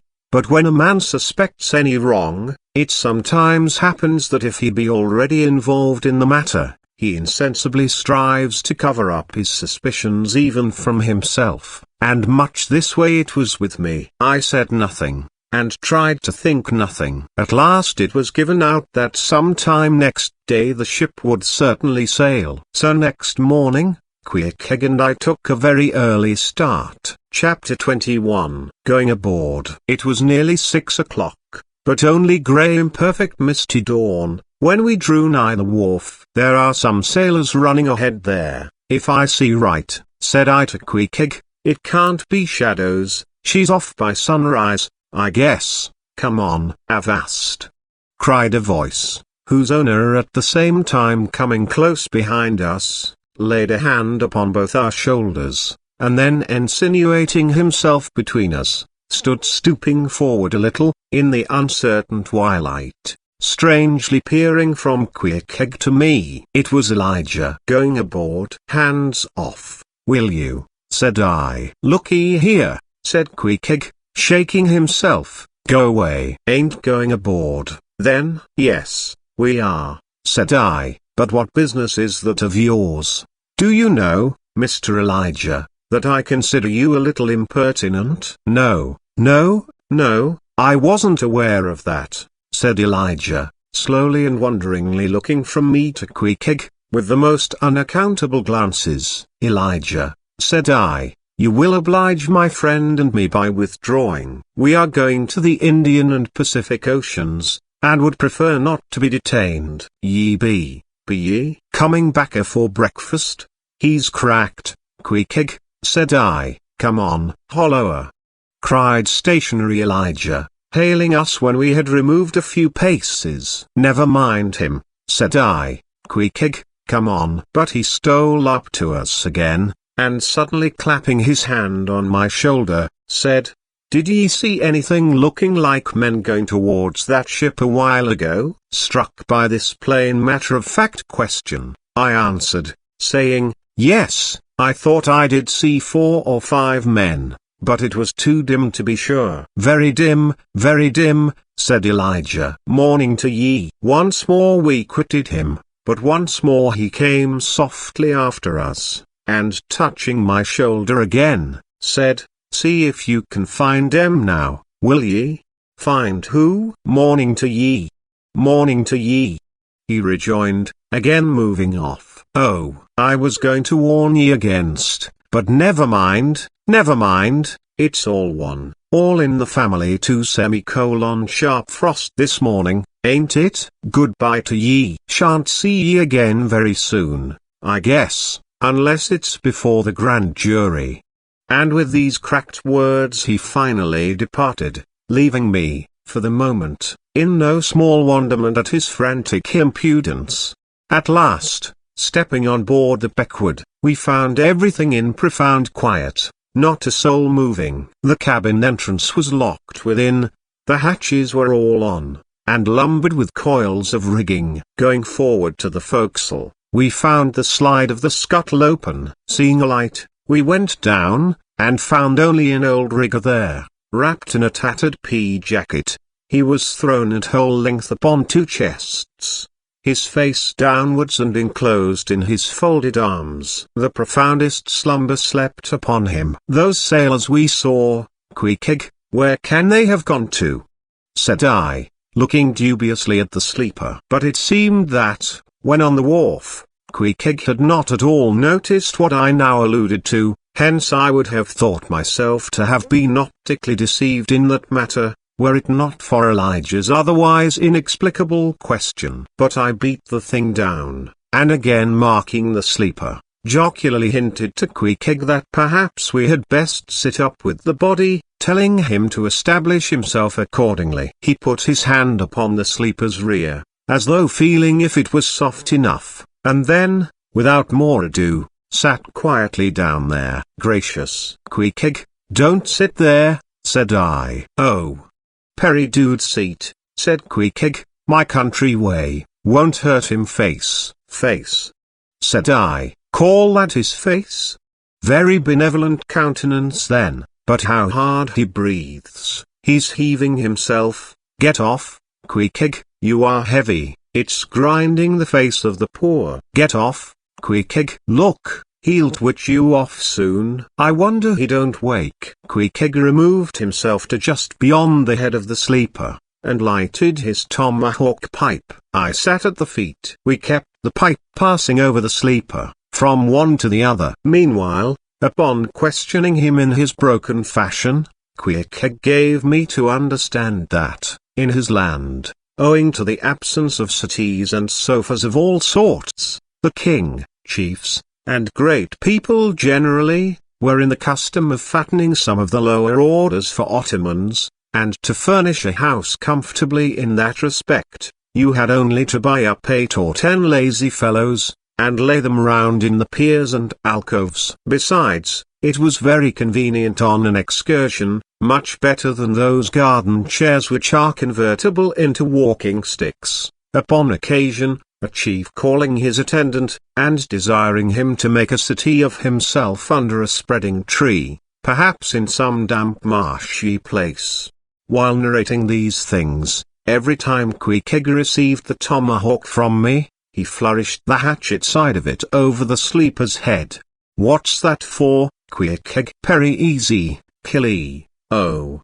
Perry easy." He was going on with some wild reminiscences about his tomahawk pipe, which, it seemed, had in its 2 uses both brained his foes and soothed his soul, when we were directly attracted to the sleeping rigger. The strong vapor now completely filling the contracted hole, it began to tell upon him. He breathed with a sort of muffledness, then seemed troubled in the nose, then revolved over once or twice, then sat up and rubbed his eyes.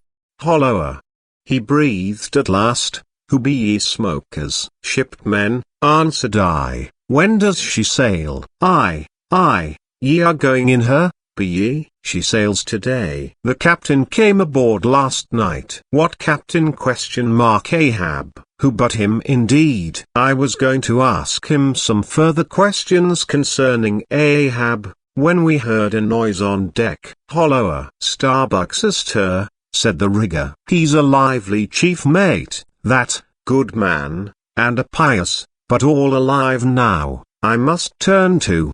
And so saying he went on deck, and we followed. It was now a clear sunrise. Soon the crew came on board in 2s and 3s, the riggers bestirred themselves.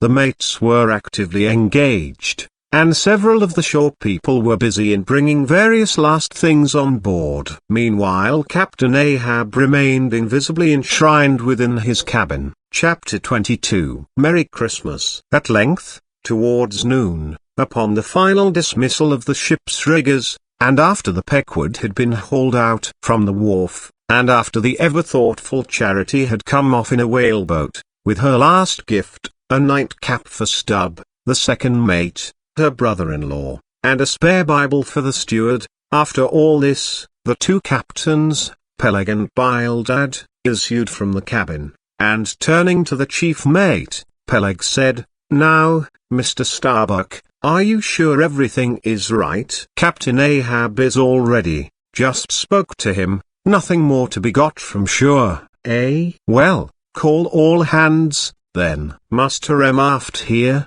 blast 'em." "No need of profane words, however great the hurry, Peleg," said Bildad, "but away with thee, friend Starbuck, and do our bidding. How now? Here upon the very point of starting for the voyage, Captain Peleg and Captain Bildad were going it with a high hand on the quarterdeck, just as if they were to be joint commanders at sea, as well as to all appearances in port. And, as for Captain Ahab, no sign of him was yet to be seen, only, they said he was in the cabin. But then, the idea was, that his presence was by no means necessary in getting the ship under way, and steering her well out to sea. Indeed, as that was not at all his proper business, but the pilot's, and as he was not yet completely recovered, so they said, therefore, Captain Ahab stayed below. And all this seemed natural enough, especially as in the merchant service many captains never show themselves on deck for a considerable time after heaving up the anchor, but remain over the cabin table, having a farewell merrymaking with their shore friends, before they quit the ship for good with the pilot. But there was not much chance to think over the matter, for Captain Peleg was now all alive. He seemed to do most of the talking and commanding, and not Bildad. Aft here, ye sons of bachelors, he cried, as the sailors lingered at the mainmast. Mr. Starbuck, drive them aft. Strike the tent there, was the next order. As I hinted before, this whalebone marquee was never pitched except in port, and on board the Pequod, for 30 years, the order to strike the tent was well known to be the next thing to heaving up the anchor. Men the capstan, blood and thunder !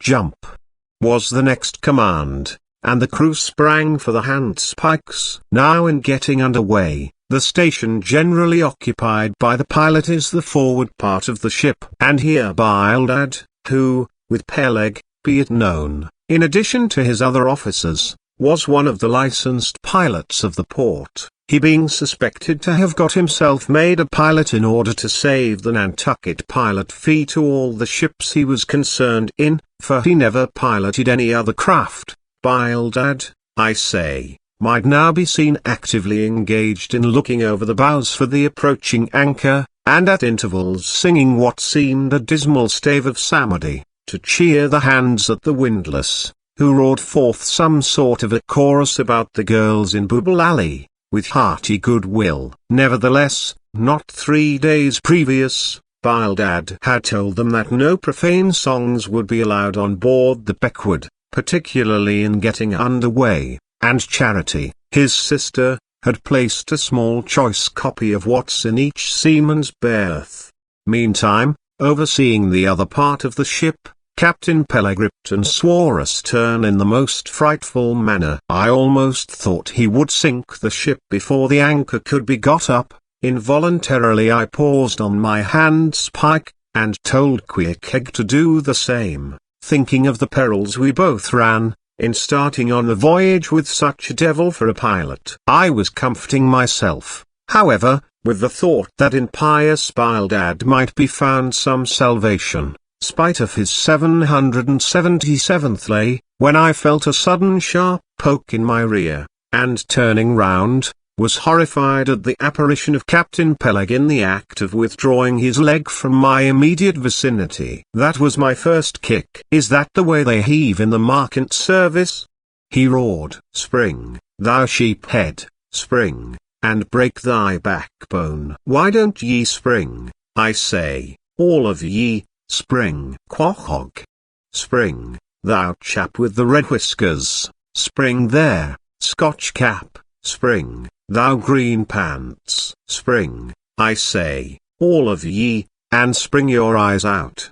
And so saying, he moved along the windlass, here and there using his leg very freely, while imperturbable Bildad kept leading off with his psalmody. Thinks I, Captain Peleg must have been drinking something today. At last the anchor was up, the sails were set, and off we glided. It was a short, cold Christmas, and as the short northern day merged into night, we found ourselves almost broad upon the wintry ocean, whose freezing spray cased us in ice, as in polished armor. The long rows of teeth on the bulwarks glistened in the moonlight, and like the white ivory tusks of some huge elephant, Vast curving icicles depended from the bows.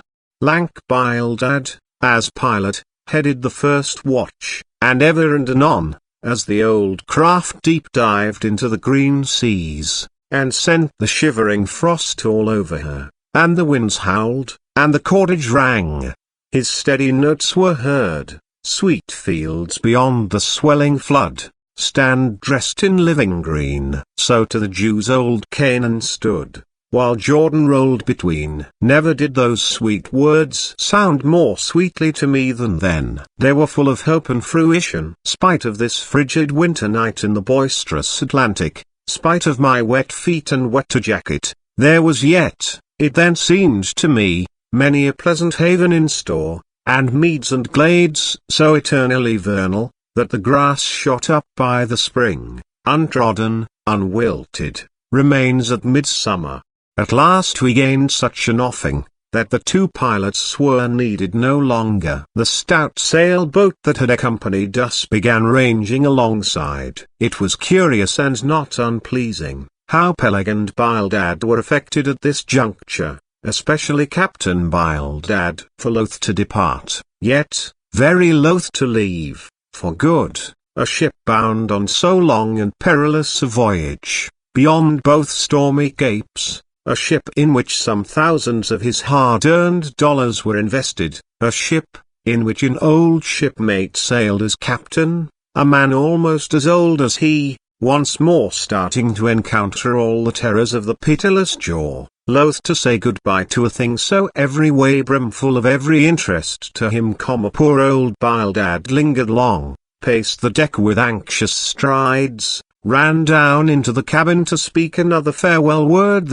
Again came on deck, and looked to windward, looked towards the wide and endless waters, only bounded by the far-off unseen eastern continents, looked towards the land, looked aloft, looked right and left, looked everywhere and nowhere, and at last, mechanically coiling a rope upon its pin, convulsively grasped stout Peleg by the hand, and holding up a lantern, for a moment stood gazing heroically in his face, as much as to say, nevertheless, friend Peleg, I can stand it, yes, I can. As for Peleg himself, he took it more like a philosopher, but for all his philosophy, there was a tear twinkling in his eye, when the lantern came too near. And he, too, did not a little run from cabin to deck, now a word below, and now a word with Starbuck, the chief mate. But, at last, he turned to his comrade, with a final sort of look about him. Captain Bildad, come, old shipmate, we must go. Back the main yard there. Boat ahoy. Stand by to come close alongside. Now, careful, careful! Exclamation mark. Come, Bildad, boy, say your last. Luck to ye, Starbuck, luck to ye, Mr. Stubb, luck to ye, Mr. Flask, goodbye and good luck to ye all, and this day 3 years I'll have a hot supper smoking for ye in old Nantucket. Hurrah and away. God bless ye, and have ye in his holy keeping, men, murmured old Bildad, almost incoherently. I hope ye'll have fine weather now, so that Captain Ahab may soon be moving among ye. A pleasant sun is all he needs, and ye'll have plenty of them in the tropic voyage ye go. Be careful in the hunt, ye mates. Don't stave the boats needlessly, ye harpooneers. Good white cedar plank is raised full 3%. Within the year. Don't forget your prayers, either. Mr. Starbuck, mind that Cooper don't waste the spare staves. Oh, the sail needles are in the green locker. Don't whale it too much a Lord's days, men, but don't miss a fair chance either. That's rejecting heaven's good gifts. Have a night of the molasses tears, Mr. Stubb. It was a little leaky, I thought. If ye touch at the islands, Mr. Flask, beware of fornication. Goodbye, goodbye. Don't keep that cheese too long down in the hold, Mr. Starbuck, it'll spoil. Be careful with the butter, 20 cents the pound it was, and mind ye, if, come, Captain Bildad, stop, palavering, away. And with that, Peleg hurried him over the side, and both dropped into the boat. Ship and boat diverged. The cold, damp night breeze blew between, a screaming gull flew overhead, the two hulls wildly rolled, we gave three heavy-hearted cheers, and blindly plunged like fate into the lone Atlantic. Chapter 23. The Lee Shore. Some chapters back, one Bulkington was spoken of, a tall, new-landed mariner, encountered in New Bedford at the inn. When on that shivering winter's night, the Pequod thrust her vindictive bows into the cold malicious waves, who should I see standing at her helm but Bulkington? I looked with sympathetic awe and fearfulness upon the man, who in midwinter just landed from a 4 years' dangerous voyage, could so unrestingly push off again for still another tempestuous term.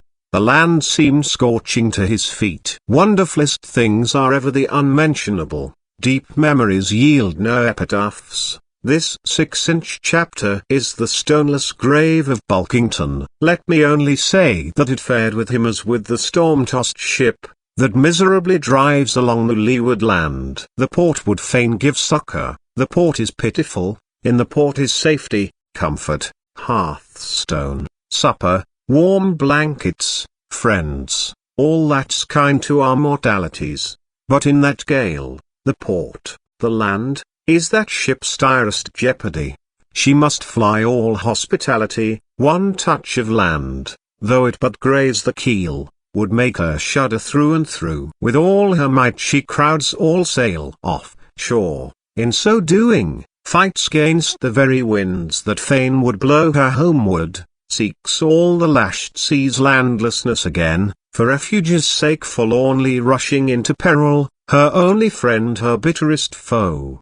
Know ye now, Bulkington, glimpses do ye seem to see of that mortally intolerable truth, that all deep, earnest thinking is but the intrepid effort of the soul to keep the open independence of her sea, while the wildest winds of heaven and earth conspire to cast her on the treacherous, slavish shore? But as in landlessness alone resides highest truth, shoreless, indefinite as God, so, better is it to perish in that howling infinite, than be ingloriously dashed upon the lee, even if that were safety. For worm alike, then, oh, who would crave and crawl to land? Terrors of the terrible. Is all this agony so vain? Take heart, O Bulkington. Bear thee grimly, demigod. Up from the spray of thy ocean perishing, straight up, leaps thy apotheosis. Chapter 24. The Advocate. As Queequeg and I are now fairly embarked in this business of whaling, and as this business of whaling has somehow come to be regarded among landsmen as a rather unpoetical and disreputable pursuit, therefore, I am all anxiety to convince ye landsmen, of the injustice hereby done to us hunters of whales. In the first place, it may be deemed almost superfluous to establish the fact, that among people at large, the business of whaling is not accounted on a level with what are called the liberal professions. If a stranger were introduced into any miscellaneous metropolitan society, it would but slightly advance the general opinion of his merits, were he presented to the company as a harpooner, say, and if in emulation of the naval officers he should append the initials SWF, sperm whale fishery, to his visiting card, such a procedure would be deemed preeminently presuming and ridiculous. Doubtless one leading reason why the world declines honouring us whalemen, is this: they think that, at best, our vocation amounts to a butchering sort of business, and that when actively engaged therein, we are surrounded by all manner of defilements. Butchers we are, that is true. But butchers, also, and butchers of the bloodiest badge have been all martial commanders whom the world invariably delights to honour. And as for the matter of the alleged uncleanliness of our business, ye shall soon be initiated into certain facts hitherto pretty generally unknown, and which, upon the whole, will triumphantly plant the sperm whale ship at least among the cleanliest things of this tidy earth. But even granting the charge in question to be true, what disordered slippery decks of a whale ship are comparable to the unspeakable carrion of those battlefields from which so many soldiers return to drink in all ladies' plaudits? And if the idea of peril so much enhances the popular conceit of the soldier's profession, let me assure ye that many a veteran who has freely marched up to a battery, would quickly recoil at the apparition of the sperm whale's vast tail, fanning into eddies the air over his head. For what are the comprehensible terrors of man compared with the interlinked terrors and wonders of God? But, though the world scouts at us whale hunters, yet does it unwittingly pay us the profoundest homage, yea, an all-abounding adoration. For almost all the tapers, lamps, and candles that burn round the globe, burn, as before so many shrines, to our glory.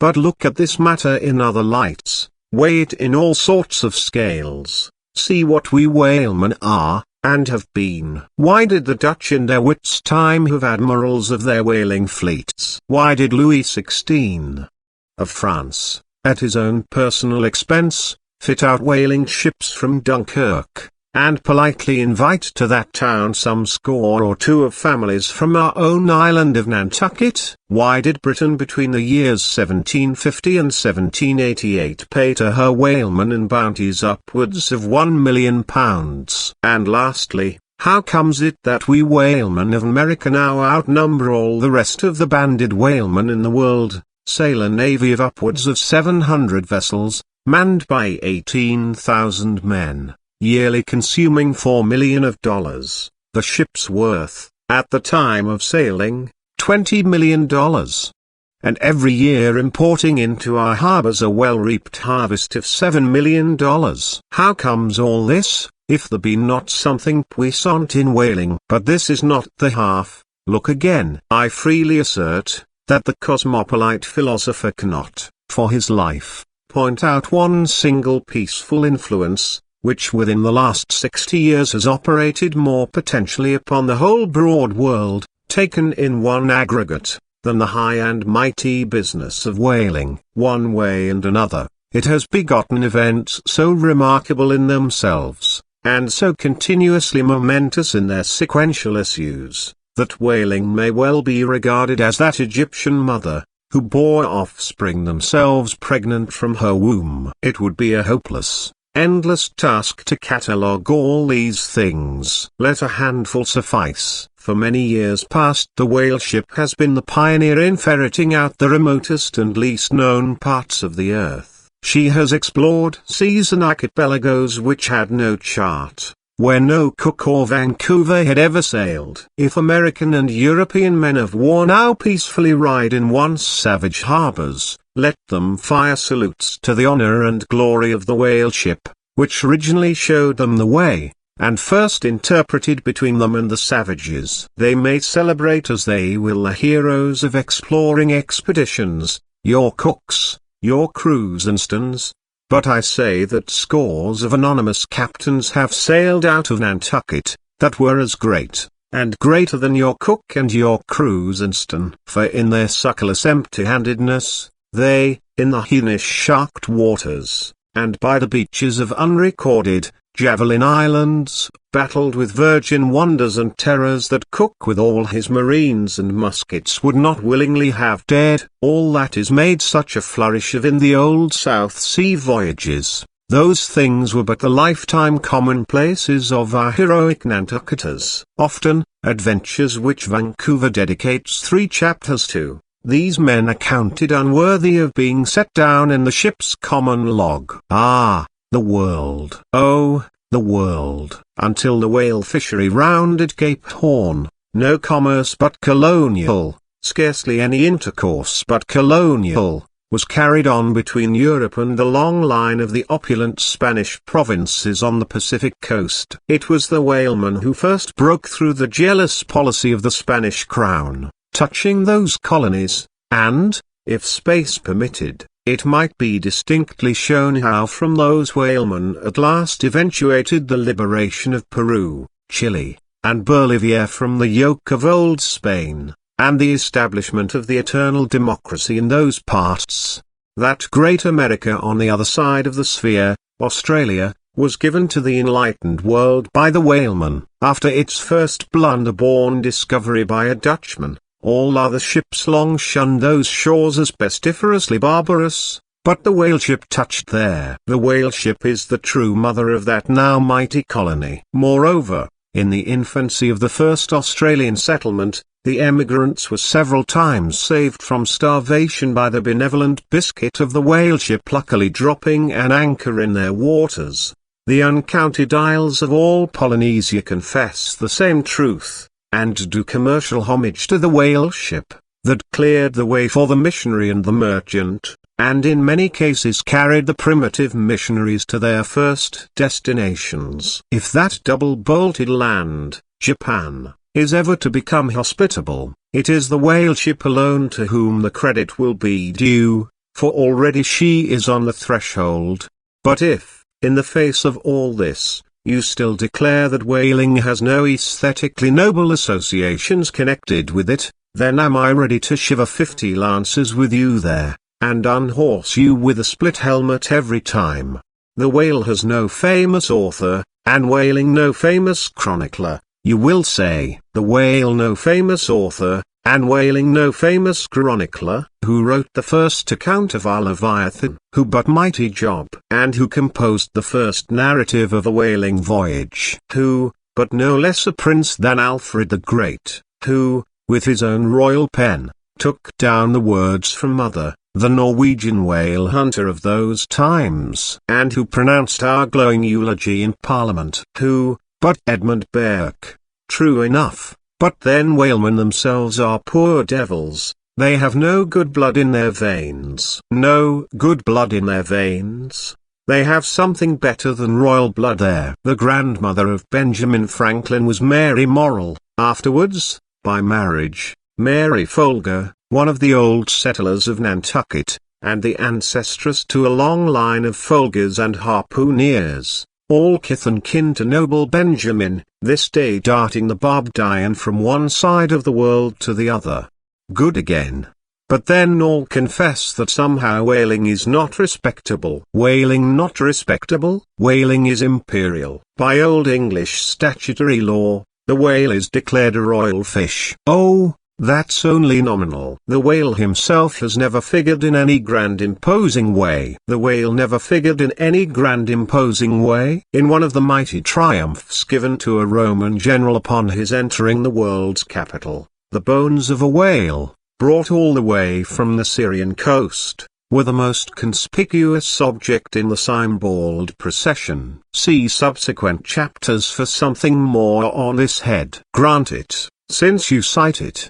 But, say what you will, there is no real dignity in whaling. No dignity in whaling. The dignity of our calling the very heavens attest. Cetus is a constellation in the south. No more. Drive down your hat in presence of the Tsar, and take it off to Queequeg. No more. I know a man that, in his lifetime, has taken 350 whales. I account that man more honorable than that great captain of antiquity who boasted of taking as many walled towns. And, as for me, if, by any possibility, there be any as yet undiscovered prime thing in me, if I shall ever deserve any real repute in that small but high-hushed world which I might not be unreasonably ambitious of, if hereafter I shall do anything that, upon the whole, a man might rather have done than to have left undone, if, at my death, my executors, or more properly my creditors,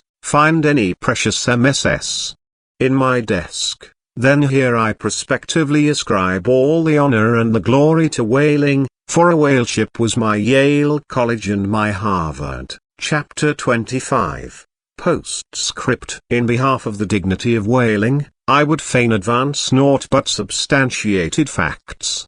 But after embattling his facts, an advocate who should wholly suppress a not unreasonable surmise, which might tell eloquently upon his cause, such an advocate, would he not be blameworthy? It is well known that at the coronation of kings and queens, even modern ones, a certain curious process of seasoning them for their functions is gone through. There is a salt cellar of state, so called, and there may be a caster of state. How they use the salt, precisely, who knows? Certain I am, however, that a king's head is solemnly oiled at his coronation, even as a head of salad. Can it be, though, that they anoint it with a view of making its interior run well, as they anoint machinery? Much might be ruminated here, concerning the essential dignity of this regal process, because in common life we esteem but meanly and contemptibly a fellow who anoints his hair, and palpably smells of that anointing. In truth, a mature man who uses hair oil, unless medicinally, that man has probably got a quaggy spot in him somewhere. As a general rule, he can't amount to much in his totality, but the only thing to be considered here is this: what kind of oil is used at coronations? Certainly it cannot be olive oil, nor macassar oil, nor castor oil, nor bear's oil, nor train oil, nor cod liver oil. What then can it possibly be, but sperm oil in its unmanufactured, unpolluted state, the sweetest of all oils? Think of that, ye loyal Britons. We whalemen supply your kings and queens with coronation stuff. Chapter 26. Knights and Squires. The chief mate of the Pequod was Starbuck, a native of Nantucket, and a Quaker by descent. He was a long, earnest man, and though born on an icy coast, seemed well adapted to endure hot latitudes. His flesh being hard as twice-baked biscuit transported to the Indies. His live blood would not spoil like bottled ale. He must have been born in some time of general drought and famine, or upon one of those fast days for which his state is famous. Only some 30 arid summers had he seen. Those summers had dried up all his physical superfluousness. But this, his thinness, so to speak, seemed no more the token of wasting anxieties and cares, than it seemed the indication of any bodily blight. It was merely the condensation of the man. He was by no means ill-looking, quite the contrary. His pure tight skin was an excellent fit, and closely wrapped up in it, and embalmed with inner health and strength, like a revivified Egyptian. This Starbuck seemed prepared to endure for long ages to come, and to endure always, as now, for be it polar snow or torrid sun. Like a patent chronometer, his interior vitality was warranted to do well in all climates. Looking into his eyes, you seemed to see the yet lingering images of those thousand-fold perils he had calmly confronted through life. A staid, steadfast man, whose life for the most part was a telling pantomime of action, and not a tame chapter of sounds. Yet, for all his hardy sobriety and fortitude, there were certain qualities in him which at times affected, and in some cases seemed well nigh to overbalance all the rest. Uncommonly conscientious for a seaman, and endued with a deep natural reverence, the wild watery loneliness of his life did therefore strongly incline him to superstition, but to that sort of superstition, which in some organizations seems rather to spring, somehow, from intelligence than from ignorance. Outward portents and inward presentiments were his. And if at times these things bent the welded iron of his soul, much more did his far-away domestic memories of his young Cape wife and child, tend to bend him still more from the original ruggedness of his nature, and open him still further to those latent influences which, in some honest-hearted men, restrain the gush of daredevil daring, so often evinced by others in the more perilous vicissitudes of the fishery. "I will have no man in my boat," said Starbuck, "who is not afraid of the whale." By this, he seemed to mean, not only that the most reliable and useful courage was that which arises from the fair estimation of the encountered peril, but that an utterly fearless man is a far more dangerous comrade than a coward. "Aye, said Stubb, the second mate. "Starbuck, there, is as careful a man as you'll find anywhere in this fishery. But we shall ere long see what that word careful precisely means when used by a man like Stubb, or almost any other whale hunter. Starbuck was no crusader after perils. In him courage was not a sentiment, but a thing simply useful to him, and always at hand upon all mortally practical occasions. Besides, he thought, perhaps, that in this business of whaling, courage was one of the great staple outfits of the ship, like her beef and her bread, and not to be foolishly wasted. Wherefore he had no fancy for lowering for whales after sundown, nor for persisting in fighting a fish that too much persisted in fighting him. For, thought Starbuck, I am here in this critical ocean to kill whales for my living, and not to be killed by them for theirs. And that hundreds of men had been so killed Starbuck well knew. What doom was his own father's? Where, in the bottomless deeps, could he find the torn limbs of his brother? With memories like these in him, and, moreover, given to a certain superstitiousness, as has been said, the courage of this Starbuck which could, nevertheless, still flourish, must indeed have been extreme. But it was not in reasonable nature that a man so organized, and with such terrible experiences and remembrances as he had, it was not in nature that these things should fail in latently engendering an element in him, which, under suitable circumstances, would break out from its confinement, and burn all his courage up. And brave as he might be, it was that sort of bravery chiefly, visible in some intrepid men, which, while generally abiding firm in the conflict with seas, or winds, or whales, or any of the ordinary irrational horrors of the world, yet cannot withstand those more terrific, because more spiritual terrors, which sometimes menace you from the concentrating brow of an enraged and mighty man. But were the coming narrative to reveal in any instance, the complete abasement of poor Starbuck's fortitude, scarce might I have the heart to write it, for it is a thing most sorrowful, nay shocking, to expose the fall of valor in the soul. Men may seem detestable as joint stock companies and nations, knaves, fools, and murderers there may be, men may have mean and meagre faces, but man, in the ideal, is so noble and so sparkling, such a grand and glowing creature, that over any ignominious blemish in him all his fellows should run to throw their costliest robes. That immaculate manliness we feel within ourselves, so far within us, that it remains intact though all the outer character seem gone, bleeds with keenest anguish at the undraped spectacle of a valor-ruined man. Nor can piety itself, at such a shameful sight, completely stifle her upbraidings against the permitting stars. But this august dignity I treat of, is not the dignity of kings and robes,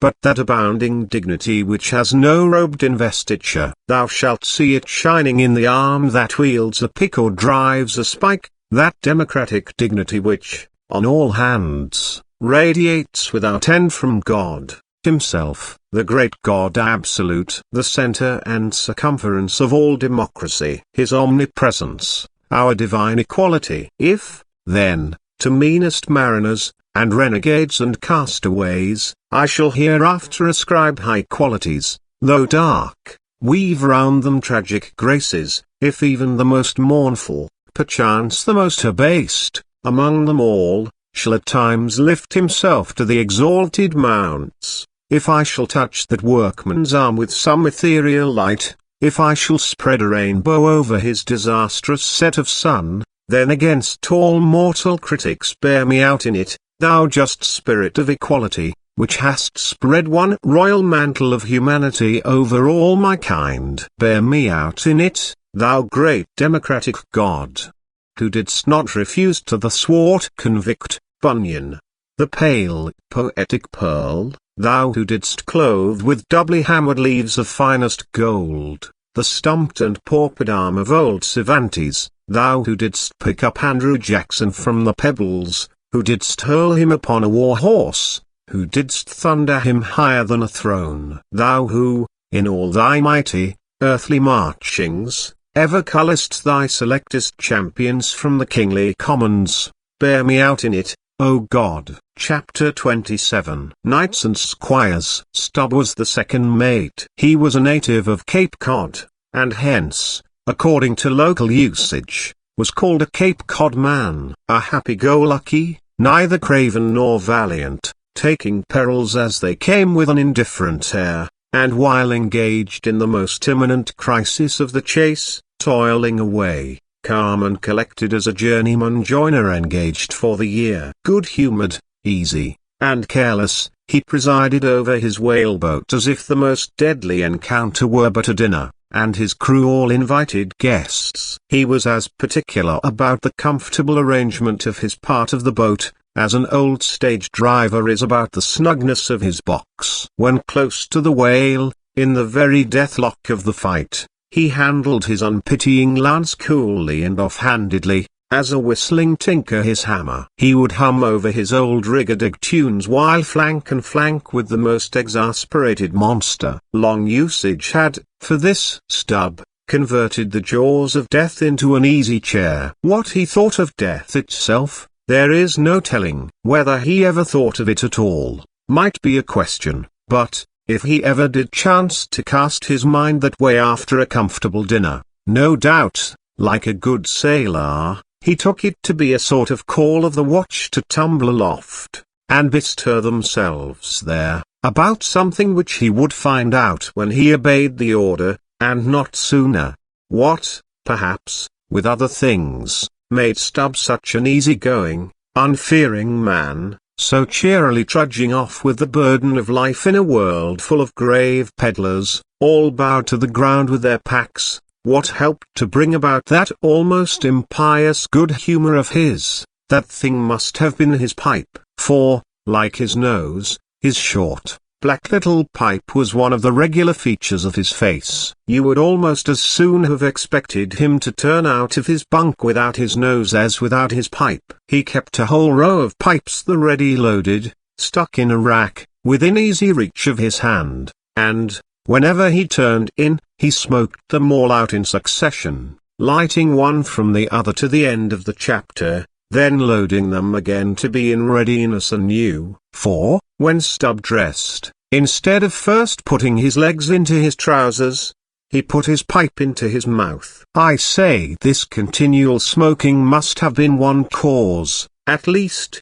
of his peculiar disposition, for every one knows that this earthly air, whether ashore or afloat, is terribly infected with the nameless miseries of the numberless mortals who have died exhaling it, and as in time of the cholera, some people go about with a camphorated handkerchief to their mouths, so, likewise, against all mortal tribulations, Stubb's tobacco smoke might have operated as a sort of disinfecting agent.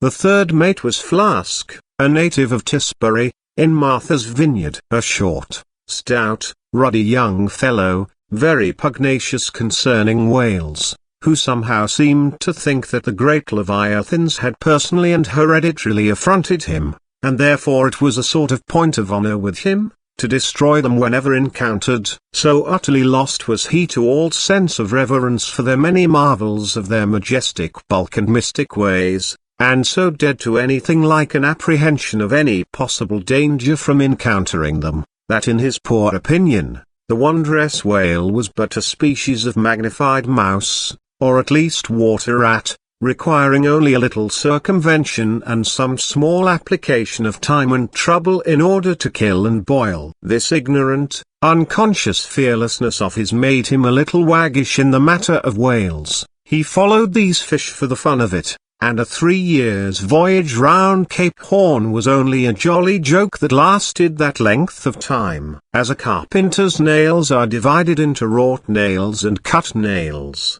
so mankind may be similarly divided. Little Flask was one of the wrought ones, made to clinch tight and last long. They called him King Post on board of the Pequod, because, in form, he could be well likened to the short, square timber known by that name in Arctic whalers, and which by the means of many radiating side timbers inserted into it, serves to brace the ship against the icy concussions of those battering seas.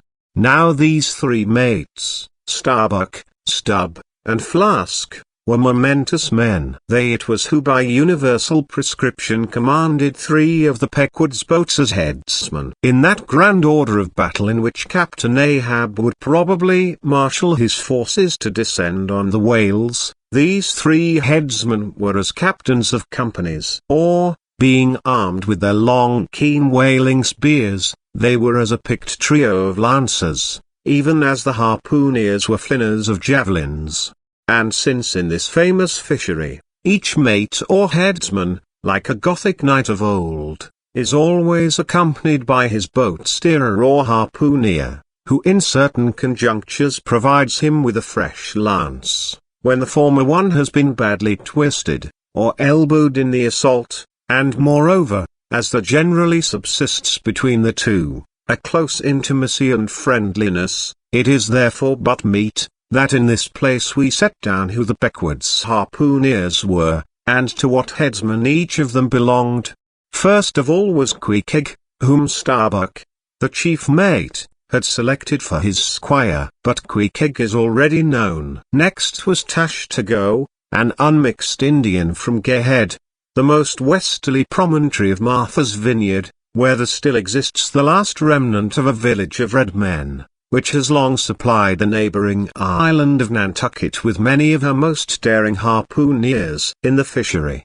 They usually go by the generic name of Gay Headers. Tashtago's long, lean, sable hair, his high cheekbones, and black rounding eyes, for an Indian, Oriental in their largeness, but Antarctic in their glittering expression, all this sufficiently proclaimed him an inheritor of the unvitiated blood of those proud warrior hunters, who, in quest of the great New England moose, had scoured, bow in hand, the aboriginal forests of the Maine. But no longer snuffing in the trail of the wild beasts of the woodland, Tashtago now hunted in the wake of the great whales of the sea, the unerring harpoon of the sun fitly replacing the infallible arrow of the sires. To look at the tawny brawn of his lithe snaky limbs, you would almost have credited the superstitions of some of the earlier Puritans, and half believed this wild Indian to be a son of the Prince of the Powers of the Air. Tashtago was Stubb the second mate's squire. Third among the harpooneers was Daggoo, a gigantic, coal-black negro savage, with a lion-like tread, an Ahasuerus to behold. Suspended from his ears were 2 golden hoops, so large that the sailors called them ring-bolts, and would talk of securing the topsail halyards to them. In his youth Daggoo had voluntarily shipped on board of a whaler, lying in a lonely bay on his native coast, and never having been anywhere in the world but in Africa, Nantucket, and the pagan harbors most frequented by whalemen, and having now led for many years the bold life of the fishery in the ships of owners uncommonly heedful of what manner of men they shipped, Daggoo retained all his barbaric virtues, and erect as a giraffe, moved about the decks in all the pomp of 6 feet 5 in his socks. There was a corporeal humility in looking up at him, and a white man standing before him seemed a white flag come to beg truce of a fortress. Curious to tell, this imperial negro, Ahasuerus Daggoo, was the squire of Little Flask, who looked like a chessman beside him. As for the residue of the Pequod's company, be it said, that at the present day not 1 in 2 of the many thousand men before the mast employed in the American whale fishery, are Americans born, though pretty nearly all the officers are. Herein it is the same with the American whale fishery as with the American Army and military and merchant navies, and the engineering forces employed in the construction of the American canals and railroads. The same, I say, because in all these cases the native American liberally provides the brains, the rest of the world is generously supplying the muscles. No small number of these whaling seamen belong to the Azores, where the outward-bound Nantucket whalers frequently touch to augment their crews from the hardy peasants of those rocky shores. In like manner, the Greenland whalers sailing out of Hull or London, put in at the Shetland Islands, to receive the full complement of their crew. Upon the passage homewards, they drop them there again. How it is, there is no telling, but islanders seem to make the best whalemen. They were nearly all islanders in the Pequod, isolatos too, I call such, not acknowledging the common continent of men, but each isolato living on a separate continent of his own, yet now, federated along one keel. What a set these isolatos were! Ananashas Clute's deputation from all the isles of the sea, and all the ends of the earth, accompanying old Ahab in the Pequod to lay the world's grievances before that bar from which not very many of them ever come back. Black little Pip, he never did, oh, no. He went before.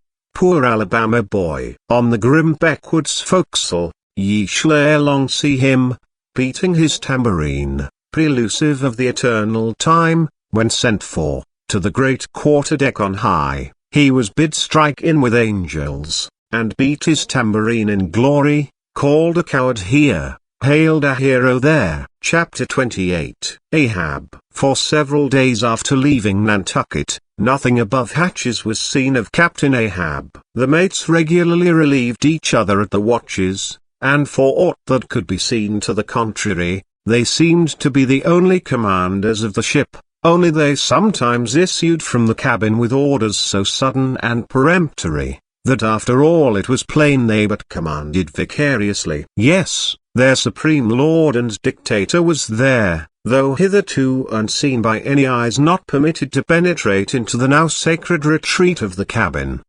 Every time I ascended to the deck from my watches below, I instantly gazed aft to mark if any strange face were visible, for my first vague disquietude touching the unknown captain, now in the seclusion of the sea, became almost a perturbation. This was strangely heightened at times by the ragged Elijah's diabolical incoherences uninvitedly recurring to me, with a subtle energy I could not have before conceived of.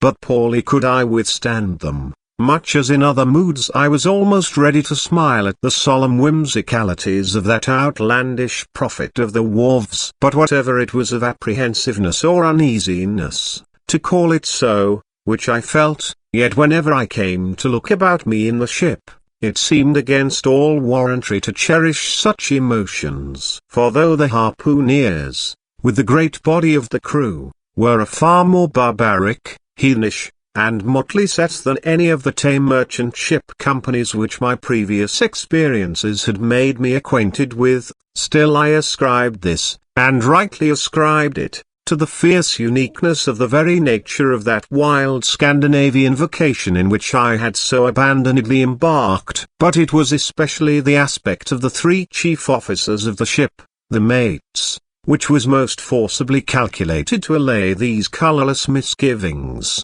and induce confidence and cheerfulness in every presentment of the voyage. Three better, more like Lacey officers and men, each in his own different way, could not readily be found, and they were every one of them Americans, a Nantucketer, a Vineyarder, a Cape man. Now, it being Christmas when the ship shot from outer harbour, for a space we had biting polar weather, though all the time running away from it to the southward, and by every degree and minute of latitude which we sailed, gradually leaving that merciless winter, and all its intolerable weather behind us. It was one of those less lowering, but still grey and gloomy enough mornings of the transition, when with a fair wind the ship was rushing through the water with a vindictive sort of leaping and melancholy rapidity, that as I mounted to the deck at the call of the forenoon watch, so soon as I levelled my glance towards the taffrail, foreboding shivers ran over me. Reality outran apprehension. Captain Ahab stood upon his quarter-deck.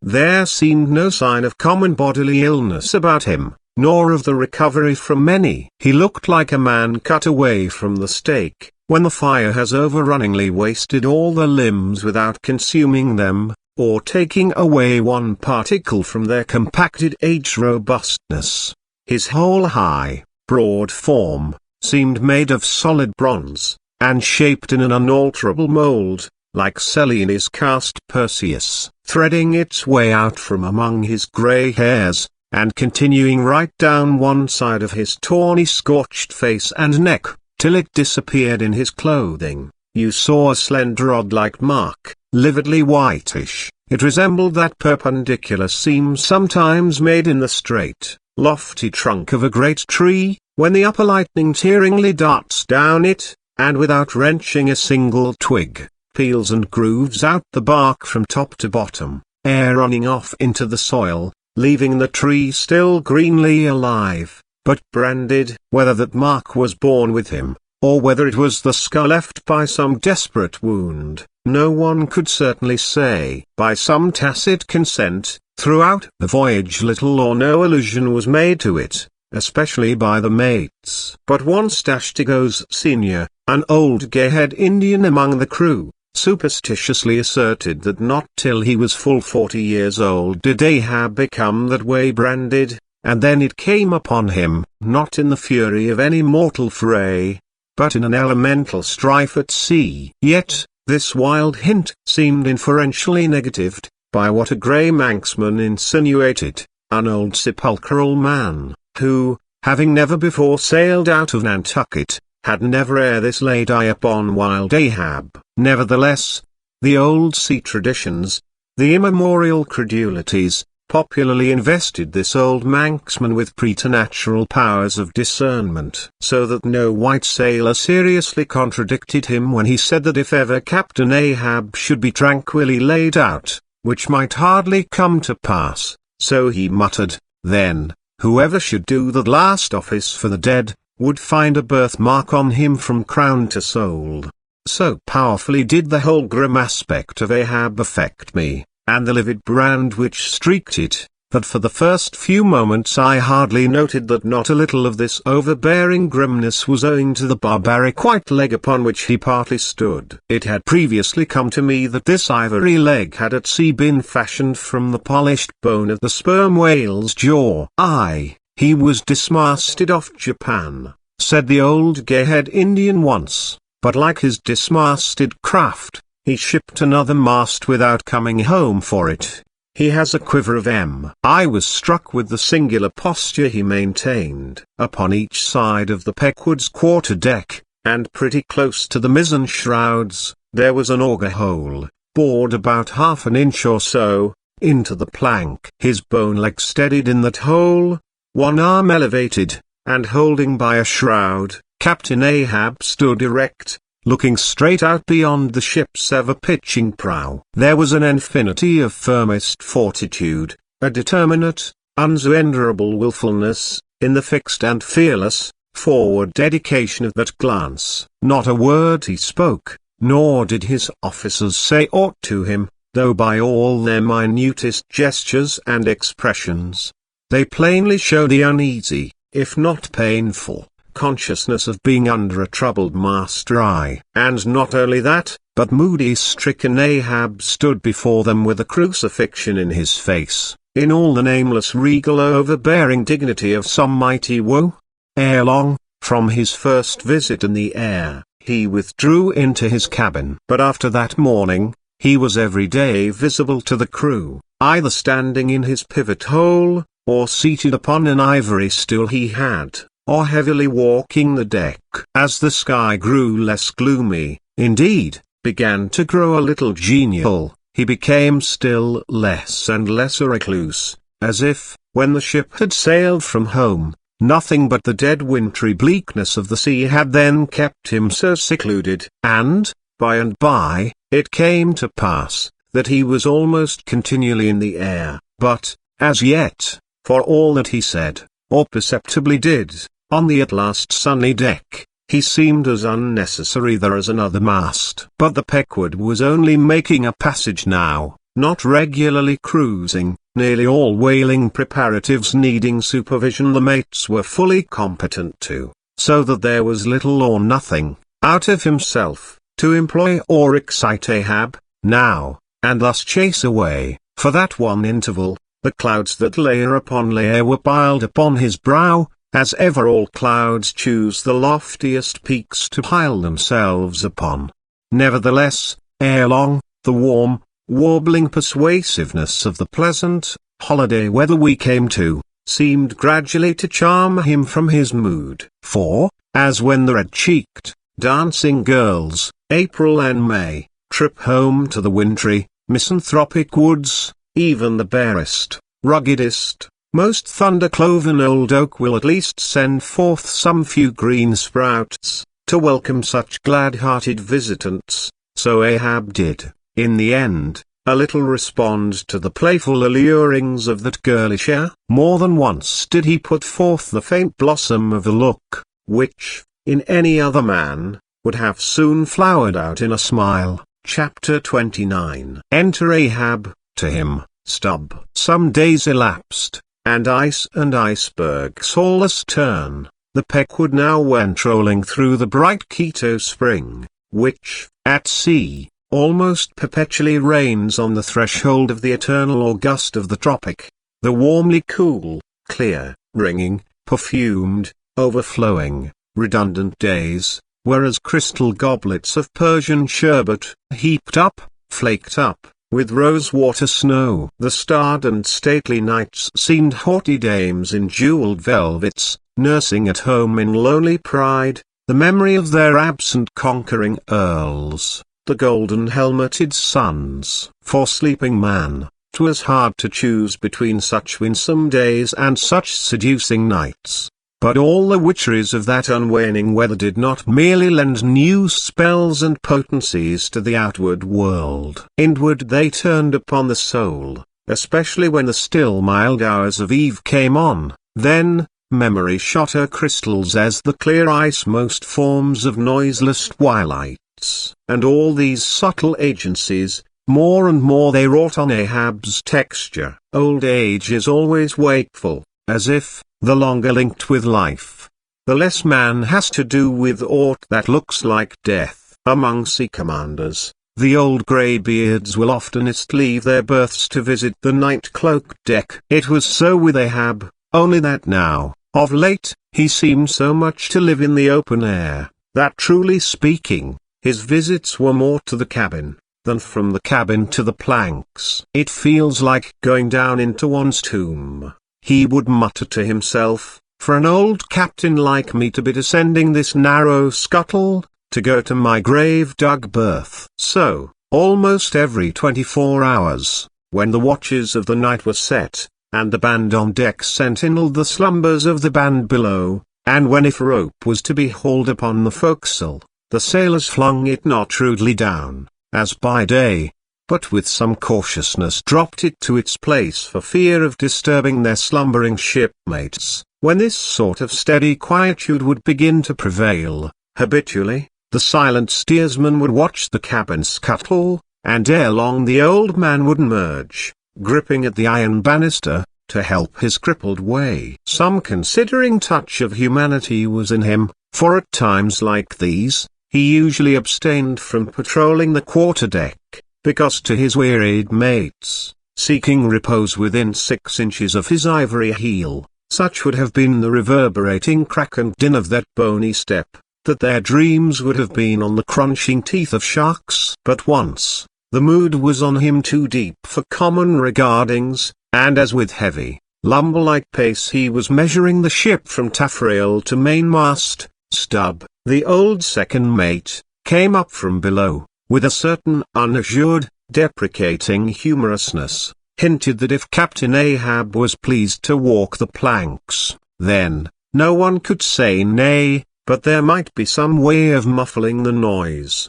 hinting something indistinctly and hesitatingly about a globe of tow, and the insertion into it, of the ivory heel. Ah, Stub, thou didst not know Ahab then. Am I a cannon ball, Stub, said Ahab, that thou wouldst ward me that fashion? But go thy ways, I had forgot. Below to thy nightly grave, where such as ye sleep between shrouds, to use ye to the filling one at last.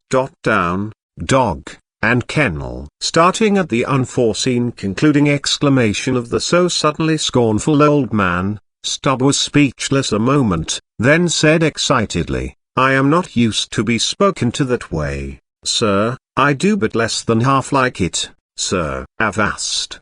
Gritted Ahab between his set teeth, and violently moving away, as if to avoid some passionate temptation. "No, sir, not yet," said Stubb, emboldened. "I will not tamely be called a dog, sir." "Then be called 10 times a donkey, and a mule, and an ass, and begone, or I'll clear the world of thee." As he said this, Ahab advanced upon him with such overbearing terrors in his aspect, that Stubb involuntarily retreated. "I was never served so before without giving a hard blow for it," muttered Stubb, as he found himself descending the cabin scuttle. "It's very queer." "Stop, Stubb, somehow, now, I don't well know whether to go back and strike him, or what's that question mark down here on my knees and pray for him? Yes, that was the thought coming up in me, but it would be the first time I ever did pray. It's queer, very queer, and he's queer too. I take him fore and aft, he's about the queerest old man Stubb ever sailed with. How he flashed at me! Exclamation mark. His eyes like powder pans. Is he mad? Anyway, there's something on his mind, as sure as there must be something on a deck when it cracks. He ain't in his bed now, either, more than 3 hours out of the 24, and he don't sleep then. Didn't that doughboy, the steward, tell me that of a morning he always finds the old man's hammock clothes all rumpled and tumbled, and the sheets down at the foot, and the coverlid almost tied into knots, and the pillow a sort of frightful hot, as though a baked brick had been on it? A hot old man. I guess he's got what some folks ashore call a conscience. It's a kind of tick-dolly row, they say, worse nor a toothache. Well, I don't know what it is, but the Lord keep me from catching it. He's full of riddles. I wonder what he goes into the afterhold for, every night, as Doughboy tells me he suspects. What's that for, I should like to know? Who's made appointments with him in the hold? Ain't that queer, now? But there's no telling, it's the old game. Here goes for a snooze. Damn me, it's worth a fellow's while to be born into the world, if only to fall right asleep. And now that I think of it, that's about the first thing babies do, and that's a sort of queer, too. Damn me, but all things are queer, come to think of 'em. But that's against my principles. Think not, is my 11th commandment, and sleep when you can, is my 12th. So here goes again. But how's that? Didn't he call me a dog? Blazes! He called me 10 times a donkey, and piled a lot of jackasses on top of that. He might as well have kicked me, and done with it. Maybe he did kick me, and I didn't observe it. I was so taken all aback with his brow, somehow it flashed like a bleached bone. What the devil's the matter with me? I don't stand right on my legs. Coming afoul of that old man has a sort of turned me wrong side out. By the Lord, I must have been dreaming, though. How? Question mark. But the only way's to stash it, so here goes to hammock again, and in the morning, I'll see how this plaguey juggling thinks over by daylight. Chapter 30. The Pipe. When Stubb had departed, Ahab stood for a while leaning over the bulwarks, and then, as had been usual with him of late, calling a sailor of the watch, he sent him below for his ivory stool, and also his pipe. Lighting the pipe at the binnacle lamp and planting the stool on the weather side of the deck, he sat and smoked. In old Norse times, the thrones of the sea-loving Danish kings were fabricated, saith tradition, of the tusks of the narwhale. How could one look at Ahab then, seated on that tripod of bones, without bethinking him of the royalty it symbolized? For a Khan of the plank, and a king of the sea, and a great lord of leviathans was Ahab. Some moments passed, during which the thick vapor came from his mouth in quick and constant puffs, which blew back again into his face. How now? He soliloquized at last, withdrawing the tube. This smoking no longer soothes. Oh, my pipe! Hard must it go with me if thy charm be gone. Here have I been unconsciously toiling, not pleasuring, aye, and ignorantly smoking to windward all the while, to windward, and with such nervous whiffs, as if, like the dying whale, my final jets were the strongest and fullest of trouble. What business have I with this pipe, this thing that is meant for sereneness, to send up mild white vapors among mild white hairs, not among torn iron grey locks like mine? I'll smoke no more. He tossed the still-lighted pipe into the sea. The fire hissed in the waves. The same instant the ship shot by the bubble the sinking pipe made. With slouched hat, Ahab lurchingly paced the planks. Chapter 31. Queen Mab. Next morning Stubb accosted Flask. Such a queer dream, King Post, I never had. You know the old man's ivory leg? Well, I dreamed he kicked me with it, and when I tried to kick back, upon my soul, my little man, I kicked my leg right off. And then, presto, Ahab seemed a pyramid, and I, like a blazing fool, kept kicking at it. But what was still more curious, Flask, you know how curious all dreams are, through all this rage that I was in, I somehow seemed to be thinking to myself, that after all, it was not much of an insult, that kick from Ahab. Why, thinks I, what's the row? It's not a real leg, only a false leg. And there's a mighty difference between a living thump and a dead thump. That's what makes a blow from the hand, Flask, 50 times more savage to bear than a blow from a cane. The living member, that makes the living insult, my little man. And thinks I to myself all the while, mind, while I was stubbing my silly toes against that cursed pyramid, so confoundedly contradictory was it all the while, I say, I was thinking to myself, what's his leg now, but a cane, a whalebone cane? Yes, thinks I, it was only a playful cudgelling, in fact, only a whaleboning that he gave me, not a base kick. Besides, thinks I, look at it once, why, the end of it, the foot part, what a small sort of end it is, whereas, if a broad-footed farmer kicked me, there's a devilish broad insult. But this insult is whittled down to a point only. But now comes the greatest joke of the dream, Flask. While I was battering away at the pyramid, a sort of badger-haired old merman, with a hump on his back, takes me by the shoulders, and slews me round. What are you about? Says he, Slid. Man, but I was frightened. Such a fizz. But, somehow, next moment I was over the fright. What am I about? Says I at last. And what business is that of yours, I should like to know, Mr. Humpback? Do you want a kick? By the Lord, Flask, I had no sooner said that, than he turned round his stern to me, bent over, and dragging up a lot of seaweed he had for a clout. What do you think? I saw ? Why thunder alive, man, his stern was stuck full of marlin spikes, with the points out. Says I, on second thoughts, I guess I won't kick you, old fellow. Wise Stubb, said he, wise Stubb, and kept muttering it all the time, a sort of eating of his own gums like a chimney hag. Seeing he wasn't going to stop saying over his wise Stubb, I thought I might as well fall to kicking the pyramid again. But I had only just lifted my foot for it, when he roared out, stop that kicking. Hulloa, says I, what's the matter now, old fellow? Look ye here, says he, let's argue the insult. Captain Ahab kicked ye, didn't he? Yes, he did, says I, right here it was. Very good, says he used his ivory leg, didn't he? Yes, he did, says I. Well then, says he, wise Stubb, what have you to complain of? Didn't he kick with right good will?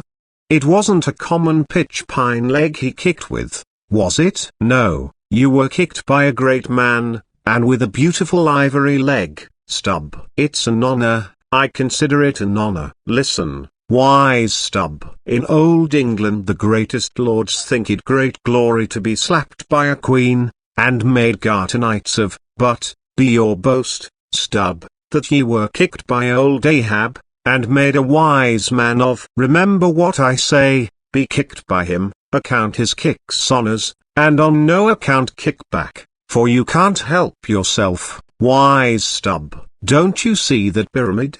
With that, he all of a sudden seemed somehow, in some queer fashion, to swim off into the air. I snored, rolled over, and there I was in my hammock. Now, what do you think of that dream, Flask? I don't know, it seems a sort of foolish to me, though. Maybe, but it's made a wise man of me, Flask.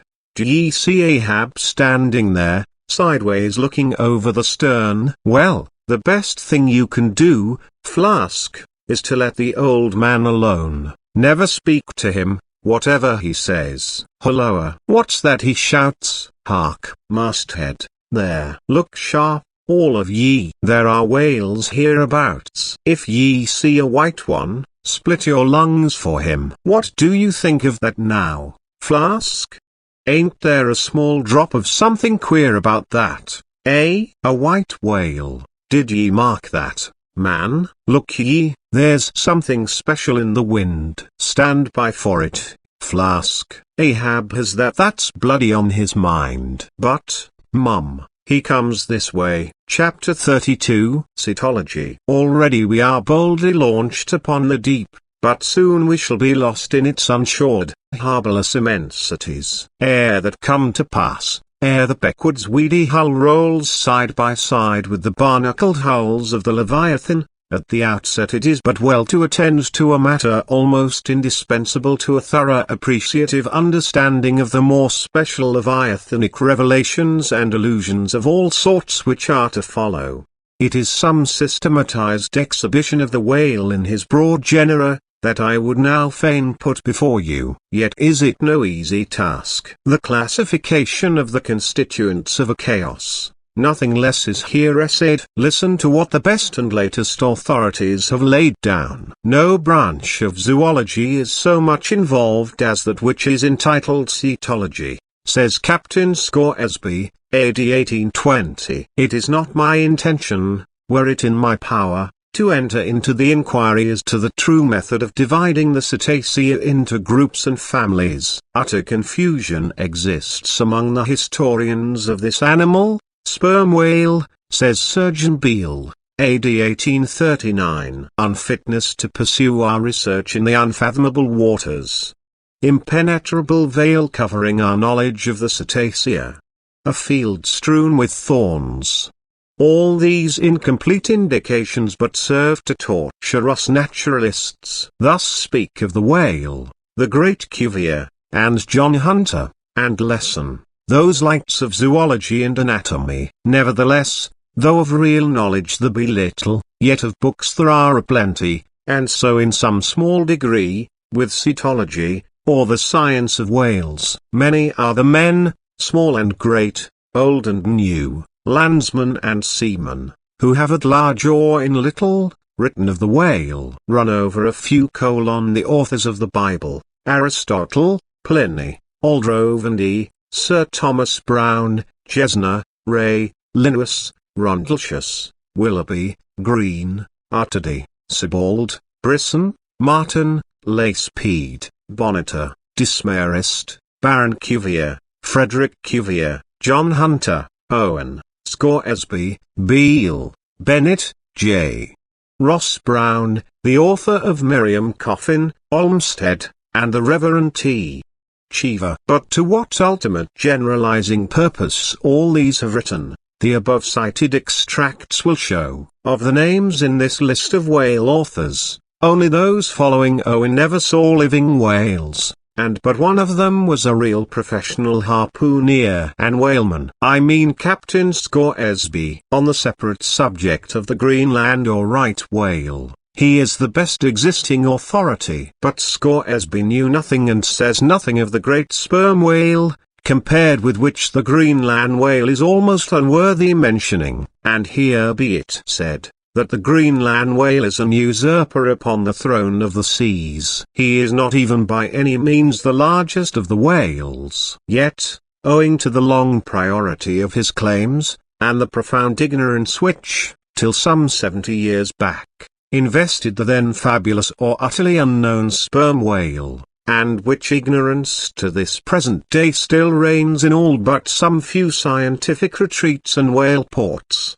This usurpation has been every way complete. Reference to nearly all the Leviathanic allusions in the great poets of past days will satisfy you that the Greenland whale, without one rival, was to them the monarch of the seas. But the time has at last come for a new proclamation. This is Charing Cross. Hear ye, good people all, the Greenland whale is deposed, the great sperm whale now reigneth. There are only two books in being which at all pretend to put the living sperm whale before you, and at the same time, in the remotest degree succeed in the attempt. Those books are Beale's and Bennett's, both in their time surgeons to English South Sea whale ships, and both exact and reliable men. The original matter touching the sperm whale to be found in their volumes is necessarily small, but so far as it goes, it is of excellent quality, though mostly confined to scientific description. As yet, however, the sperm whale, scientific or poetic, lies not complete in any literature. Far above all other hunted whales, his is an unwritten life. Now the various species of whales need some sort of popular comprehensive classification, if only an easy outline one for the present, hereafter to be filled in all its departments by subsequent labourers. As no better man advances to take this matter in hand, I hereupon offer my own poor endeavours. I promise nothing complete, because any human thing supposed to be complete, must for that very reason infallibly be faulty. I shall not pretend to a minute anatomical description of the various species, or, in this place at least, to much of any description. My object here is simply to project the draft of a systematization of cetology. I am the architect, not the builder, but it is a ponderous task. No ordinary letter sorter in the post office is equal to it. To grope down into the bottom of the sea after them, to have one's hands among the unspeakable foundations, ribs, and very pelvis of the world. This is a fearful thing. What am I that I should essay to hook the nose of this Leviathan? The awful tauntings in Job might well appall me. Will he, the Leviathan, make a covenant with thee?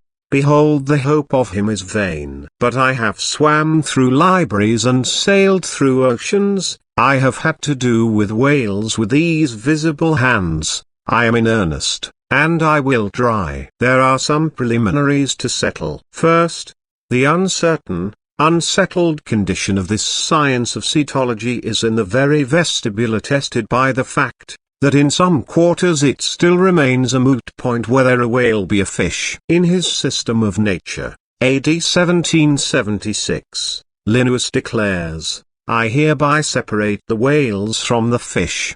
But of my own knowledge, I know that down to the year 1850, sharks and shad, alewives and herring, against Linnaeus's express edict, were still found dividing the possession of the same seas with the Leviathan. The grounds upon which Linnaeus would fain have banished the whales from the waters, he states as follows: on account of their warm bilocular heart, their lungs, their movable eyelids, their hollow ears, penamenterantum feminam mammis lactantum, and finally, ex lege nature juri meritoc. I submitted all this to my friends Simeon Macy and Charlie Coffin, of Nantucket, both messmates of mine in a certain voyage, and they united in the opinion that the reasons set forth were altogether insufficient. Charlie profanely hinted they were humbug. Be it known that, waiving all argument, I take the good old-fashioned ground that the whale is a fish, and call upon holy Jonah to back me. This fundamental thing settled, the next point is, in what internal respect does the whale differ from other fish? Above, Linnaeus has given you those items. But in brief, they are these: lungs and warm blood, whereas, all other fish are lungless and cold-blooded. Next, how shall we define the whale? By his obvious externals, so as conspicuously to label him for all time to come. To be short, then, a whale is a spouting fish with a horizontal tail. The you of him, however contracted, that definition is the result of expanded meditation. A walrus spouts much like a whale, but the walrus is not a fish, because he is amphibious. But the last term of the definition is still more cogent, as coupled with the first. Almost anyone must have noticed that all the fish familiar to landsmen have not a flat, but a vertical, or up and down tail. Whereas, among spouting fish the tail, though it may be similarly shaped, invariably assumes a horizontal position. By the above definition of what a whale is, I do by no means exclude from the Leviathanic brotherhood any sea creature hitherto identified with the whale by the best informed Nantucketers, nor, on the other hand, link with it any fish hitherto authoritatively regarded as alien. Hence, all the smaller, spouting, and horizontal-tailed fish must be included in this ground plan of cetology. Now, then, come the grand divisions of the entire whale host. I am aware that down to the present time, the fish styled lamatines and dugongs, pigfish and sowfish of the coffins of Nantucket, are included by many naturalists among the whales. But as these pigfish are a noisy, contemptible set, mostly lurking in the mouths of rivers, and feeding on wet hay, and especially as they do not spout, I deny their credentials as whales, and have presented them with their passports to quit the kingdom of cetology. First, according to magnitude I divide the whales into 3 primary books, subdivisible into chapters, and these shall comprehend them all, both small and large. I. The folio whale, 2. The octavo whale, 3.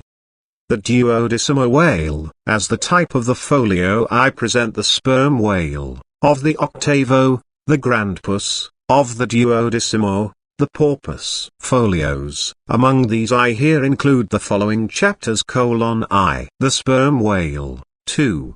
The right whale, 3. The finback whale, 4. The humpbacked whale, v. The razorback whale, vi.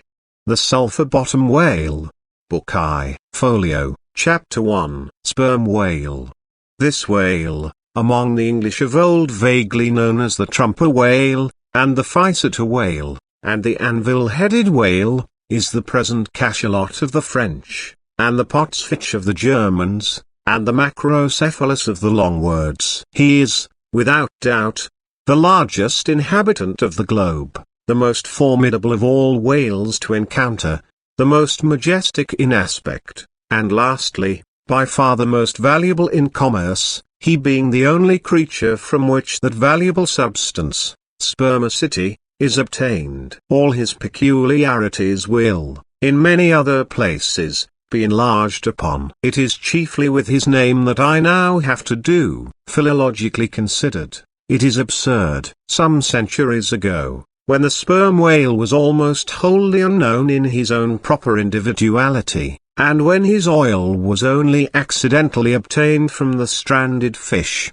in those days spermacety, it would seem, was popularly supposed to be derived from a creature identical with the one then known in England as the Greenland or right whale. It was the idea also, that this same spermacety was that quickening humour of the Greenland whale which the first syllable of the word literally expresses. In those times, also, spermacety was exceedingly scarce, not being used for light, but only as an ointment and medicament. It was only to be had from the druggists as you nowadays buy an ounce of rhubarb. When, as I opine, in the course of time, the true nature of spermacety became known, its original name was still retained by the dealers, no doubt to enhance its value by a notion so strangely significant of its scarcity. And so the appellation must at last have come to be bestowed upon the whale from which this spermacety was really derived. Book I. Folio, Chapter 2. Right whale. In one respect this is the most venerable of the Leviathans, being the one first regularly hunted by man. It yields the article commonly known as whalebone or baleen, and the oil specially known as whale oil, an inferior article in commerce. Among the fishermen, he is indiscriminately designated by all the following titles: the whale, the Greenland whale, the black whale, the great whale, the true whale, the right whale. There is a deal of obscurity concerning the identity of the species thus multitudinously baptized. What then is the whale, which I include in the second species of my folios? It is the great mysticus of the English naturalists, the Greenland whale of the English whaleman, the baleen ordinaire of the French whaleman, the Growland's wallfish of the Swedes. It is the whale which for more than 2 centuries past has been hunted by the Dutch and English in the Arctic seas. It is the whale which the American fishermen have long pursued in the Indian Ocean, on the Brazil banks, on the Northwest coast, and various other parts of the world, designated by them right whale cruising grounds. Some pretend to see a difference between the Greenland whale of the English and the right whale of the Americans. But they precisely agree in all their grand features, nor has there yet been presented a single determinate fact upon which to ground radical distinction. It is by endless subdivisions based upon the most inconclusive differences, that some departments of natural history become so repellingly intricate. The right whale will be elsewhere treated of at some length, with reference to elucidating the sperm whale. Book I, Folio, Chapter 3, Finback. Under this head I reckon a monster which, by the various names of finback, tall spout, and long john, has been seen almost in every sea and is commonly the whale whose distant jet is so often descried by passengers crossing the Atlantic, in the New York packet tracks. In the length he attains, and in his baleen, the finback resembles the right whale, but is of a less portly girth, and a lighter color, approaching to olive. His great lips present a cable-like aspect, formed by the intertwisting, slanting folds of large wrinkles. His grand distinguishing feature, the fin, from which he derives his name, is often a conspicuous object. This fin is some 3 or 4 feet long, growing vertically from the hinder part of the back, of an angular shape, and with a very sharp pointed end. Even if not the slightest other part of the creature be visible, this isolated fin will, at times, be seen plainly projecting from the surface. When the sea is moderately calm, and slightly marked with spherical ripples, and this gnomon-like fin stands up and casts shadows upon the wrinkled surface, it may well be supposed that the watery circle surrounding it somewhat resembles a dial, with its style and wavy hour lines graved on it. On the Dahat style the shadow often goes back. The finback is not gregarious. He seems a whale hater, as some men are man-haters, very shy, always going solitary, unexpectedly rising to the surface in the remotest and most sullen waters, his straight and single lofty jet rising like a tall misanthropic spear upon a barren plain, gifted with such wondrous power and velocity in swimming, as to defy all present pursuit from man. This Leviathan seems the banished and unconquerable Cain of his race, bearing for his mark that style upon his back. From having the baleen in his mouth, the finback is sometimes included with the right whale, among a theoretic species denominated whalebone whales, that is, whales with baleen. Of these so-called whalebone whales, there would seem to be several varieties, most of which, however, are little known. Broad-nosed whales and beaked whales, pike-headed whales, bunched whales, underjawed whales and rostrated whales, are the fishermen's names for a few sorts.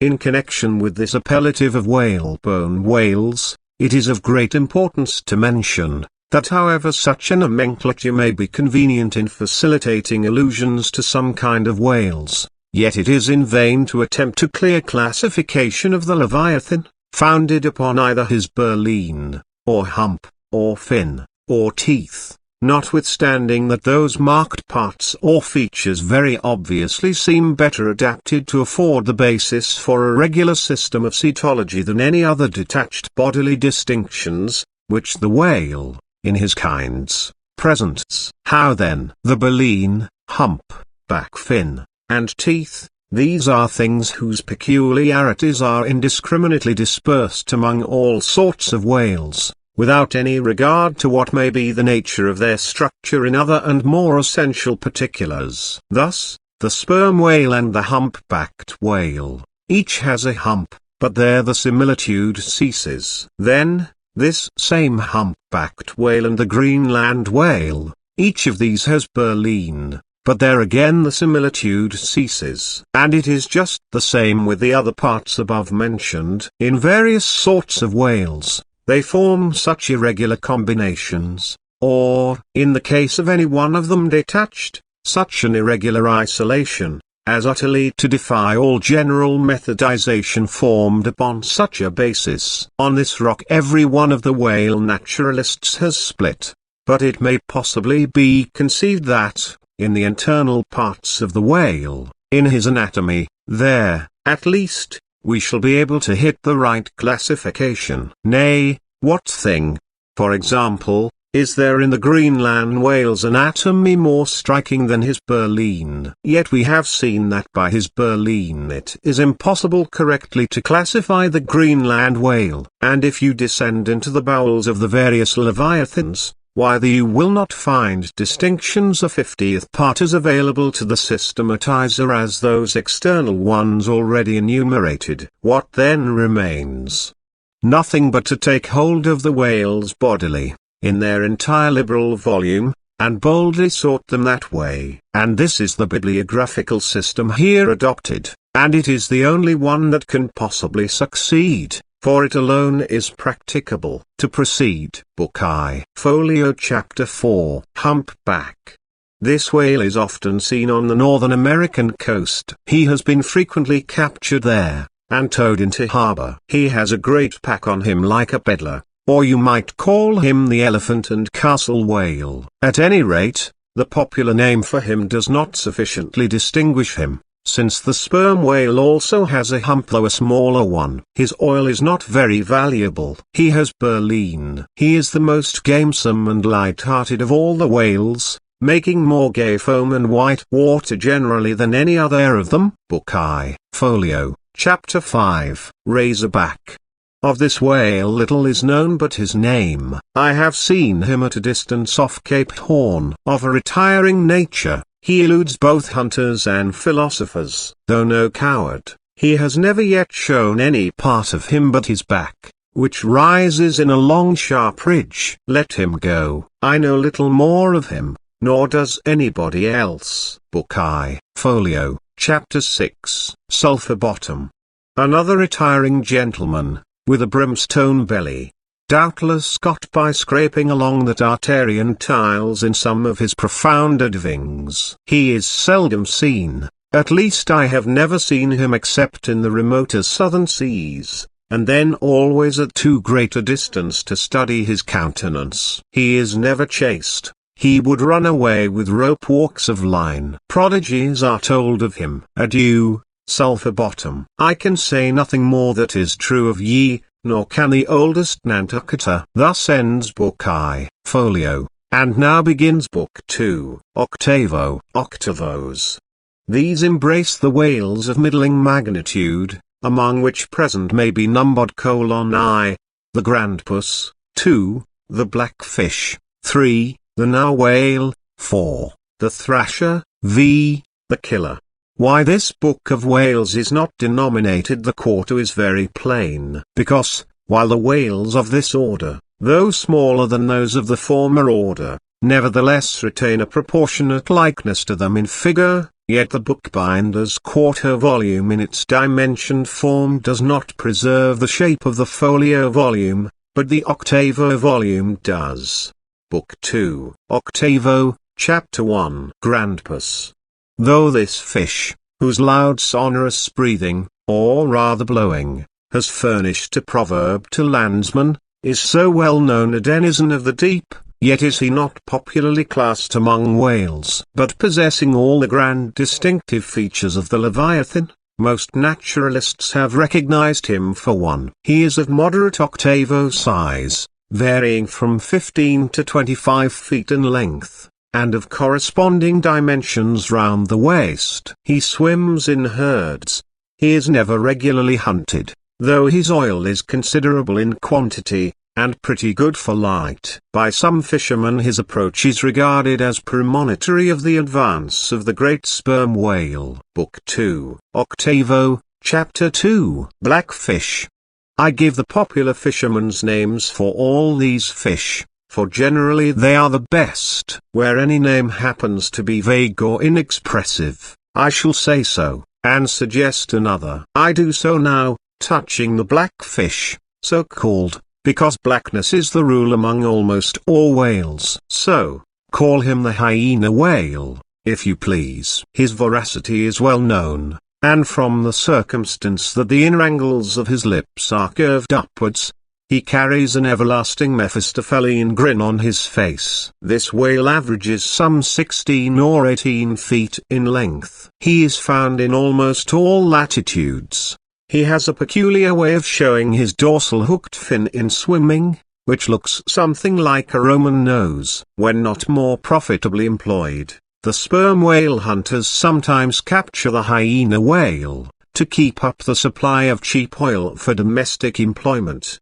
as some frugal housekeepers, in the absence of company, and quite alone by themselves, burn unsavory tallow instead of odorous wax. Though their blubber is very thin, some of these whales will yield you upwards of 30 gallons of oil. Book 2, Octavo, Chapter 3. Now whale, that is, nostril whale. Another instance of a curiously named whale, so named I suppose from his peculiar horn being originally mistaken for a peaked nose. The creature is some 16 feet in length, while its horn averages 5 feet, though some exceed 10, and even attain to 15 feet. Strictly speaking, this horn is but a lengthened tusk, growing out from the jaw in a line a little depressed from the horizontal. But it is only found on the sinister side, which has an ill effect, giving its owner something analogous to the aspect of a clumsy left-handed man. What precise purpose this ivory horn or lance answers,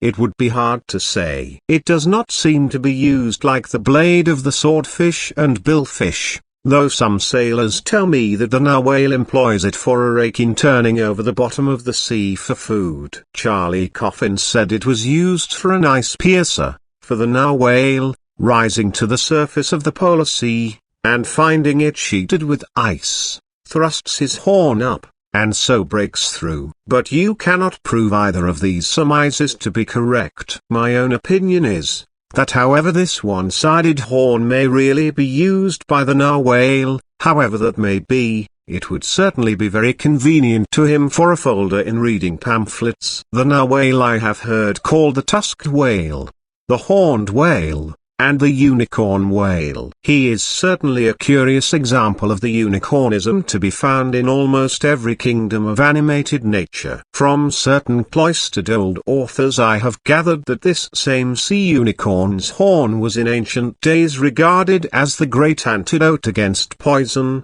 and as such, preparations of it brought immense prices. It was also distilled to of volatile salts for fainting ladies, the same way that the horns of the male deer are manufactured into hartshorn. Originally it was in itself accounted an object of great curiosity. Blackletter tells me that Sir Martin Frobisher on his return from that voyage, when Queen Bess did gallantly wave her jewelled hand to him from a window of Greenwich Palace, as his bold ship sailed down the Thames, when Sir Martin returned from that voyage, saith Blackletter, on bended knees he presented to her highness a prodigious long horn of the narwhale, which for a long period after hung in the castle at Windsor. An Irish author avers that the Earl of Leicester, on bended knees, did likewise present to her highness another horn, pertaining to a land beast of the unicorn nature. The narwhale has a very picturesque, leopard-like look, being of a milk-white ground colour, dotted with round and oblong spots of black. His oil is very superior, clear and fine, but there is little of it, and he is seldom hunted. He is mostly found in the circumpolar seas. Book 2, Octavo, Chapter 4. Killer. Of this whale little is precisely known to the Nantucketer, and nothing at all to the professed naturalist. From what I have seen of him at a distance, I should say that he was about the bigness of a grampus. He is very savage, a sort of Fiji fish. He sometimes takes the great folio whales by the lip, and hangs them like a leech, till the mighty brute is worried to death. The killer is never hunted. I never heard what sort of oil he has. Exception might be taken to the name bestowed upon this whale, on the ground of its indistinctness. For we are all killers, on land and on sea, bonaparte and sharks included. Book 2, Octavo, Chapter 5. Thrasher.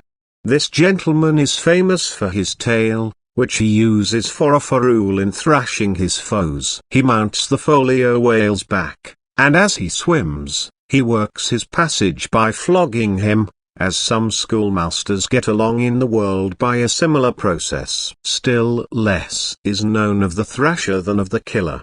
Both are outlaws, even in the lawless seas. Thus ends Book 2, Octavo, and begins Book 3, Duodecimo. Duodecimos. These include the smaller whales. I. The Hutsa porpoise. 2. The Algerine porpoise. 3. The mealy-mouthed porpoise. To those who have not chanced specially to study the subject, it may possibly seem strange that fishes not commonly exceeding 4 or 5 feet should be marshalled among whales, a word which, in the popular sense, always conveys an idea of hugeness. But the creatures set down above as duodecimos are infallibly whales, by the terms of my definition of what a whale is, that is a spouting fish, with a horizontal tail. Book 3, Duodecimo, Chapter 1. Hutsa porpoise. This is the common porpoise found almost all over the globe. The name is of my own bestowal, for there are more than one sort of porpoises, and something must be done to distinguish them. I call him thus, because he always swims in hilarious shoals, which upon the broad sea keep tossing themselves to heaven like caps in a 4th of July crowd. Their appearance is generally hailed with delight by the mariner, full of fine spirits.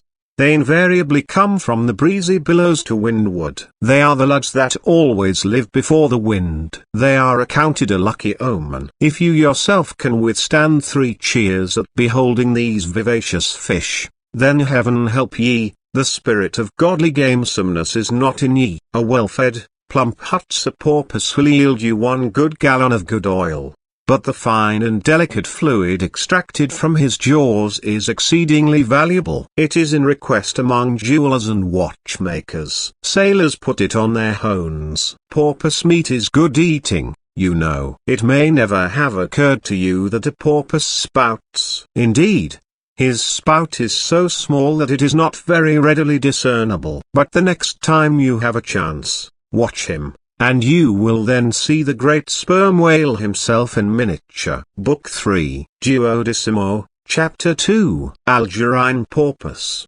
A pirate, very savage. He is only found, I think, in the Pacific. He is somewhat larger than the Hutsa porpoise, but much of the same general make. Provoke him, and he will buckle to a shark. I have lowered for him many times, but never yet saw him captured. Book 3, Duodecimo, Chapter 3. Mealy-mouthed porpoise.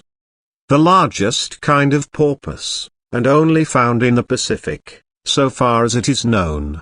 The only English name, by which he has hitherto been designated, is that of the fishers, right whale porpoise, from the circumstance that he is chiefly found in the vicinity of that folio. In shape, he differs in some degree from the Hutsa porpoise, being of a less rotund and jolly girth. Indeed, he is of quite a neat and gentlemanlike figure. He has no fins on his back. Most other porpoises have. He has a lovely tail, and sentimental Indian eyes of a hazel hue. But his mealy mouth spoils all. Though his entire back down to his side fins is of a deep sable, yet a boundary line, distinct as the mark in a ship's hull, called the bright waist, that line streaks him from stem to stern, with two separate colors, black above and white below. The white comprises part of his head, and the whole of his mouth, which makes him look as if he had just escaped from a felonious visit to a meal bag, a most mean and mealy aspect. His oil is much like that of the common porpoise. Beyond the duodecimo, this system does not proceed, inasmuch as the porpoise is the smallest of the whales. Above, you have all the leviathans of note, but there are a rabble of uncertain, fugitive, half-fabulous whales, which, as an American whaleman, I know by reputation, but not personally. I shall enumerate them by their forecastle appellations, for possibly such a list may be valuable to future investigators, who may complete what I have here but begun. If any of the following whales shall hereafter be caught and marked, then he can readily be incorporated into this system, according to his folio, octavo, or duodecimo magnitude: the bottlenose whale, the junk whale, the pudding-headed whale, the Cape whale, the leading whale, the cannon whale, the screw whale, the coppered whale, the elephant whale, the iceberg whale, the quag whale, the blue whale, etc. From Icelandic, Dutch, and Old English authorities, there might be quoted other lists of uncertain whales, blessed with all manner of uncouth names. But I omit them as altogether obsolete, and can hardly help suspecting them for mere sounds, full of leviathanism, but signifying nothing. Finally, it was stated at the outset, that this system would not be here, and at once, perfected. You cannot but plainly see that I have kept my word. But I now leave my cetological system standing thus unfinished, even as the great cathedral of Cologne was left, with the crane still standing upon the top of the uncompleted tower. For small erections may be finished by their first architects, grand ones, true ones, ever leave the copestone to posterity. God keep me from ever completing anything. This whole book is but a draft, nay, but the draft of a draft. Oh, time, strength, cash, and patience. Chapter 33. The Specksnyder. Concerning the officers of the whale craft, this seems as good a place as any to set down a little domestic peculiarity on shipboard, arising from the existence of the harpooner class of officers, a class unknown of course in any other marine than the whale fleet. The large importance attached to the harpooner's vocation is evinced by the fact, that originally in the old Dutch fishery, 2 centuries and more ago, the command of a whale ship was not wholly lodged in the person now called the captain, but was divided between him and an officer called the Specksnyder. Literally this word means fat cutter. Usage, however, in time made it equivalent to chief harpooner. In those days, the captain's authority was restricted to the navigation and general management of the vessel, while over the whale hunting department and all its concerns, the Specksnyder or chief harpooner reigned supreme. In the British Greenland fishery, under the corrupted title of Specksioneer, this old Dutch official is still retained, but his former dignity is sadly abridged. At present he ranks simply as senior harpooner, and as such, is but one of the captain's more inferior subalterns. Nevertheless,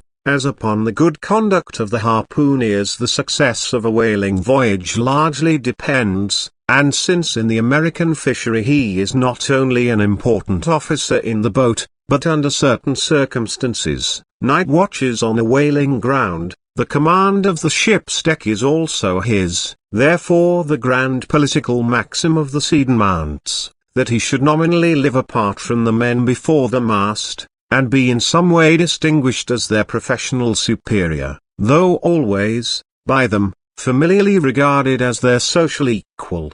Now, The grand distinction drawn between officer and man at sea, is this: the first lives aft, the last forward. Hence, in whaleships and merchantmen alike, the mates have their quarters with the captain, and so, too, in most of the American whalers the harpooneers are lodged in the after part of the ship. That is to say, they take their meals in the captain's cabin, and sleep in a place indirectly communicating with it. Though the long period of a southern whaling voyage, by far the longest of all voyages now or ever made by man, the peculiar perils of it, and the community of interest prevailing among a company, all of whom, high or low, depend for their profits, not upon fixed wages, but upon their common luck, together with their common vigilance, intrepidity, and hard work, though all these things do in some cases tend to beget a less rigorous discipline than in merchantmen generally, yet, never mind how much like an old Mesopotamian family these whalemen may, in some primitive instances, live together, for all that, the punctilious externals, at least, of the quarter-deck are seldom materially relaxed, and in no instance done away. Indeed, many are the Nantucket ships in which you will see the skipper parading his quarter-deck with an elated grandeur not surpassed in any military navy, nay, extorting almost as much outward homage as if he wore the imperial purple, and not the shabbiest of pilot cloth. And though of all men the moody captain of the Pequod was the least given to that sort of shallowest assumption, and though the only homage he ever exacted, was implicit, instantaneous obedience, though he required no man to remove the shoes from his feet ere stepping upon the quarter-deck, and though there were times when, owing to peculiar circumstances connected with events hereafter to be detailed, he addressed them in unusual terms, whether of condescension or in terrorem, or otherwise, yet even Captain Ahab was by no means unobservant of the paramount forms and usages of the sea.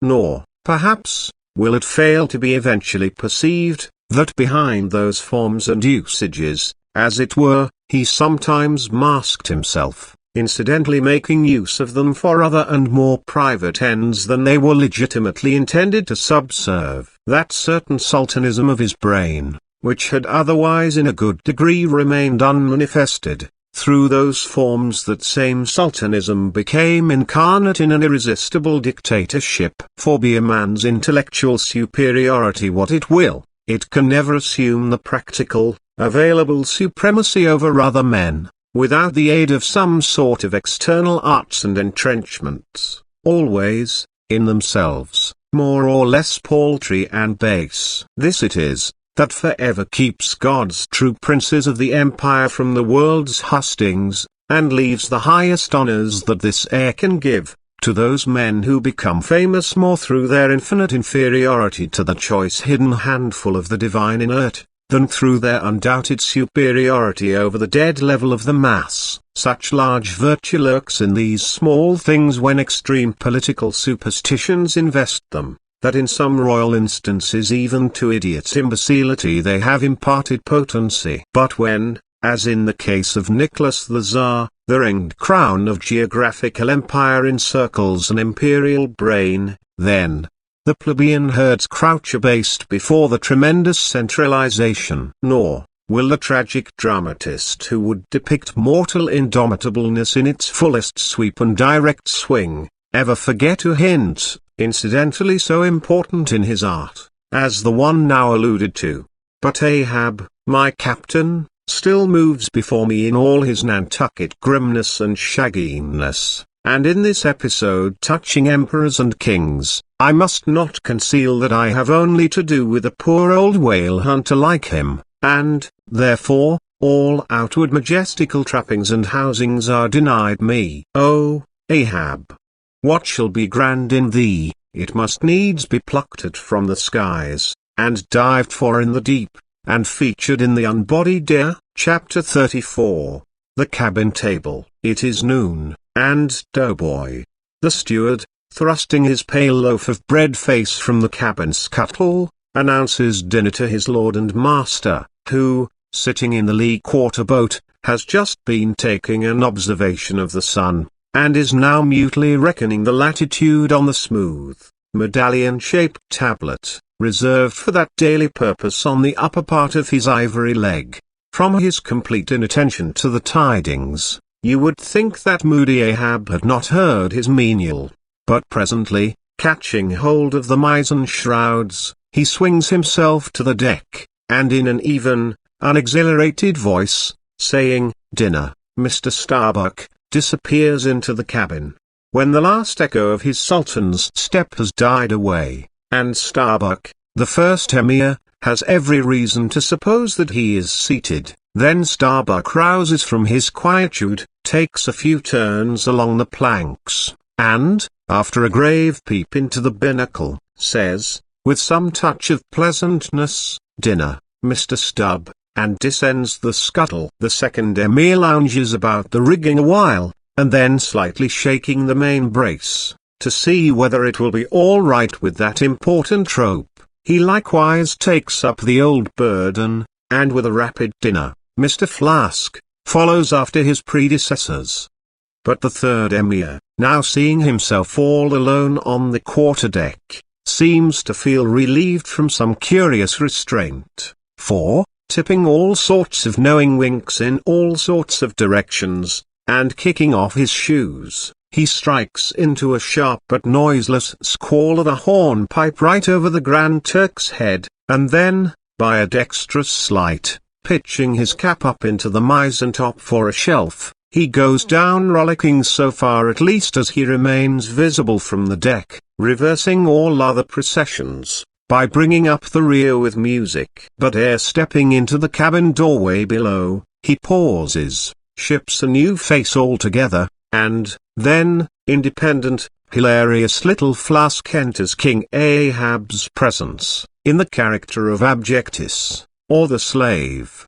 It is not the least among the strange things bred by the intense artificialness of sea usages, that while in the open air of the deck some officers will, upon provocation, bear themselves boldly and defyingly enough towards their commander, yet, 10 to 1, let those very officers the next moment go down to their customary dinner in that same commander's cabin, and straightway their inoffensive, not to say deprecatory and humble air towards him, as he sits at the head of the table. This is marvelous, sometimes most comical. Wherefore this difference? A problem? Perhaps not. To have been Belshazzar, king of Babylon, and to have been Belshazzar, not haughtily but courteously, therein certainly must have been some touch of mundane grandeur. But he who in the rightly regal and intelligent spirit presides over his own private dinner table of invited guests, that man's unchallenged power and dominion of individual influence for the time, that man's royalty of state transcends Belshazzar's, for Belshazzar was not the greatest, who has but once dined his friends, has tasted what it is to be Caesar. It is a witchery of social czarship which there is no withstanding. Now, if to this consideration you superadd the official supremacy of a shipmaster, then, by inference, you will derive the cause of that peculiarity of sea life just mentioned. Over his ivory inlaid table, Ahab presided like a mute, maned sea lion on the white coral beach, surrounded by his warlike but still deferential cubs. In his own proper turn, each officer waited to be served. They were as little children before Ahab, and yet, in Ahab, there seemed not to lurk the smallest social arrogance. With one mind, their intent eyes all fastened upon the old man's knife, as he carved the chief dish before him. I do not suppose that for the world they would have profaned that moment with the slightest observation, even upon so neutral a topic as the weather. No, and when reaching out his knife and fork, between which the slice of beef was locked, Ahab thereby motioned Starbuck's plate towards him, the mate received his meat as though receiving alms, and cut it tenderly, and a little started if, perchance,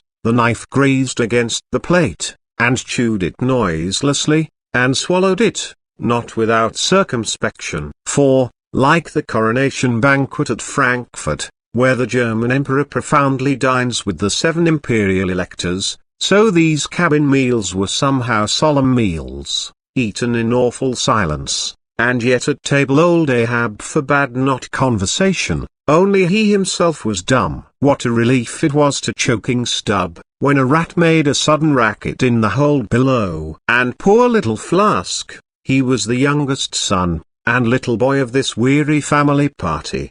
His were the shin bones of the saline beef, his would have been the drumsticks. For Flask to have presumed to help himself, this must have seemed to him tantamount to larceny in the first degree. Had he helped himself at that table, doubtless, never more would he have been able to hold his head up in this honest world. Nevertheless, strange to say, Ahab never forbade him. And had Flask helped himself, the chances were Ahab had never so much as noticed it. Least of all did Flask presume to help himself to butter. Whether he thought the owners of the ship denied it to him, on account of its clotting his clear, sunny complexion, or whether he deemed that, on so long a voyage in such marketless waters, butter was at a premium, and therefore was not for him, a subaltern, however it was, Flask, alas, was a butterless man.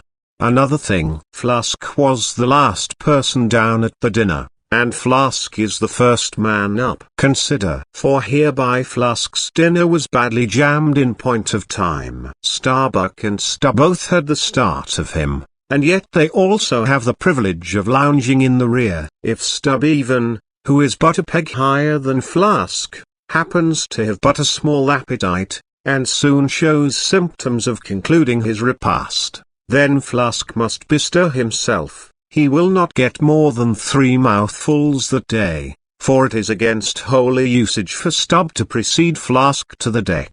Therefore it was that Flask once admitted in private, that ever since he had arisen to the dignity of an officer, from that moment he had never known what it was to be otherwise than hungry, more or less. For what he ate did not so much relieve his hunger, as keep it immortal in him. Peace and satisfaction, thought Flask, have forever departed from my stomach. I am an officer, but, how I wish I could fish a bit of old-fashioned beef in the forecastle, as I used to when I was before the mast. There's the fruits of promotion now, there's the vanity of glory, there's the insanity of life. Besides, if it were so that any mere sailor of the Pequod had a grudge against Flask in Flask's official capacity, all that sailor had to do, in order to obtain ample vengeance, was to go after dinner-time, and get a peep at Flask through the cabin skylight, sitting silly and dumbfounded before awful Ahab.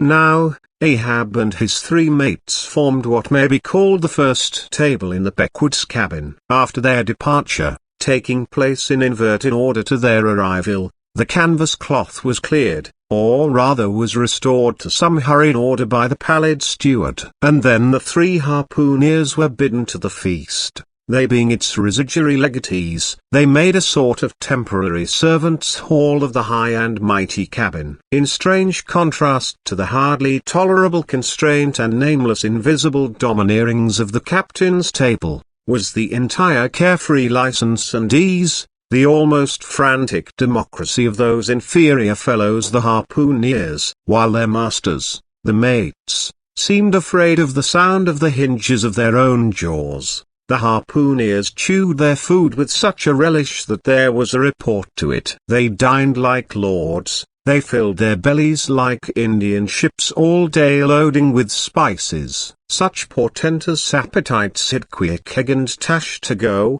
that to fill out the vacancies made by the previous repast, often the pale doughboy was fain to bring on a great barren of salt junk, seemingly quarried out of the solid docks. And if he were not lively about it, if he did not go with a nimble hop, skip and jump, then Tashtigo had an ungentlemanly way of accelerating him by darting a fork at his back, harpoon-wise. And once Daggoo, seized with a sudden humor, assisted Doughboy's memory by snatching him up bodily, and thrusting his head into a great empty wooden trencher, while Tashtigo, knife in hand, began laying out the circle preliminary to scalping him. He was naturally a very nervous, shuddering sort of little fellow, this bread-faced steward, the progeny of a bankrupt baker and a hospital nurse. And what with the standing spectacle of the black terrific Ahab, and the periodical tumultuous visitations of these three savages,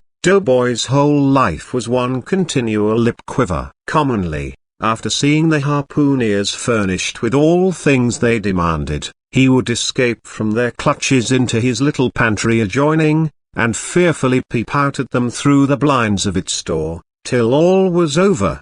It was a sight to see Pequod seated over against Tashtago, opposing his filed teeth to the Indians, crosswise to them, Daggoo seated on the floor, for a bench would have brought his hearse-plumed head to the low carlines, at every motion of his colossal limbs, making the low cabin framework to shake, as when an African elephant goes passenger in a ship. But for all this, the great negro was wonderfully abstemious, not to say dainty. It seemed hardly possible that by such comparatively small mouthfuls he could keep up the vitality diffused through so broad, baronial, and superb a person. But, doubtless, this noble savage fed a strong and drank deep of the abounding element of air, and through his dilated nostrils snuffed in the sublime life of the worlds. Not by beef or by bread are giants made or nourished. But Pequod, he had a mortal,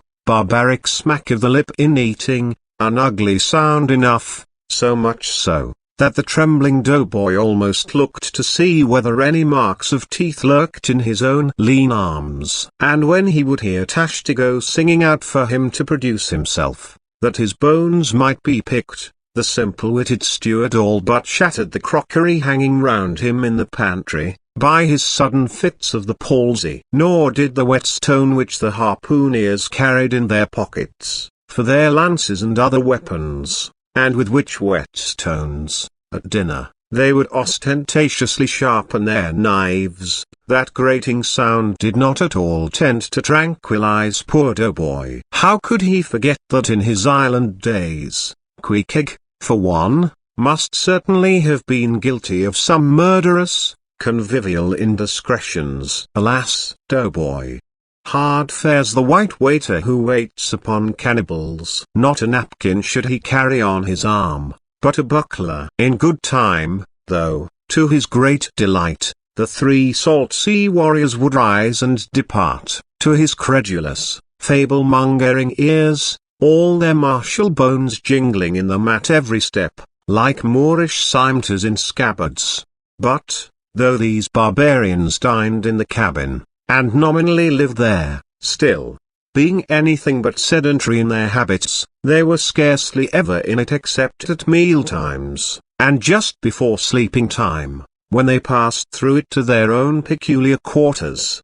In this one matter, Ahab seemed no exception to most American whale captains, who, as a set, rather incline to the opinion that by rights the ship's cabin belongs to them, and that it is by courtesy alone that anybody else is, at any time, permitted there. So that, in real truth, the mates and harpooneers of the Pequod might more properly be said to have lived out of the cabin than in it. For when they did enter it, it was something as a street door enters a house, turning inwards for a moment, only to be turned out the next, and, as a permanent thing, residing in the open air. Nor did they lose much hereby. In the cabin was no companionship. Socially, Ahab was inaccessible. Though nominally included in the census of Christendom, he was still an alien to it. He lived in the world, as the last of the grizzly bears lived in settled Missouri. And as when spring and summer had departed, that wild Logan of the woods, burying himself in the hollow of a tree, lived out the winter sucking his own paws, so, in his inclement, howling old age, Ahab's soul, shut up in the cave trunk of his body, fed upon the sullen pause of its gloom. Chapter 35. The Masthead. It was during the more pleasant weather, that in due rotation with the other seamen my first masthead came round. In most American whalemen the mastheads are manned almost simultaneously with the vessel's leaving her port, even though she may have 15,000 miles, and more, to sail ere reaching her proper cruising ground. And if, after a 3, 4, or 5 years' voyage, she is drawing nigh home with anything empty in her, say, an empty vial even, then, her mastheads are kept manned to the last, and not till her skysail poles sail in among the spires of the port, does she altogether relinquish the hope of capturing one whale more. Now, as the business of standing mastheads, ashore or afloat, is a very ancient and interesting one, let us in some measure expatiate here. I take it that the earliest standers of mastheads were the old Egyptians, because, in all my researches, I find none prior to them. For though their progenitors, the builders of Babel, must doubtless, by their tower, have intended to rear the loftiest masthead in all Asia, or Africa either, yet, ere the final truck was put to it, as that great stone mast of theirs may be said to have gone by the board, in the dread gale of God's wrath, therefore, we cannot give these Babel builders priority over the Egyptians. And that the Egyptians were a nation of masthead standers, is an assertion based upon the general belief among archaeologists, that the first pyramids were founded for astronomical purposes,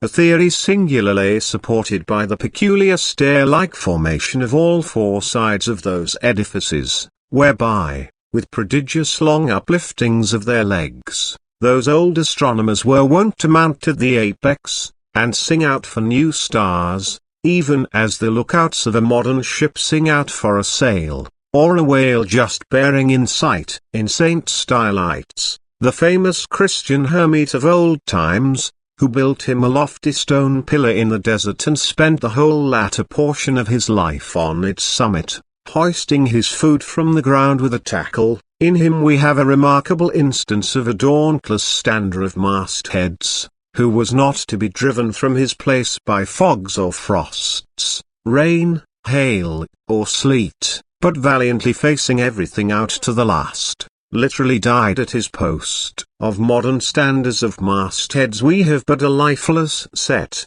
mere stone, iron, and bronze men, who, though well capable of facing out a stiff gale, are still entirely incompetent to the business of singing out upon discovering any strange sight. There is Napoleon, who, upon the top of the column of Vendome, stands with arms folded, some 150 feet in the air, careless, now, who rules the decks below, whether Louis Philippe, Louis Blanc, or Louis the Devil. Great Washington, too, stands high aloft on his towering mainmast in Baltimore, and like one of Hercules' pillars, his column marks that point of human grandeur beyond which few mortals will go. Admiral Nelson, also, on a capstan of gunmetal, stands his masthead in Trafalgar Square, and ever when most obscured by that London smoke, token is yet given that a hidden hero is there, for where there is smoke, must be fire.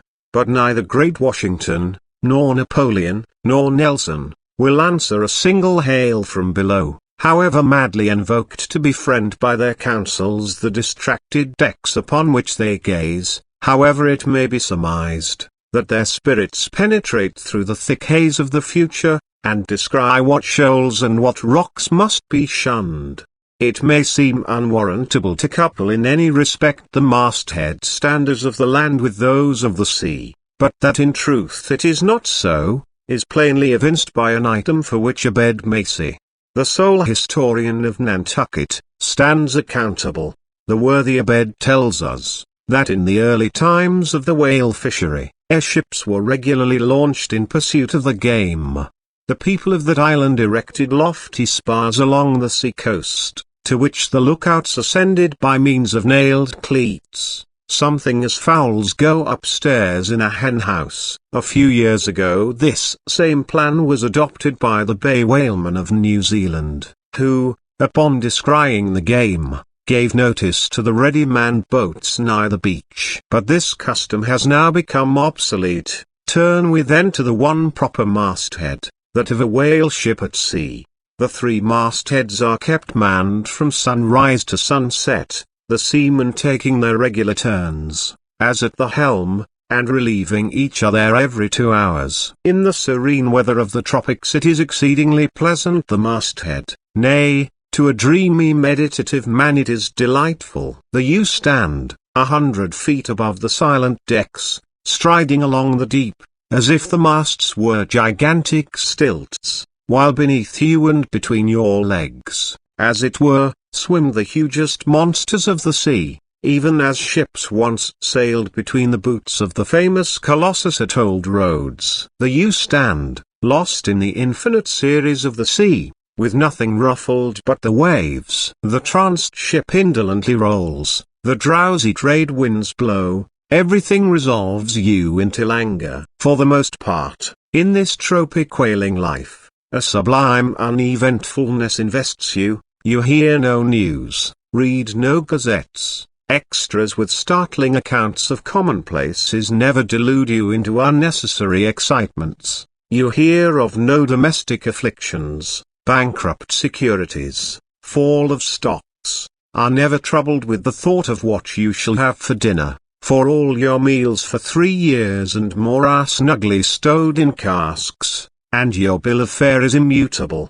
In one of those southern whalesmen, on a long 3 or 4 years' voyage, as often happens, the sum of the various hours you spend at the masthead would amount to several entire months. And it is much to be deplored that the place to which you devote so considerable a portion of the whole term of your natural life, should be so sadly destitute of anything approaching to a cozy inhabitiveness, or adapted to breed a comfortable localness of feeling, such as pertains to a bed, a hammock, a hearse, a sentry box, a pulpit, a coach, or any other of those small and snug contrivances in which men temporarily isolate themselves. Your most usual point of perch is the head of the T-gallant mast, where you stand upon 2 thin parallel sticks, almost peculiar to whalemen, called the T-gallant cross trees. Here, tossed about by the sea, the beginner feels about as cozy as he would standing on a bull's horns. To be sure, in cold weather you may carry your house aloft with you,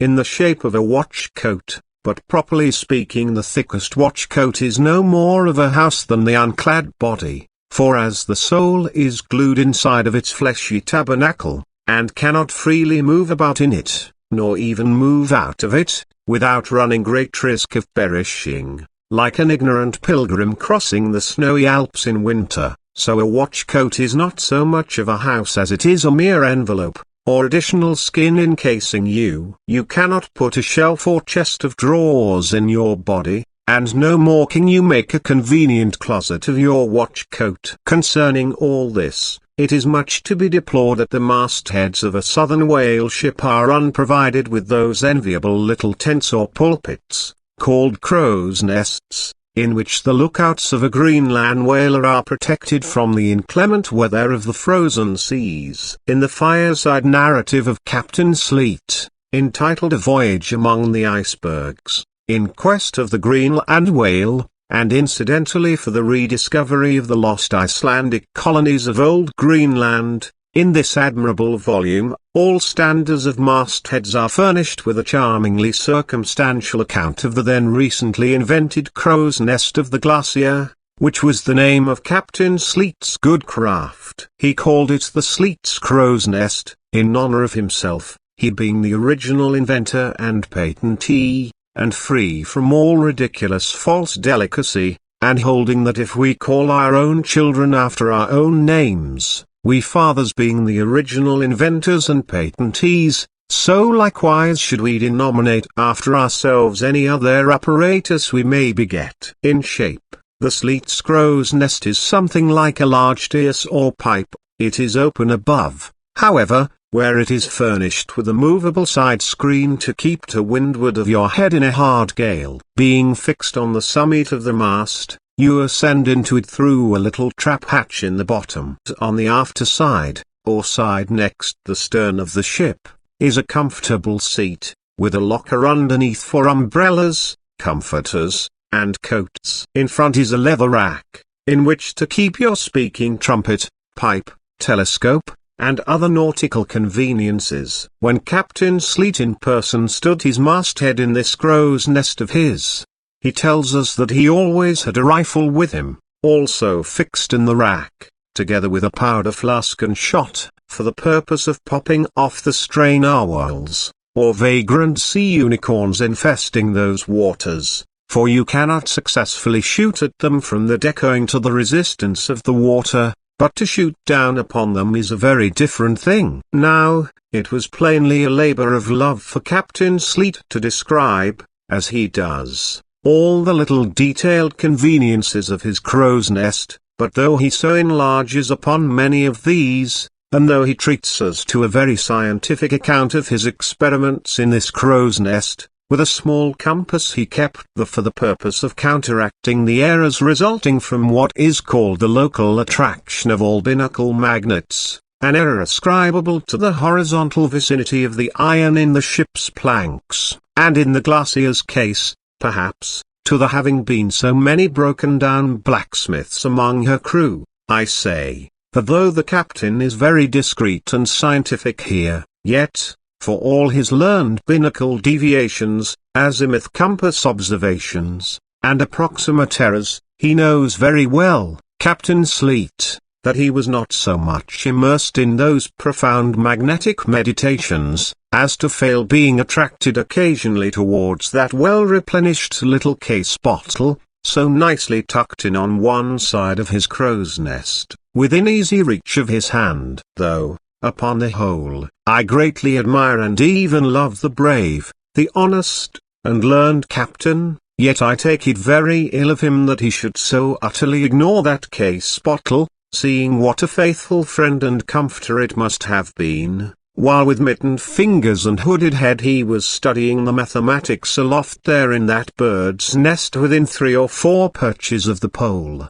But if we southern whale fishers are not so snugly housed aloft as Captain Sleet and his Greenlandmen were, yet that disadvantage is greatly counterbalanced by the widely contrasting serenity of those seductive seas in which we south fishers mostly float. For one, I used to lounge up the rigging very leisurely, resting in the top to have a chat with Pequod, or anyone else off duty whom I might find there, then ascending a little way further, and throwing a lazy leg over the topsail yard, take a preliminary view of the watery pastures, and so at last mount to my ultimate destination.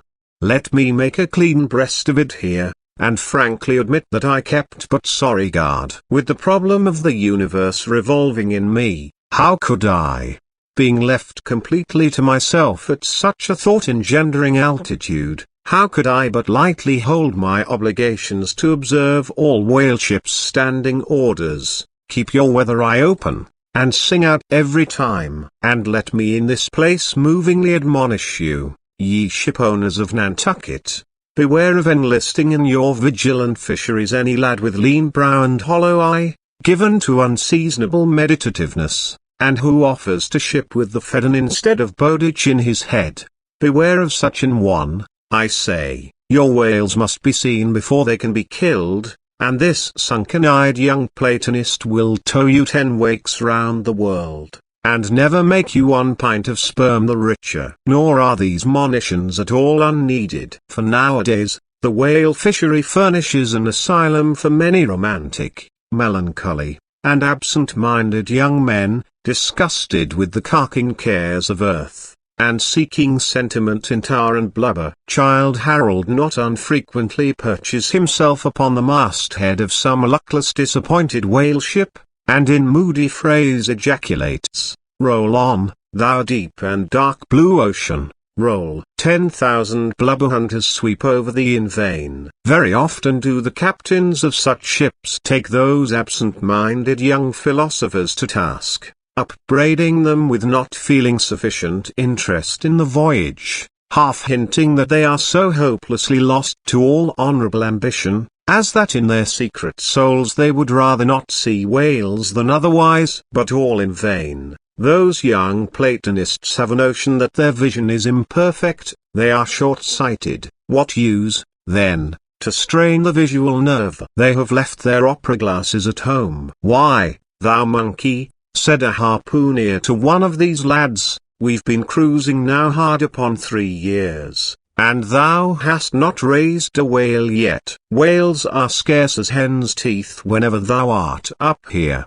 Perhaps they were, or perhaps there might have been shoals of them in the far horizon, but lulled into such an opium-like listlessness of vacant, unconscious reverie is this absent-minded youth by the blending cadence of waves with thoughts, that at last he loses his identity, takes the mystic ocean at his feet for the visible image of that deep, blue, bottomless soul, pervading mankind and nature, and every strange, half-seen, gliding, beautiful thing that eludes him, every dimly discovered, uprising fin of some undiscernible form, seems to him the embodiment of those elusive thoughts that only people the soul by continually flitting through it. In this enchanted mood, thy spirit ebbs away to whence it came, becomes diffused through time and space, like Cranmer's sprinkled pantheistic ashes, forming at last a part of every shore the round globe over.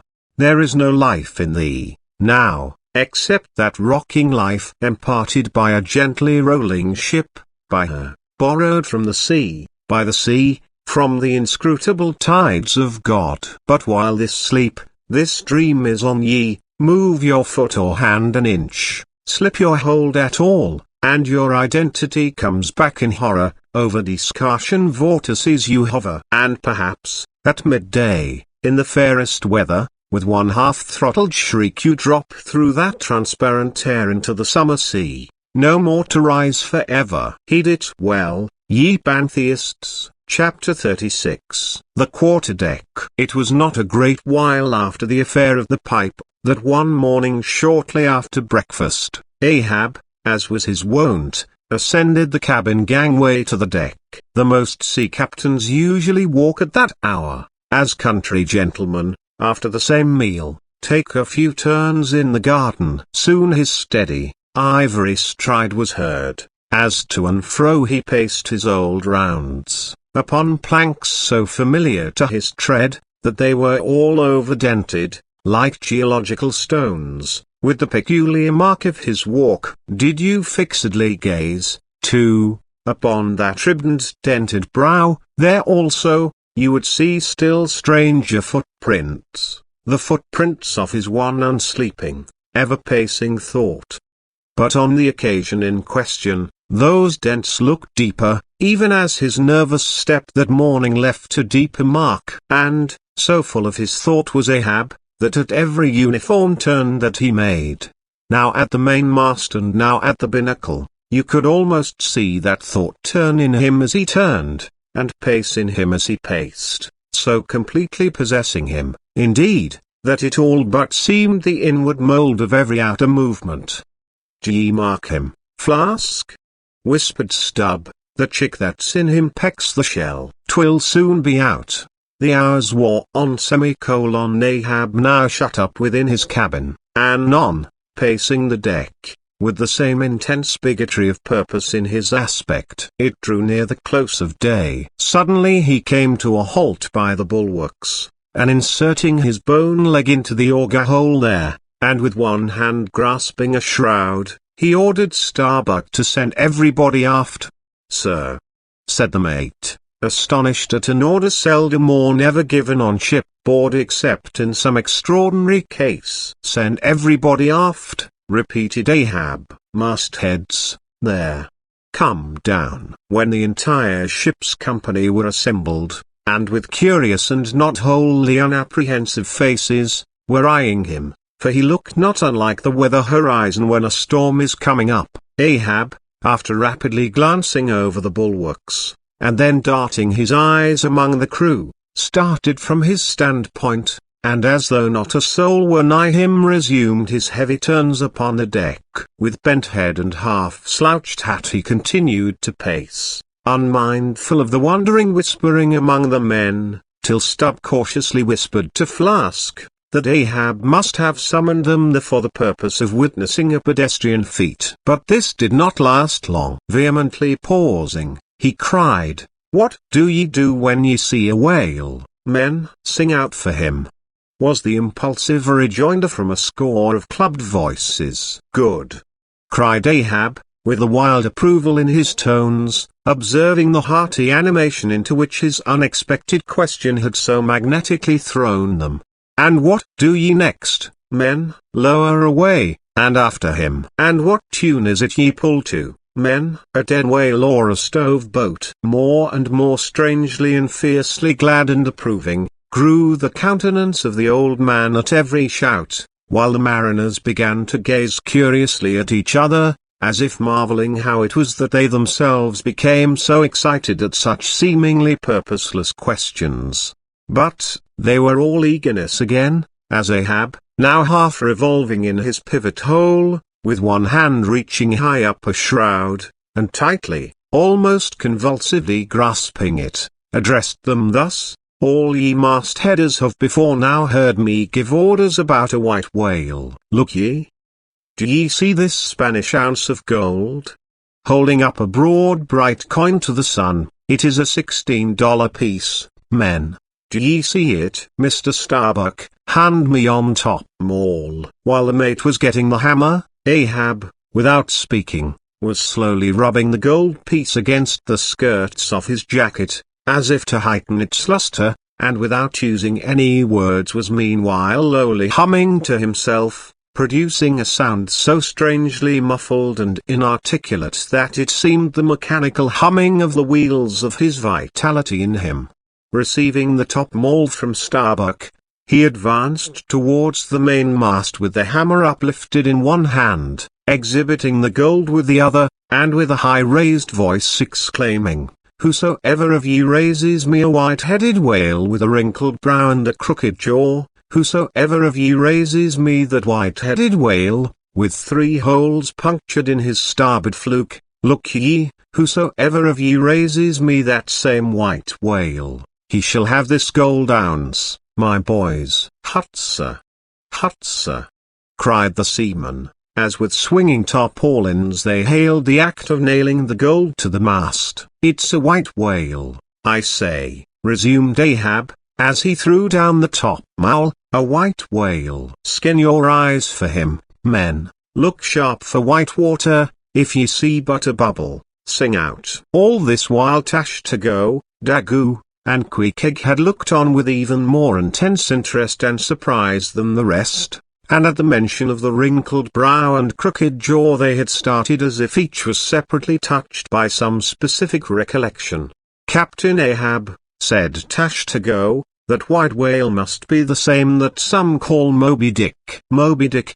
shouted Ahab. "Do ye know the white whale then, Tash? Does he fantail a little curious, sir, before he goes down?" said the gay-header deliberately. "And has he a curious spout, too?" said Daggoo. "Very bushy, even for a parmassetti, and mighty quick, Captain Ahab. And he have 1, 2, 3, good many iron in him hide, too, Captain," cried Queequeg disjointedly, all twisk-tb-twisk, like him, faltering hard for a word, and screwing his hand round and round as though uncorking a bottle, like him, corkscrew. Cried Ahab, "Aye, Queequeg, the harpoons lie all twisted and wrenched in him. Aye, Daggoo, his spout is a big one, like a whole shock of wheat, and white as a pile of Unantucket wool after the great annual sheep shearing. Aye, Tash-to-go, and he fantails like a split jib in a squall. Death and devils! Men, it is Moby Dick ye have seen, Moby Dick, Moby Dick." Captain Ahab, said Starbuck, who, with Stubb and Flask, had thus far been eyeing his superior with increasing surprise, but at last seemed struck with a thought which somewhat explained all the wonder. "Captain Ahab, I have heard of Moby Dick, But it was not Moby Dick that took off thy leg. Who told thee that? Cried Ahab, then pausing. I, Starbuck, I, my heart is all round. It was Moby Dick that dismasted me, Moby Dick that brought me to this dead stump I stand on now. I, he shouted with a terrific, loud, animal sob, like that of a heart-stricken moose. I. It was that accursed white whale that raised me, made a poor pegging lubber of me for ever and a day. Then tossing both arms, with measureless imprecations he shouted out, I. And I'll chase him round Good Hope, and round the Horn, and round the Norway Maelstrom, and round perdition's flames before I give him up. And this is what ye have shipped for, men. To chase that white whale on both sides of land, and over all sides of earth, till he spouts black blood and rolls fin out. What say ye, men? Will ye splice hands on it? Now, I think ye do look brave. Aye, shouted the harpooneers and seamen, running closer to the excited old man. A sharp eye for the white whale, a sharp lance for Moby Dick. God bless ye. He seemed to half sob and half shout. God bless ye, men. Steward, go draw the great measure of grog. But what's this long face about, Mr. Starbuck? Wilt thou not chase the white whale? Art not game for Moby Dick? I am game for his crooked jaw, and for the jaws of death too, Captain Ahab, if it fairly comes in the way of the business we follow. But I came here to hunt whales, not my commander's vengeance. How many barrels will thy vengeance yield thee even if thou gettest it, Captain Ahab? It will not fetch thee much in our Nantucket market. Nantucket market, hoot. But come closer, Starbuck, thou requirest a little lower layer. If money's to be the measurer, man, and the accountants have computed their great counting house the globe, by girdling it with guineas, 1 to every 3 parts of an inch, then, let me tell thee, that my vengeance will fetch a great premium here. He smites his chest, whispered Stubb. What's that for? Methinks it rings most vast, but hollow. Vengeance on a dumb brute? Cried Starbuck, that simply smote thee from blindest instinct. Madness. To be enraged with a dumb thing, Captain Ahab, seems blasphemous. Hark ye yet again, the little lower layer. All visible objects, man, are but as pasteboard masks. But in each event, in the living act, the undoubted deed, there, some unknown but still reasoning thing puts forth the mouldings of its features from behind the unreasoning mask. If man will strike through the mask. How can the prisoner reach outside except by thrusting through the wall? To me, the white whale is that wall, shoved near to me. Sometimes I think there's naught beyond. But 'tis enough. He tasks me, he heaps me. I see in him outrageous strength, with an inscrutable malice in it. That inscrutable thing is chiefly what I hate, and be the white whale agent, or be the white whale principal, I will wreak that hate upon him. Talk not to me of blasphemy, man. I'd strike the sun if it insulted me, for could the sun do that, then could I do the other, since there is ever a sort of fair play herein, jealousy presiding over all creations. But not my master, man, is even that fair play. Who's over me? Truth hath no confines. Take off thine eye. More intolerable than fiends' glarings is a doltish stare. So, thou reddenest and palest, my heat has melted thee to anger glow. But look ye, Starbuck, what is said in heat, that thing unsays itself. There are men from whom warm words are small and dignity. I meant not to incense thee. Let it go. Look. See yonder Turkish cheeks of spotted torn, living, breathing pictures painted by the sun. The pagan leopards, the unrecking and unworshipping things, that live, and seek, and give no reasons for the torrid life they feel. The crew, man. The crew. Are they not one and all with Ahab, in this matter of the whale? See Stubb. He laughs. See yonder Chilean. he snorts to think of it. Stand up amid the general hurricane, thy one toast sapling cannot, Starbuck. And what is it? Reckon it. 'Tis but to help strike a fin. No wondrous feat for Starbuck. What is it more? From this one poor hunt, then, the best lance out of all Nantucket, surely he will not hang back, when every foremast hand has clutched a whetstone. Ah! Constrainings seize thee, I see. The billow lifts thee. Speak, but speak! Exclamation mark. I. Thy silence, then, that voices thee, aside. Something shot from my dilated nostrils. He has inhaled it in his lungs. Starbuck now is mine, cannot oppose me now, without rebellion. God keep me! Exclamation mark. Keep us all, murmured Starbuck, lowly. But in his joy at the enchanted, tacit acquiescence of the mate, Ahab did not hear his foreboding invocation, nor yet the low laugh from the hold, nor yet the presaging vibrations of the winds in the cordage, nor yet the hollow flap of the sails against the masts, as if for a moment their hearts sank in. For again Starbuck's downcast eyes lighted up with the stubbornness of life. The subterranean laugh died away, the winds blew on, the sails filled out, the ship heaved and rolled as before. Ah, ye admonitions and warnings! Why stay ye not when ye come? But rather are ye predictions than warnings, ye shadows. Yet not so much predictions from without, as verifications of the foregoing things within. For with little external to constrain us, the innermost necessities in our being, these still drive us on. The measure! The measure! Cried Ahab, receiving the brimming pewter, and turning to the harpooneers, he ordered them to produce their weapons. Then ranging them before him near the capstan, with their harpoons in their hands, while his three mates stood at his side with their lances, and the rest of the ship's company formed a circle round the group, he stood for an instant searchingly eyeing every man of his crew. But those wild eyes met his, as the bloodshot eyes of the prairie wolves meet the eye of their leader, ere he rushes on at their head in the trail of the bison, but, alas! only to fall into the hidden snare of the Indian. Drink and pass!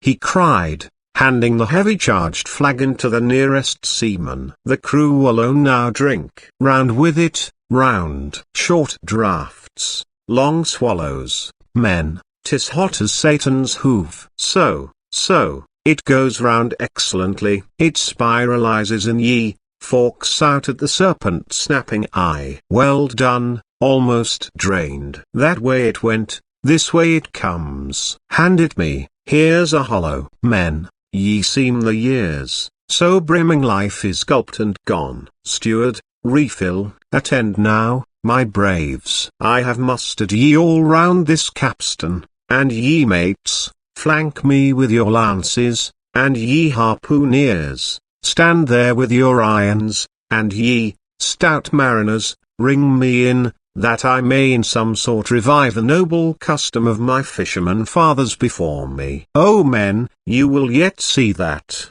Ha! Boy, come back! Bad pennies come not sooner. Hand it me. Why, now, this pewter had run brimming again. Wert not thou street Vitus imp, away, thou ague. Advance, ye mates. Cross your lances full before me. Well done. Let me touch the axis. So saying, with extended arm, he grasped the three-level, radiating lances at their crossed center, while so doing, suddenly and nervously twitched them. Meanwhile, glancing intently from Starbuck to Stub, from Stub to Flask, it seemed as though, by some nameless, interior volition, he would fain have shocked into them the same fiery emotion accumulated within the Leyden jar of his own magnetic life. The three mates quailed before his strong, sustained, and mystic aspect. Stub and Flask looked sideways from him. The honest eye of Starbuck fell downright. In vain cried Ahab, but, maybe, 'tis well. For did ye three but once take the full forced shock, then mine own electric thing, that had perhaps expired from out me. Perchance, too, it would have dropped ye dead. Perchance ye need it not. Down lances. And now, ye mates, I do appoint ye 3 cupbearers to my 3 pagan kinsmen there, yon 3 most honourable gentlemen and noblemen, my valiant harpooneers.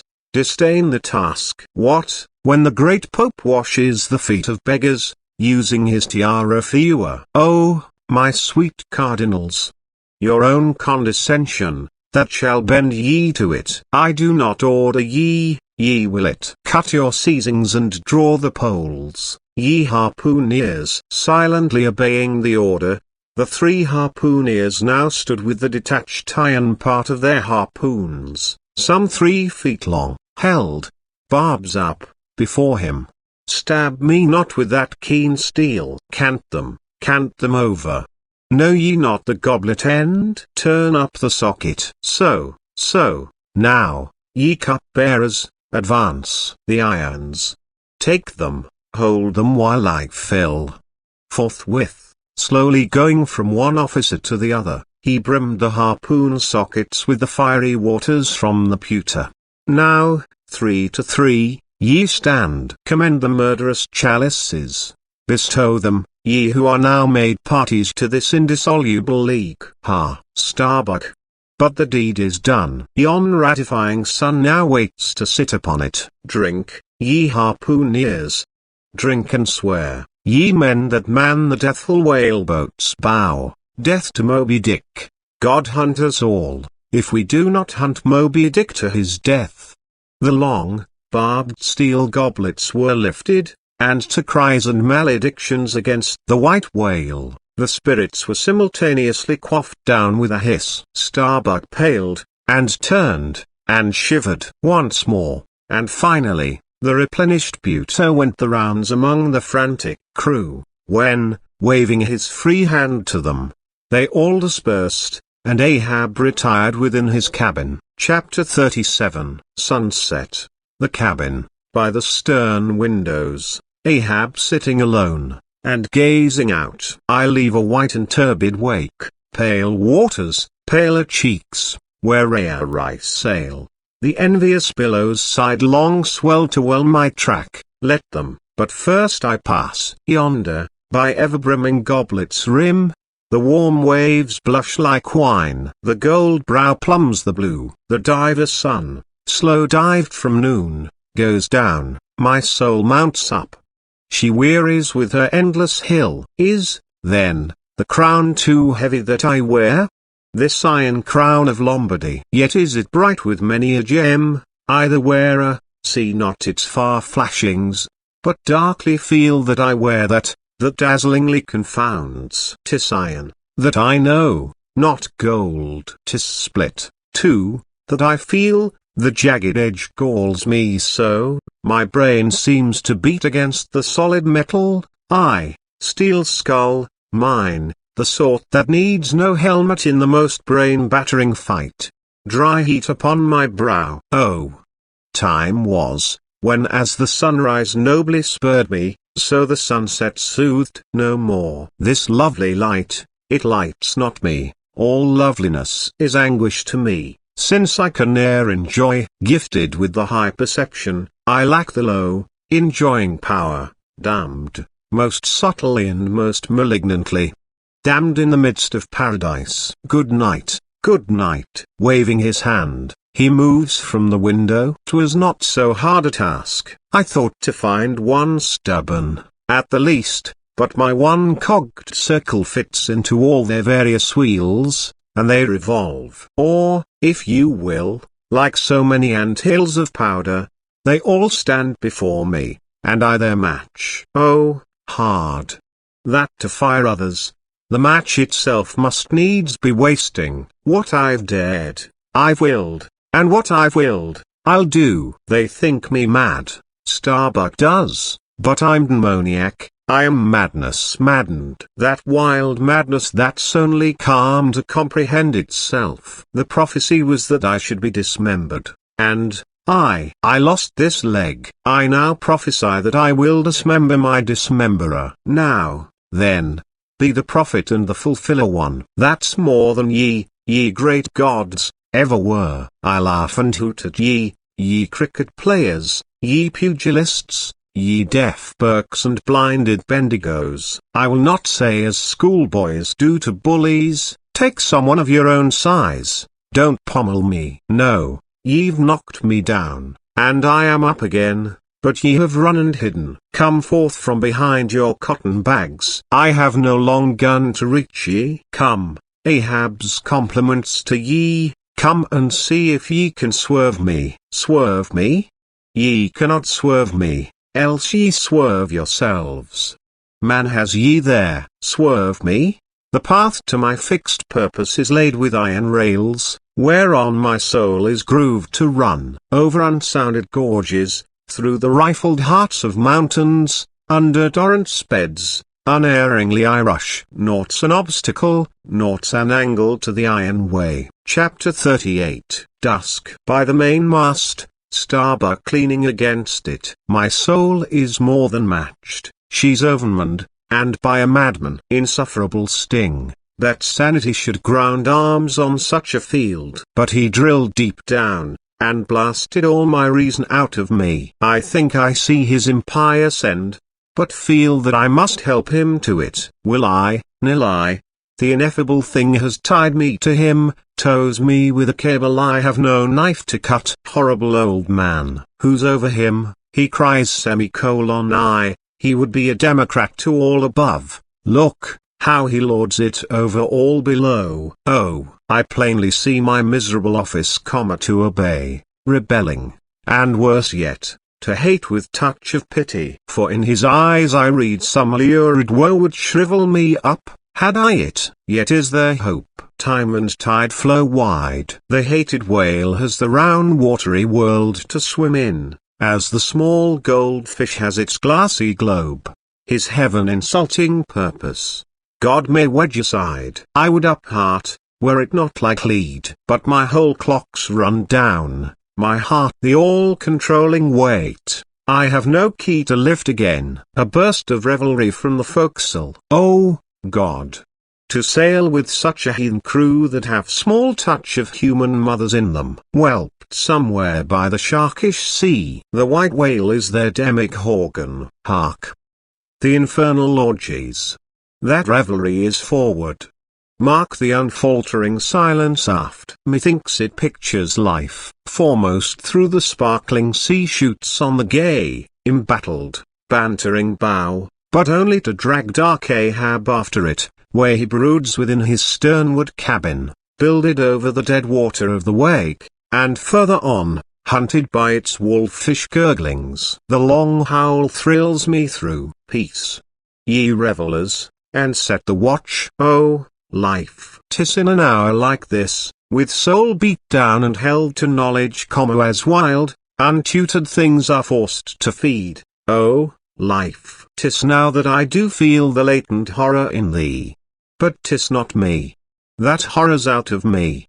And with the soft feeling of the human in me, yet will I try to fight ye grim, phantom futures. Stand by me, hold me, bind me, O ye blessed influences. Chapter 39. First night watch. Foretop. Stub solace, and mending a brace. Ha!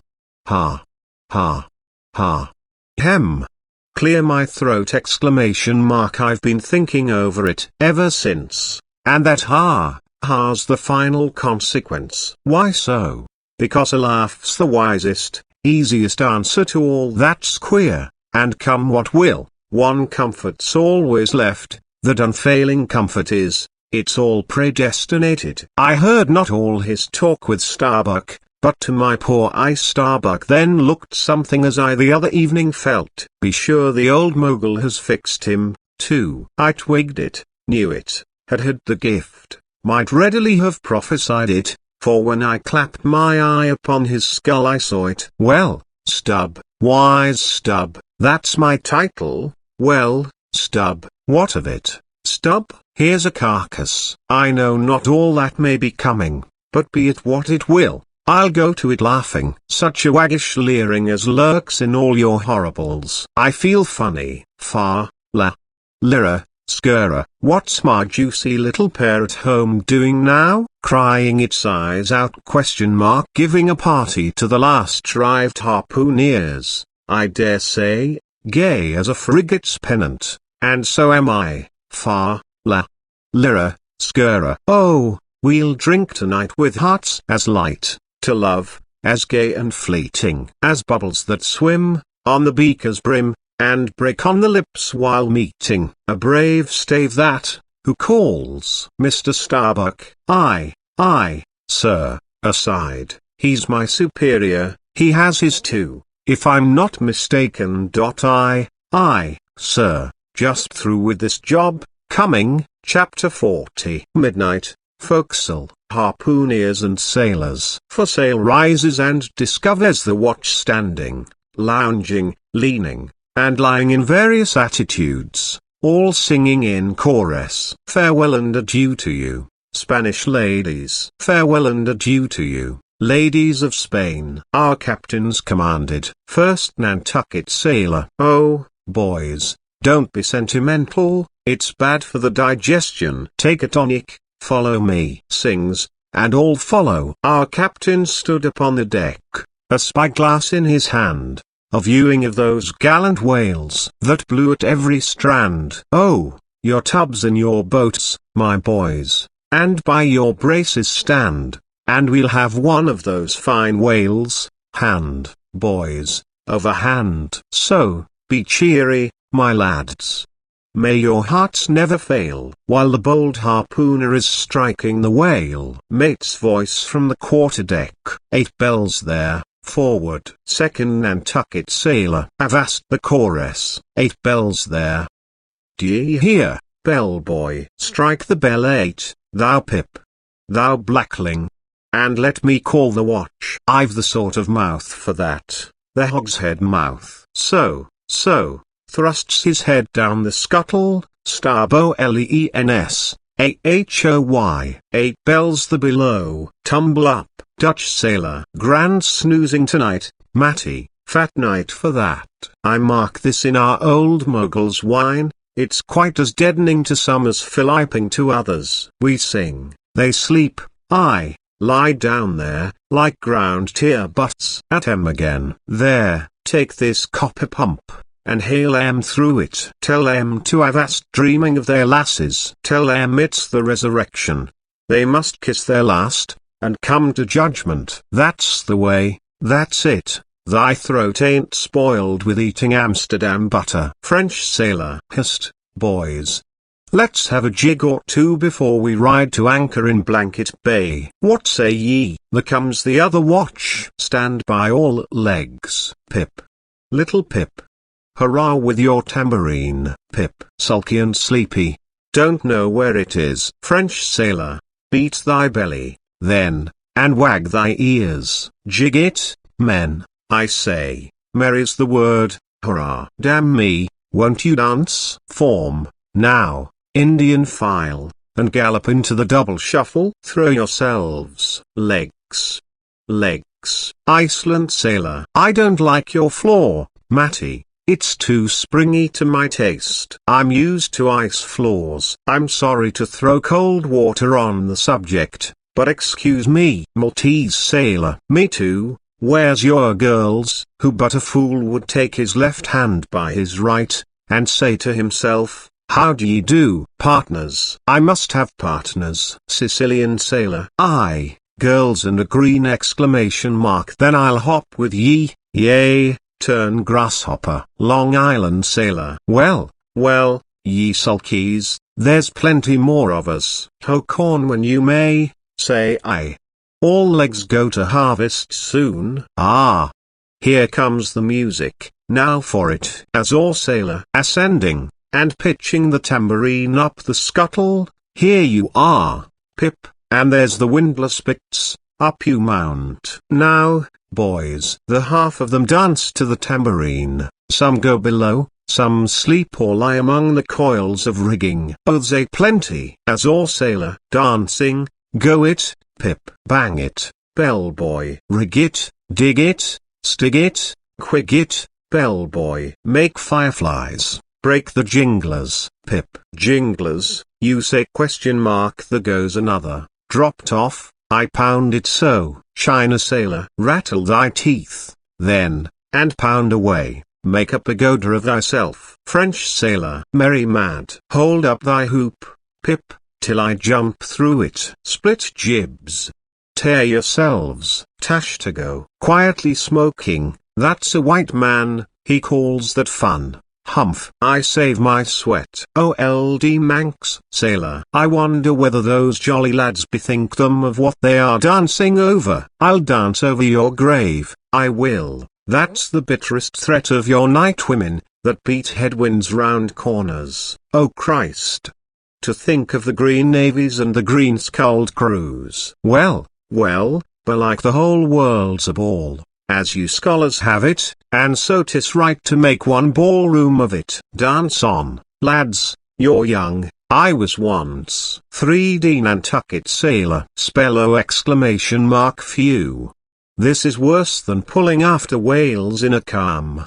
Give us a whiff, dash. They cease dancing, and gather in clusters. Meantime the sky darkens, the wind rises. Lascar sailor. By Brahma. Boys, it'll be douse sail soon. The sky born, high tide Ganges turn to wind. Thou shast thy black brow, Sva. Maltese sailor. Reclining and shaking his cap, it's the waves. The snow's caps turn to jigget now. They'll shake their tassels soon. Now would all the waves were women, then I'd go drown, and chase with them evermore. There's naught so sweet on earth, heaven may not match it! As those swift glances of warm, wild bosoms in the dance, when the over-arboring arms hide such ripe, bursting grapes. Sicilian sailor. Reclining, tell me not of it. Hark ye, lad, fleet interlacings of the limbs, lithe swayings, coyings, flutterings. Lip, heart, hip, all graze, unceasing touch and go. Not taste, observe ye, else comes satiety. A pagan. Nudging. To Hitan sailor. Reclining on a mat. Hail, holy nakedness of our dancing girls! The Veva. Ah! Low-veiled, high-palmed Tahiti. I still rest me on thy mat, but the soft soil has slid. I saw thee woven in the wood, my mat. Green the first day I brought ye thence, now worn and wilted quite. Army! Not thou nor I can bear the change. How then? If so be transplanted to yon sky. Here are the roaring streams from Pirehati's peak of spears, when they leap down the crags and drown the villages. The blast. The blast. Up, spine, and meet it. Leaps to his feet. Portuguese sailor. How the sea rolls swashing against the side. Stand by for reefing, hearties. The winds are just crossing swords. Pell-mell they'll go lunging presently. Danish sailor. Crack, crack, old ship. So long as thou crackest, thou holdest. Well done. The mate that holds ye to it stiffly, he's no more afraid than the Isle fort at Kattegat, put there to fight the Baltic with storm-lashed guns, on which the sea salt cakes. 4th Nantucket sailor. He has his orders, mind ye that. I heard old Ahab tell him he must always kill a squall, something as they burst a waterspout with a pistol, fire your ship right into it. English sailor. Blood. But that old man's a grand old cove. We are the lads to hunt him up his whale. All. Aye. Old Manx sailor. How the 3 pines shake. Pines are the hardest sort of tree to live when shifted to any other soil, and here there's none but the crew's cursed clay. Steady, helmsman. Steady. This is the sort of weather when brave hearts snap ashore, and keeled hulls split at sea. Our captain has his birthmark. Look yonder, boys, there's another in the sky, lurid like, ye see, all else pitch black. Daggoo. What of that? Who's afraid of black's afraid of me. I'm quarried out of it. Spanish sailor. Aside. He wants to bully, Exclamation mark. The old grudge makes me touchy, advancing. Harpooner, thy race is the undeniable dark side of mankind, devilish dark at that. No offense. Daggoo, grimly. None. Street. Jago's sailor. That Spaniard's mad or drunk. But that can't be, or else in his one case our old Mogul's fire waters are somewhat long in working. Fifth Nantucket sailor. What's that I saw? Lightning? Yes. Spanish sailor. No. Daggoo showing his teeth. Daggoo, springing. Swallow thine, mannequin. White skin, white liver. Spanish sailor, meeting him, knife thee heartily. Big frame, small spirit. All a row. A row. A row. Tash to go, with a whiff. A row alow, and a row aloft. Gods and men, both brawlers. Humphrey, Belfast sailor. A row. A row. The Virgin be blessed. A row. Plunge in with ye. English sailor. Fair play. Snatch the Spaniard's knife. A ring. A ring. Old Manx sailor. Ready formed. There. The ringed horizon. In that ring Cain struck Abel. Sweet work, right work. No? Why then, God, madst thou the ring? Mate's voice from the quarterdeck. Hands by the halyards. In topgallant sails, stand by to reef top sails. All the squall. The squall. Jump, my jollies. They scatter, pip, shrinking under the windlass. Jollies. Lord help such jollies. Crish, crash. There goes the jibstay. Balang wang. God. Duck lower, pip, here comes the royal yard. It's worse than being in the world woods. The last day of the year. Who'd go climbing after chestnuts now? But there they go, all cursing, and here I don't find prospects to they're on the road to heaven. Hold on hard, Jiminy, what a squall. But those chaps there are worse yet. They are your white squalls. They. White squalls? White whale, sure. Sure. Here have I heard all their chat just now, and the white whale. Sure. Sure exclamation mark, but spoken of once. And only this evening. It makes me jingle all over like my tambourine. That anaconda of an old man swore in to hunt him. Oh, thou big white god aloft there somewhere in yon darkness, have mercy on this small black boy down here. Preserve him from all men that have no bowels to feel fear.